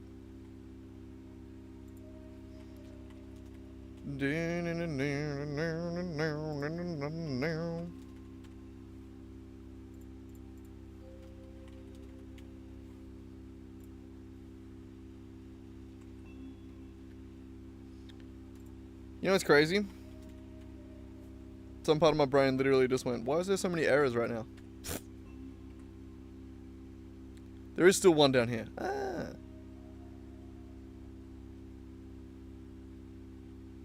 Okay. Let's break this down again.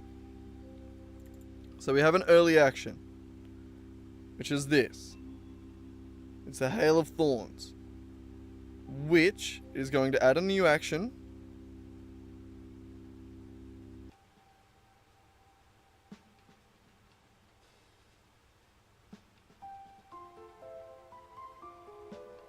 Is it another concentration one? I think it is. Yes, it is. Concentration up to a minute. Alright.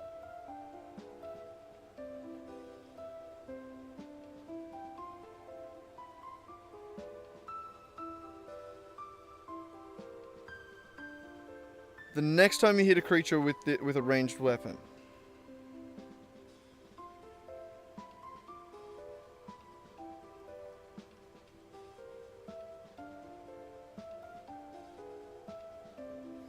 Also, I think I just realized that as well. Yeah.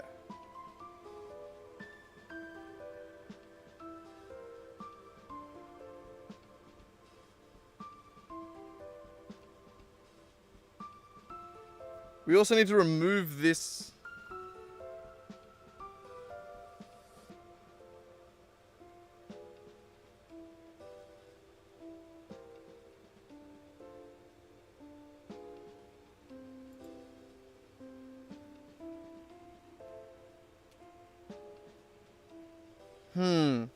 We need to remove the Ensnaring Strike action when you do it.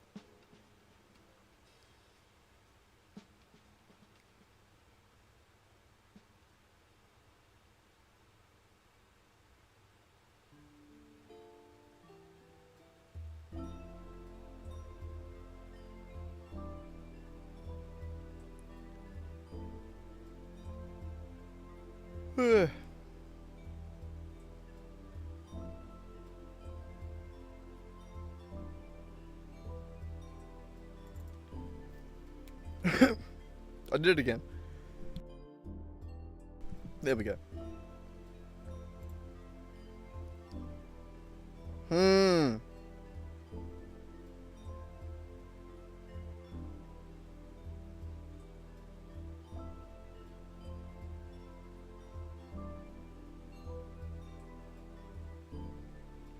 So, I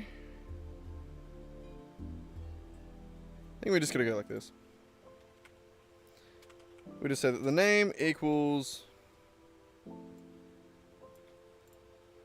ensnaring strike action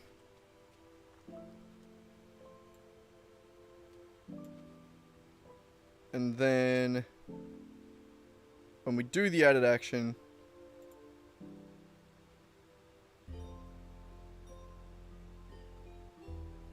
is it just the next attack or on the next hit? The next time you hit.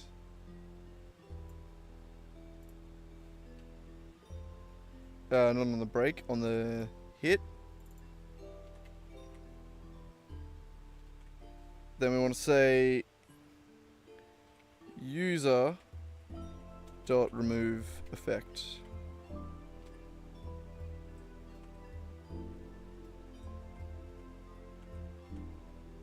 Fine.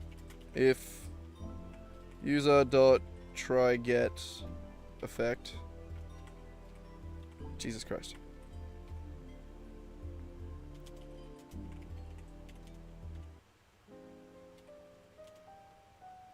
If it gets it, then remove it.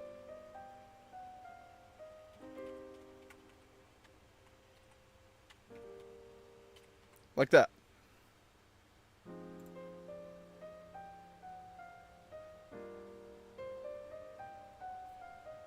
Beautiful. This needs to do the same thing.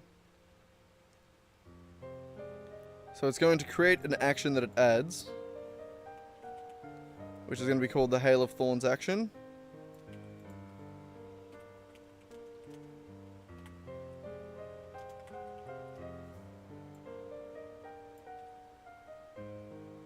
And then when it uses it, and it's also on the next time you hit, yes.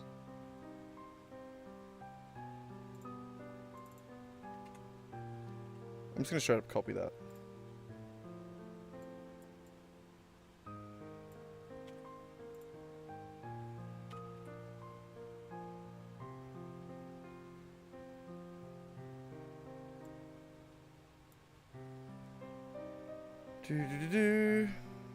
Okay, replace that.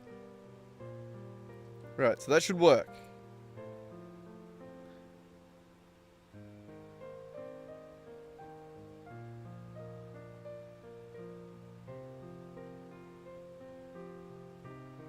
Alright, so we don't need to add an effect. We simply... This is a bonus action. It adds a new attack. That new attack does damage, essentially. Yeah. It does weapon damage plus an extra amount of damage based on the spell level.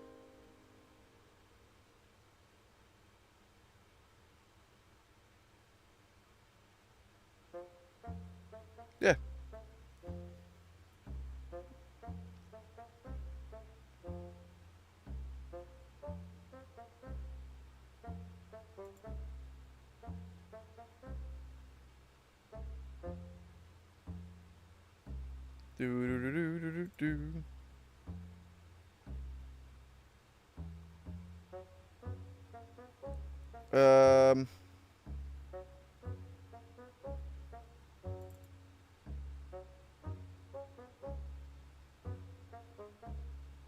So we can get rid of that.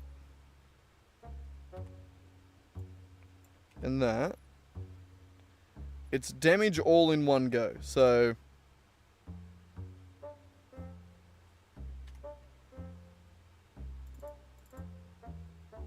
We get the weapon, we get the damage roll from the weapon, and then we need to add more damage dice to that. Yeah.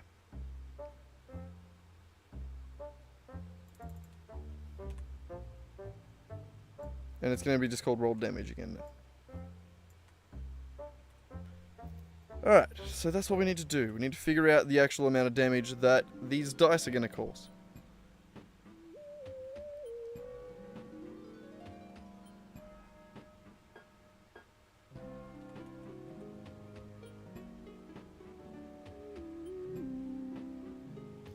Shit. Sorry, no, the spell effect and the weapon damage are going to be separate.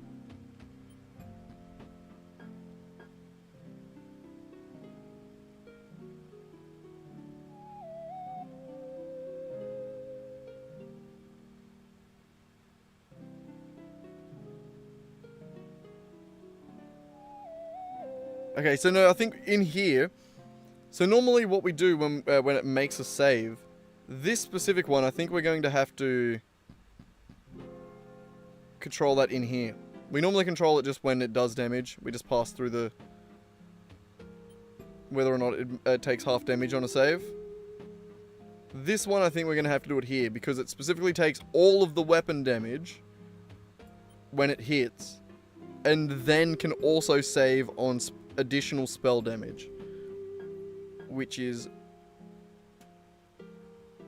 weird. So in here, we're going to add a bool that is made save, made soul, made save. When we score it, we're just going to assume that it didn't make the save and takes full damage. And then, when we actually roll weapon damage during the attack, ignore the dog in the background, god damn it, we check to see if it makes the save. Which means we have to do that down here.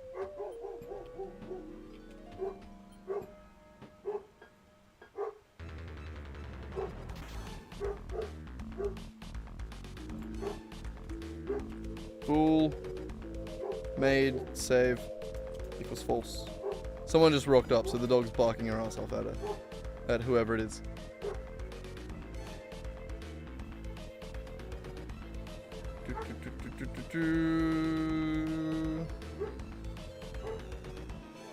That's to see if it hits. The save will be here. Made save will equal true if it makes it into here. Sick. And then that there. Oh, and it's now roll damage, not weapon damage. And then the effect is... hide that for a second. Alright. My god. Also, I need to sit up a bit more. Ugh.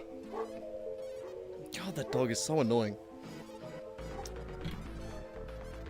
God. God. Alright, so let's actually run through this spell. If we can hold our train of thought for more than a second with a barking dog in the background. So...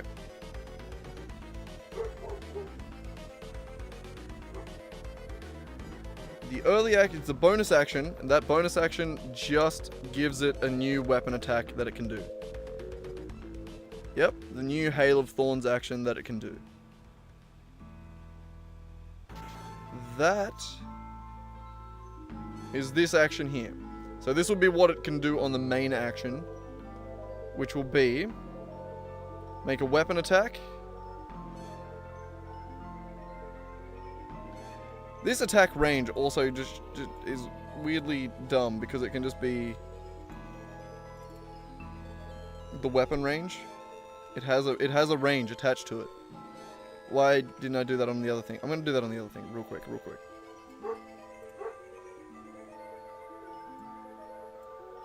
There. Doesn't make much of a difference. They're all melee really anyway, I think, mostly. I don't know. Alright, so it makes a weapon attack. If the weapon attack hits, then it does a bunch of extra damage.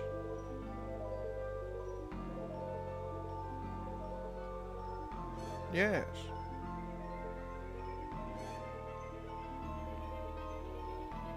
And we'll pass in the made save to here. Okay. If it hits, then we've got to do... What is it again?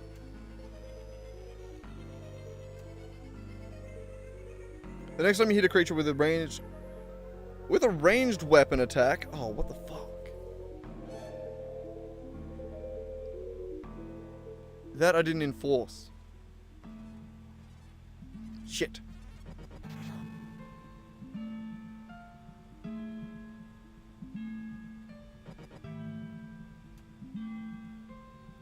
It's going to be get... Oh, I can get ranged. Haha! Look at me. I'm so smart. I coded it before. So I'll get a ranged weapon. If I have one. So the score can also be -1 if it don't have a ranged weapon.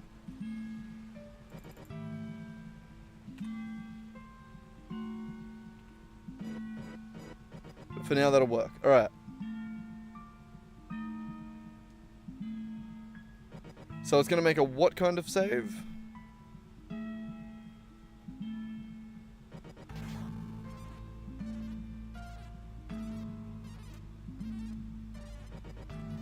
Alright, Dex saving throw.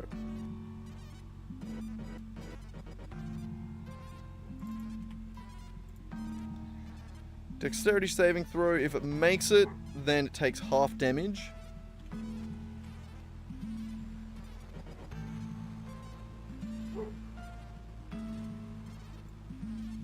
Also, yeah, this needs to go out here. If it hit, which means the other one is also wrong.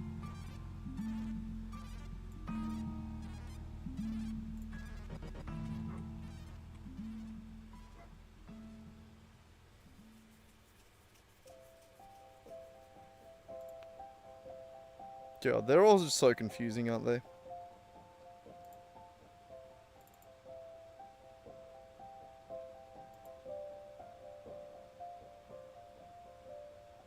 Yeah.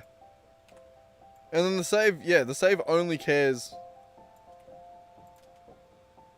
The only thing that this cares about is whether or not it does half damage. So that works out well, actually. So yep, then we just do roll damage.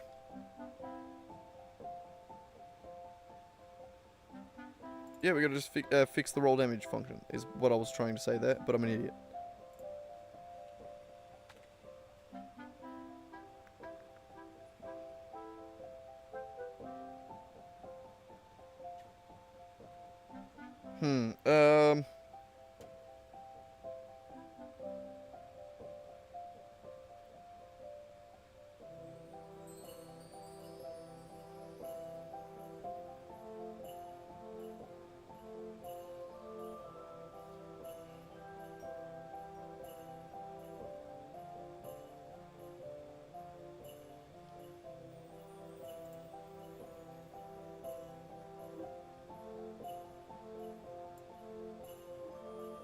When it does damage,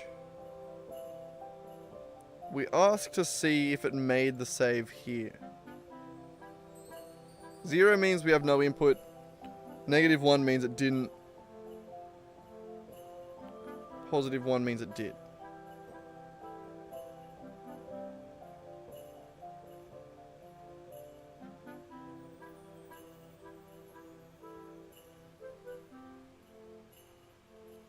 Yeah, I don't know. I'm unsure about how we apply half damage with the way that we've done it.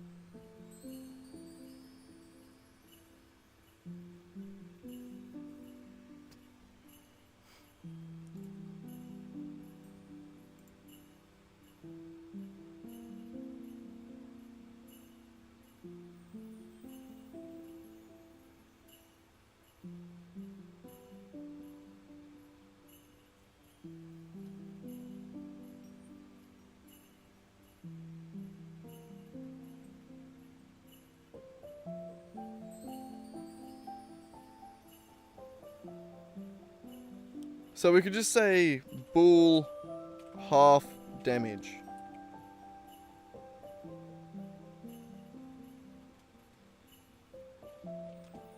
Equals false.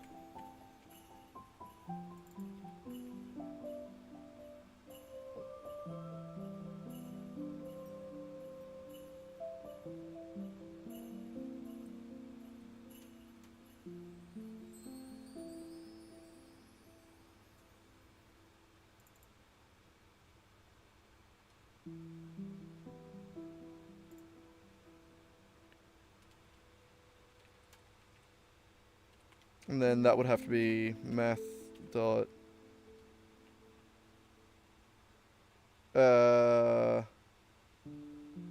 floor.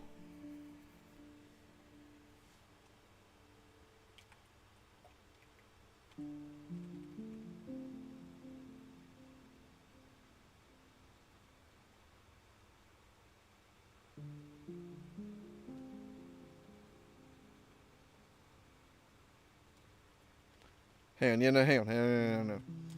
If we want a half damage, then we floor to win damage divided by 2.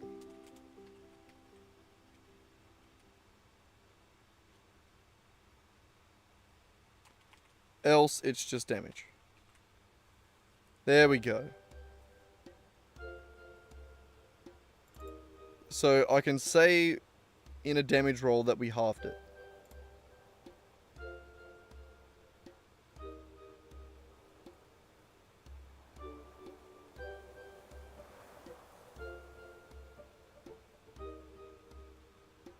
Actually, you know what would be better? It would be if we could add a roll result with a roll result. I want to see if I can do that somehow.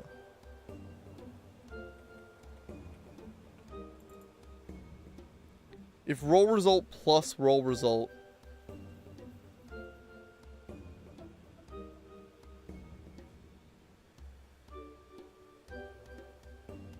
Actually, no, we would still need the what we just had.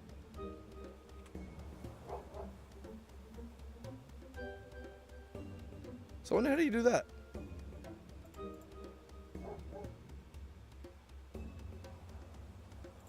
That's a YouTube, because I have no idea. C sharp. Add 2 custom classes together.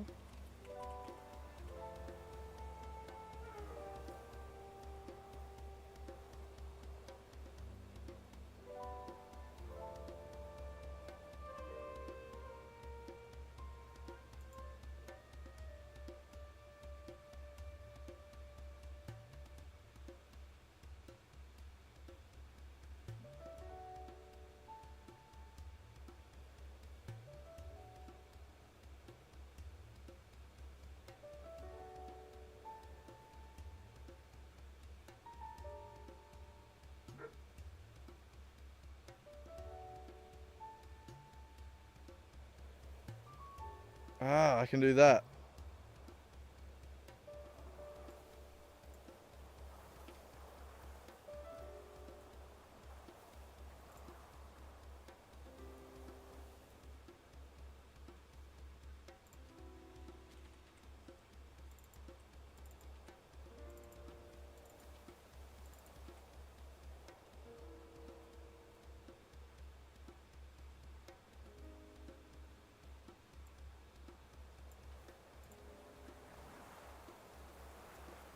Okay, we need to figure out how to...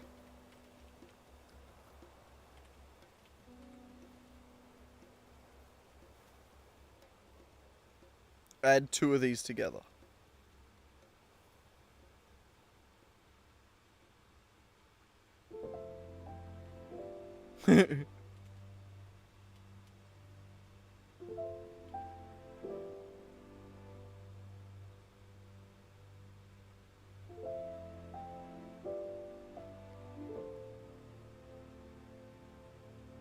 Oh, okay. I thought it was mad at me. Okay, hang on. I'm an idiot. So we'll just start with total. Oh, wait, we need a new one. Hang on. Okay. Damage roll result. Result equals new damage roll result.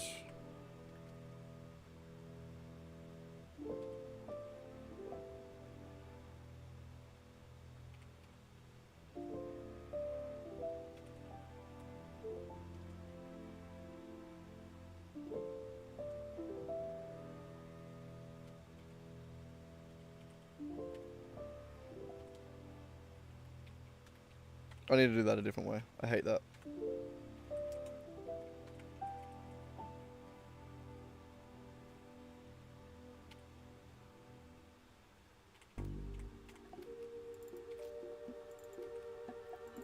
Max, bonus.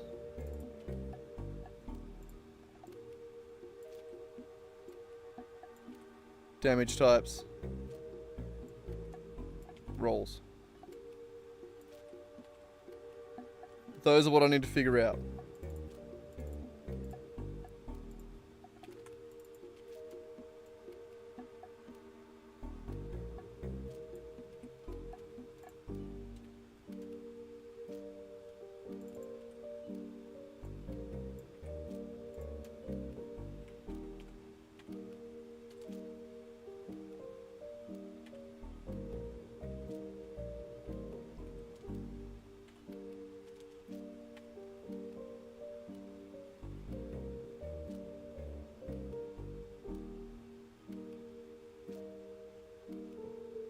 What are we doing?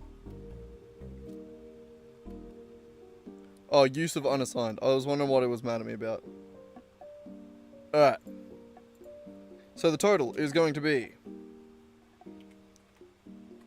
v1.total plus v2.total. Max is going to be equal to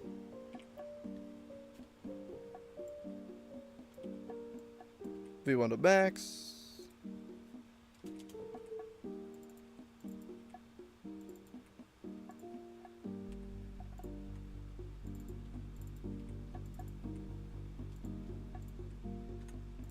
bonus and bonus. Alright, this is where it gets a little bit annoying. You can't just add two together.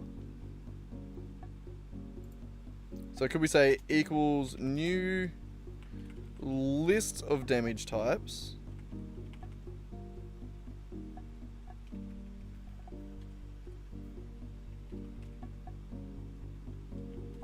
where we add v1 dot damage types. No.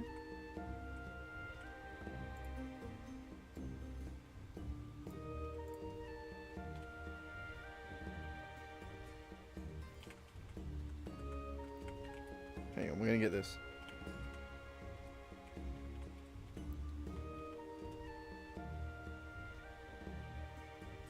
DTs.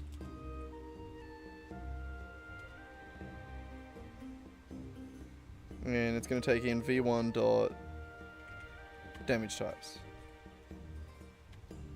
And then it's going to say DTS dot add range v2 dot damage types. And then it's going to say DTS dot to array. Bam! And then we're essentially going to copy that. And it's going to be an int array. And it is going to be called roles. Except we need a new... Wait a second.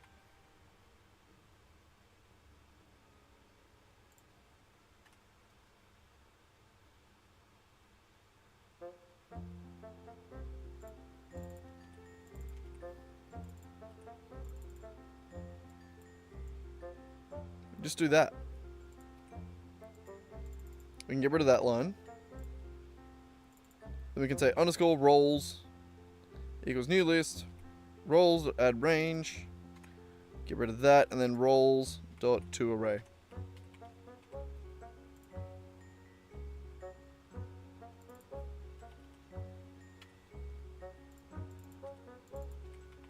There.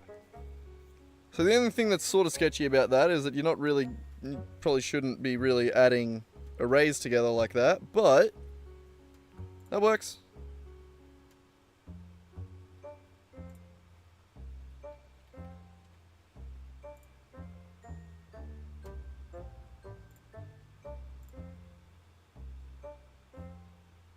So this is the weapon damage roll.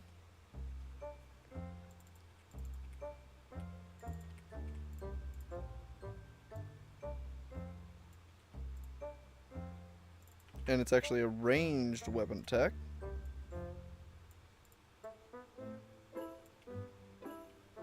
That's not what I meant to do. Dupe.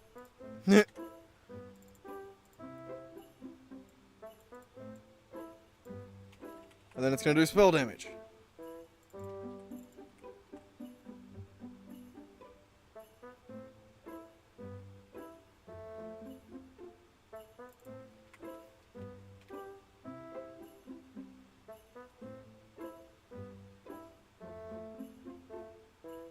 I'm going to not get extra damage dice for that one. We're only going to get extra damage dice for the weapon attack. So the spell damage roll is going to be...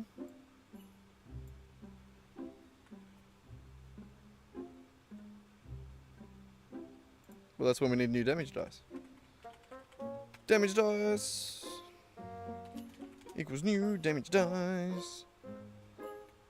So we start off at 1d10 piercing. 10, 1... piercing.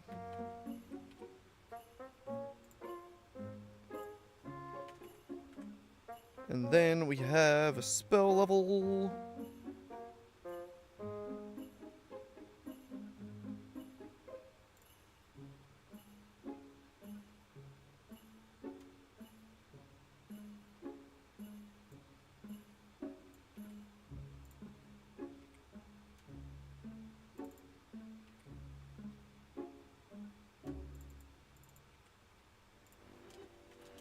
There.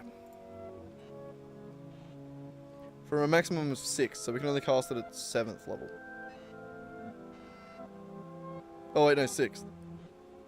Yeah, because 1 second level gives you 2. Yep, never mind.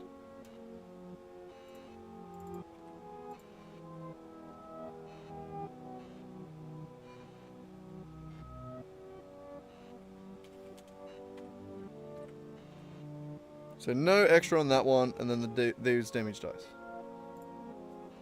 And then we can also do spell damage dot make roll.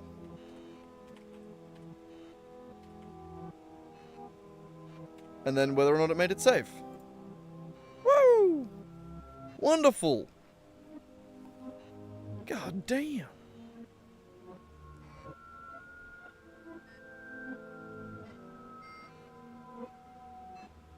If it made it save, it takes half damage, so that's opposite. Yeah. If made the save equals true, then it wants to take half damage.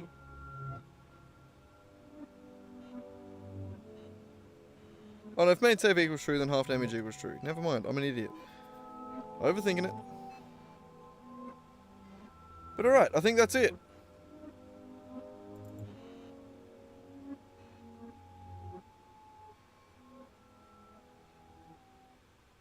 Yep. I'm gonna call that one. God.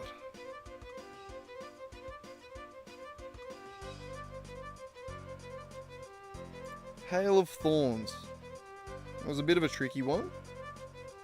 And I am getting tired. And that is a first level ranger spell. Am I wrong? Yeah. Yeah. And those are capped at 6th level. That caps in the code of the in the spell thing. Yeah, maximum of 6d10. So no casting at 6th level or higher. All right. Oh. What do we reckon? One more? We're getting closer. We're getting closer. How many... Oh, you gonna tell me how many tabs I have open? Can I see somewhere?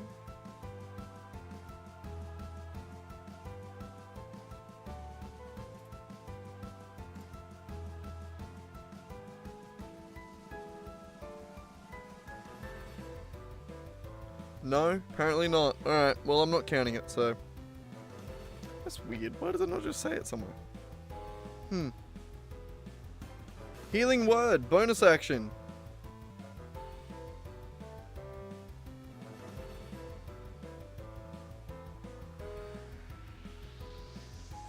Easy. This one's actually easy. Healing Word, eh? Alright, we'll do it. We'll do it real quick. Real quick. Last one before we stop for the night. Healing Word.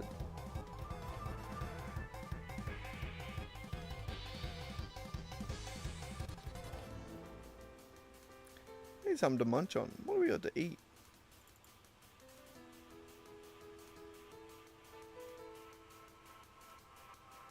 Might just make some bacon. Might just make some bacon.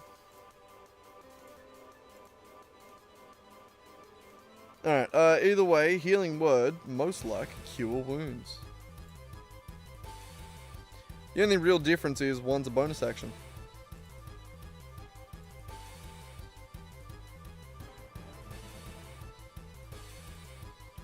Healing Word. You can hop up, Raki. I see you down there. You can hop up if you want. Oh no, you're sort of just sitting there. Enjoying the fan, are you?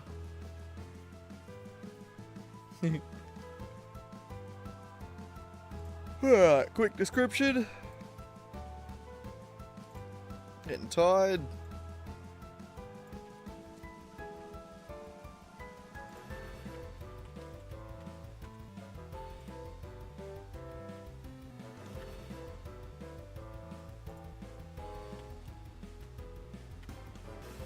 One more.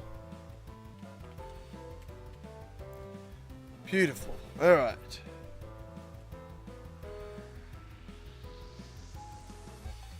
So this is going to be a get early actions, which spell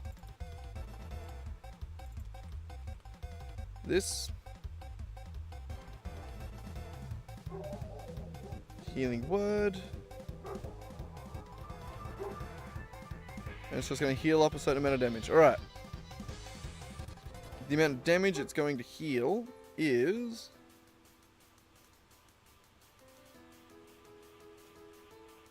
what was it? 1d4 plus 8. Plus 1. No, wait, what? 1d4 plus spellcasting ability modifier.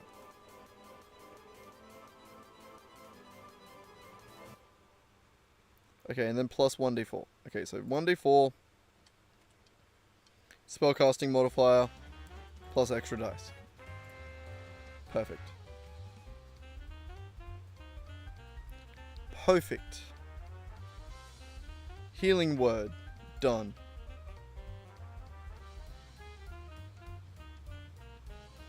Easy one. Easy one.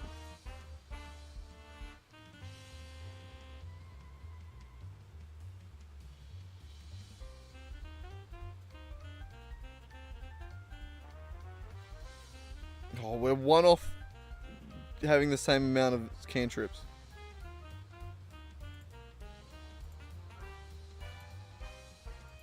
Yeah, we only have one more cantrip than we do level 1 spells. And we're still only up to H. Or H, or E-R. That's how you say it where you're from, right? Bard, Cleric, Druid.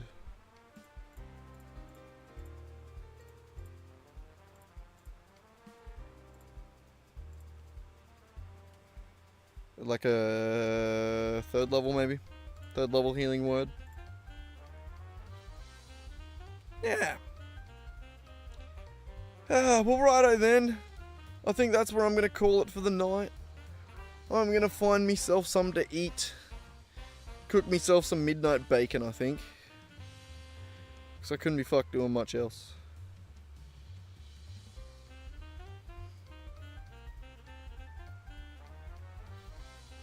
Righto. Well. Oh, wait, hang on. Hang on. We gotta tick off the Healing Word. Oh, Healing Word and Hail of Thorns. We've done them both. God, I'm good.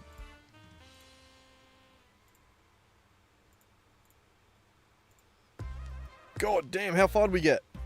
20%! That would have been... Oh, yes. We hit the mark. 20%. We're close. We are genuinely getting closer to finishing the first level spells. And then it only gets easier as we go. Actually, I think there's more. How many do we have? 78 first level. Okay, we do have more on the second level.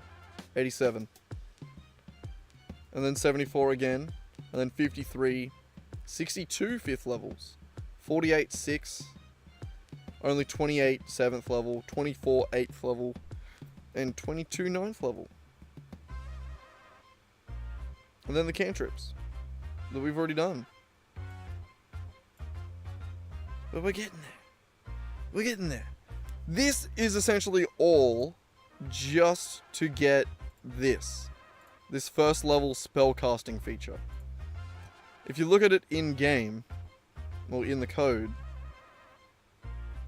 features spell casting. It requires more information.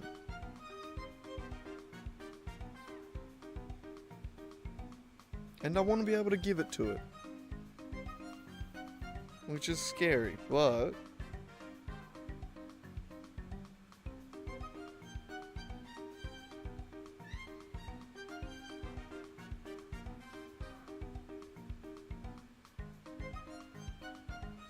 Alright, that's it, getting its spell slots. I had no idea what I was looking at just then. Alright, I need to go to bed. I've been dicking around with this for too long. It has been a almost 5-hour stream. God, still didn't get enough done though, did we? Anyway, catch us next time.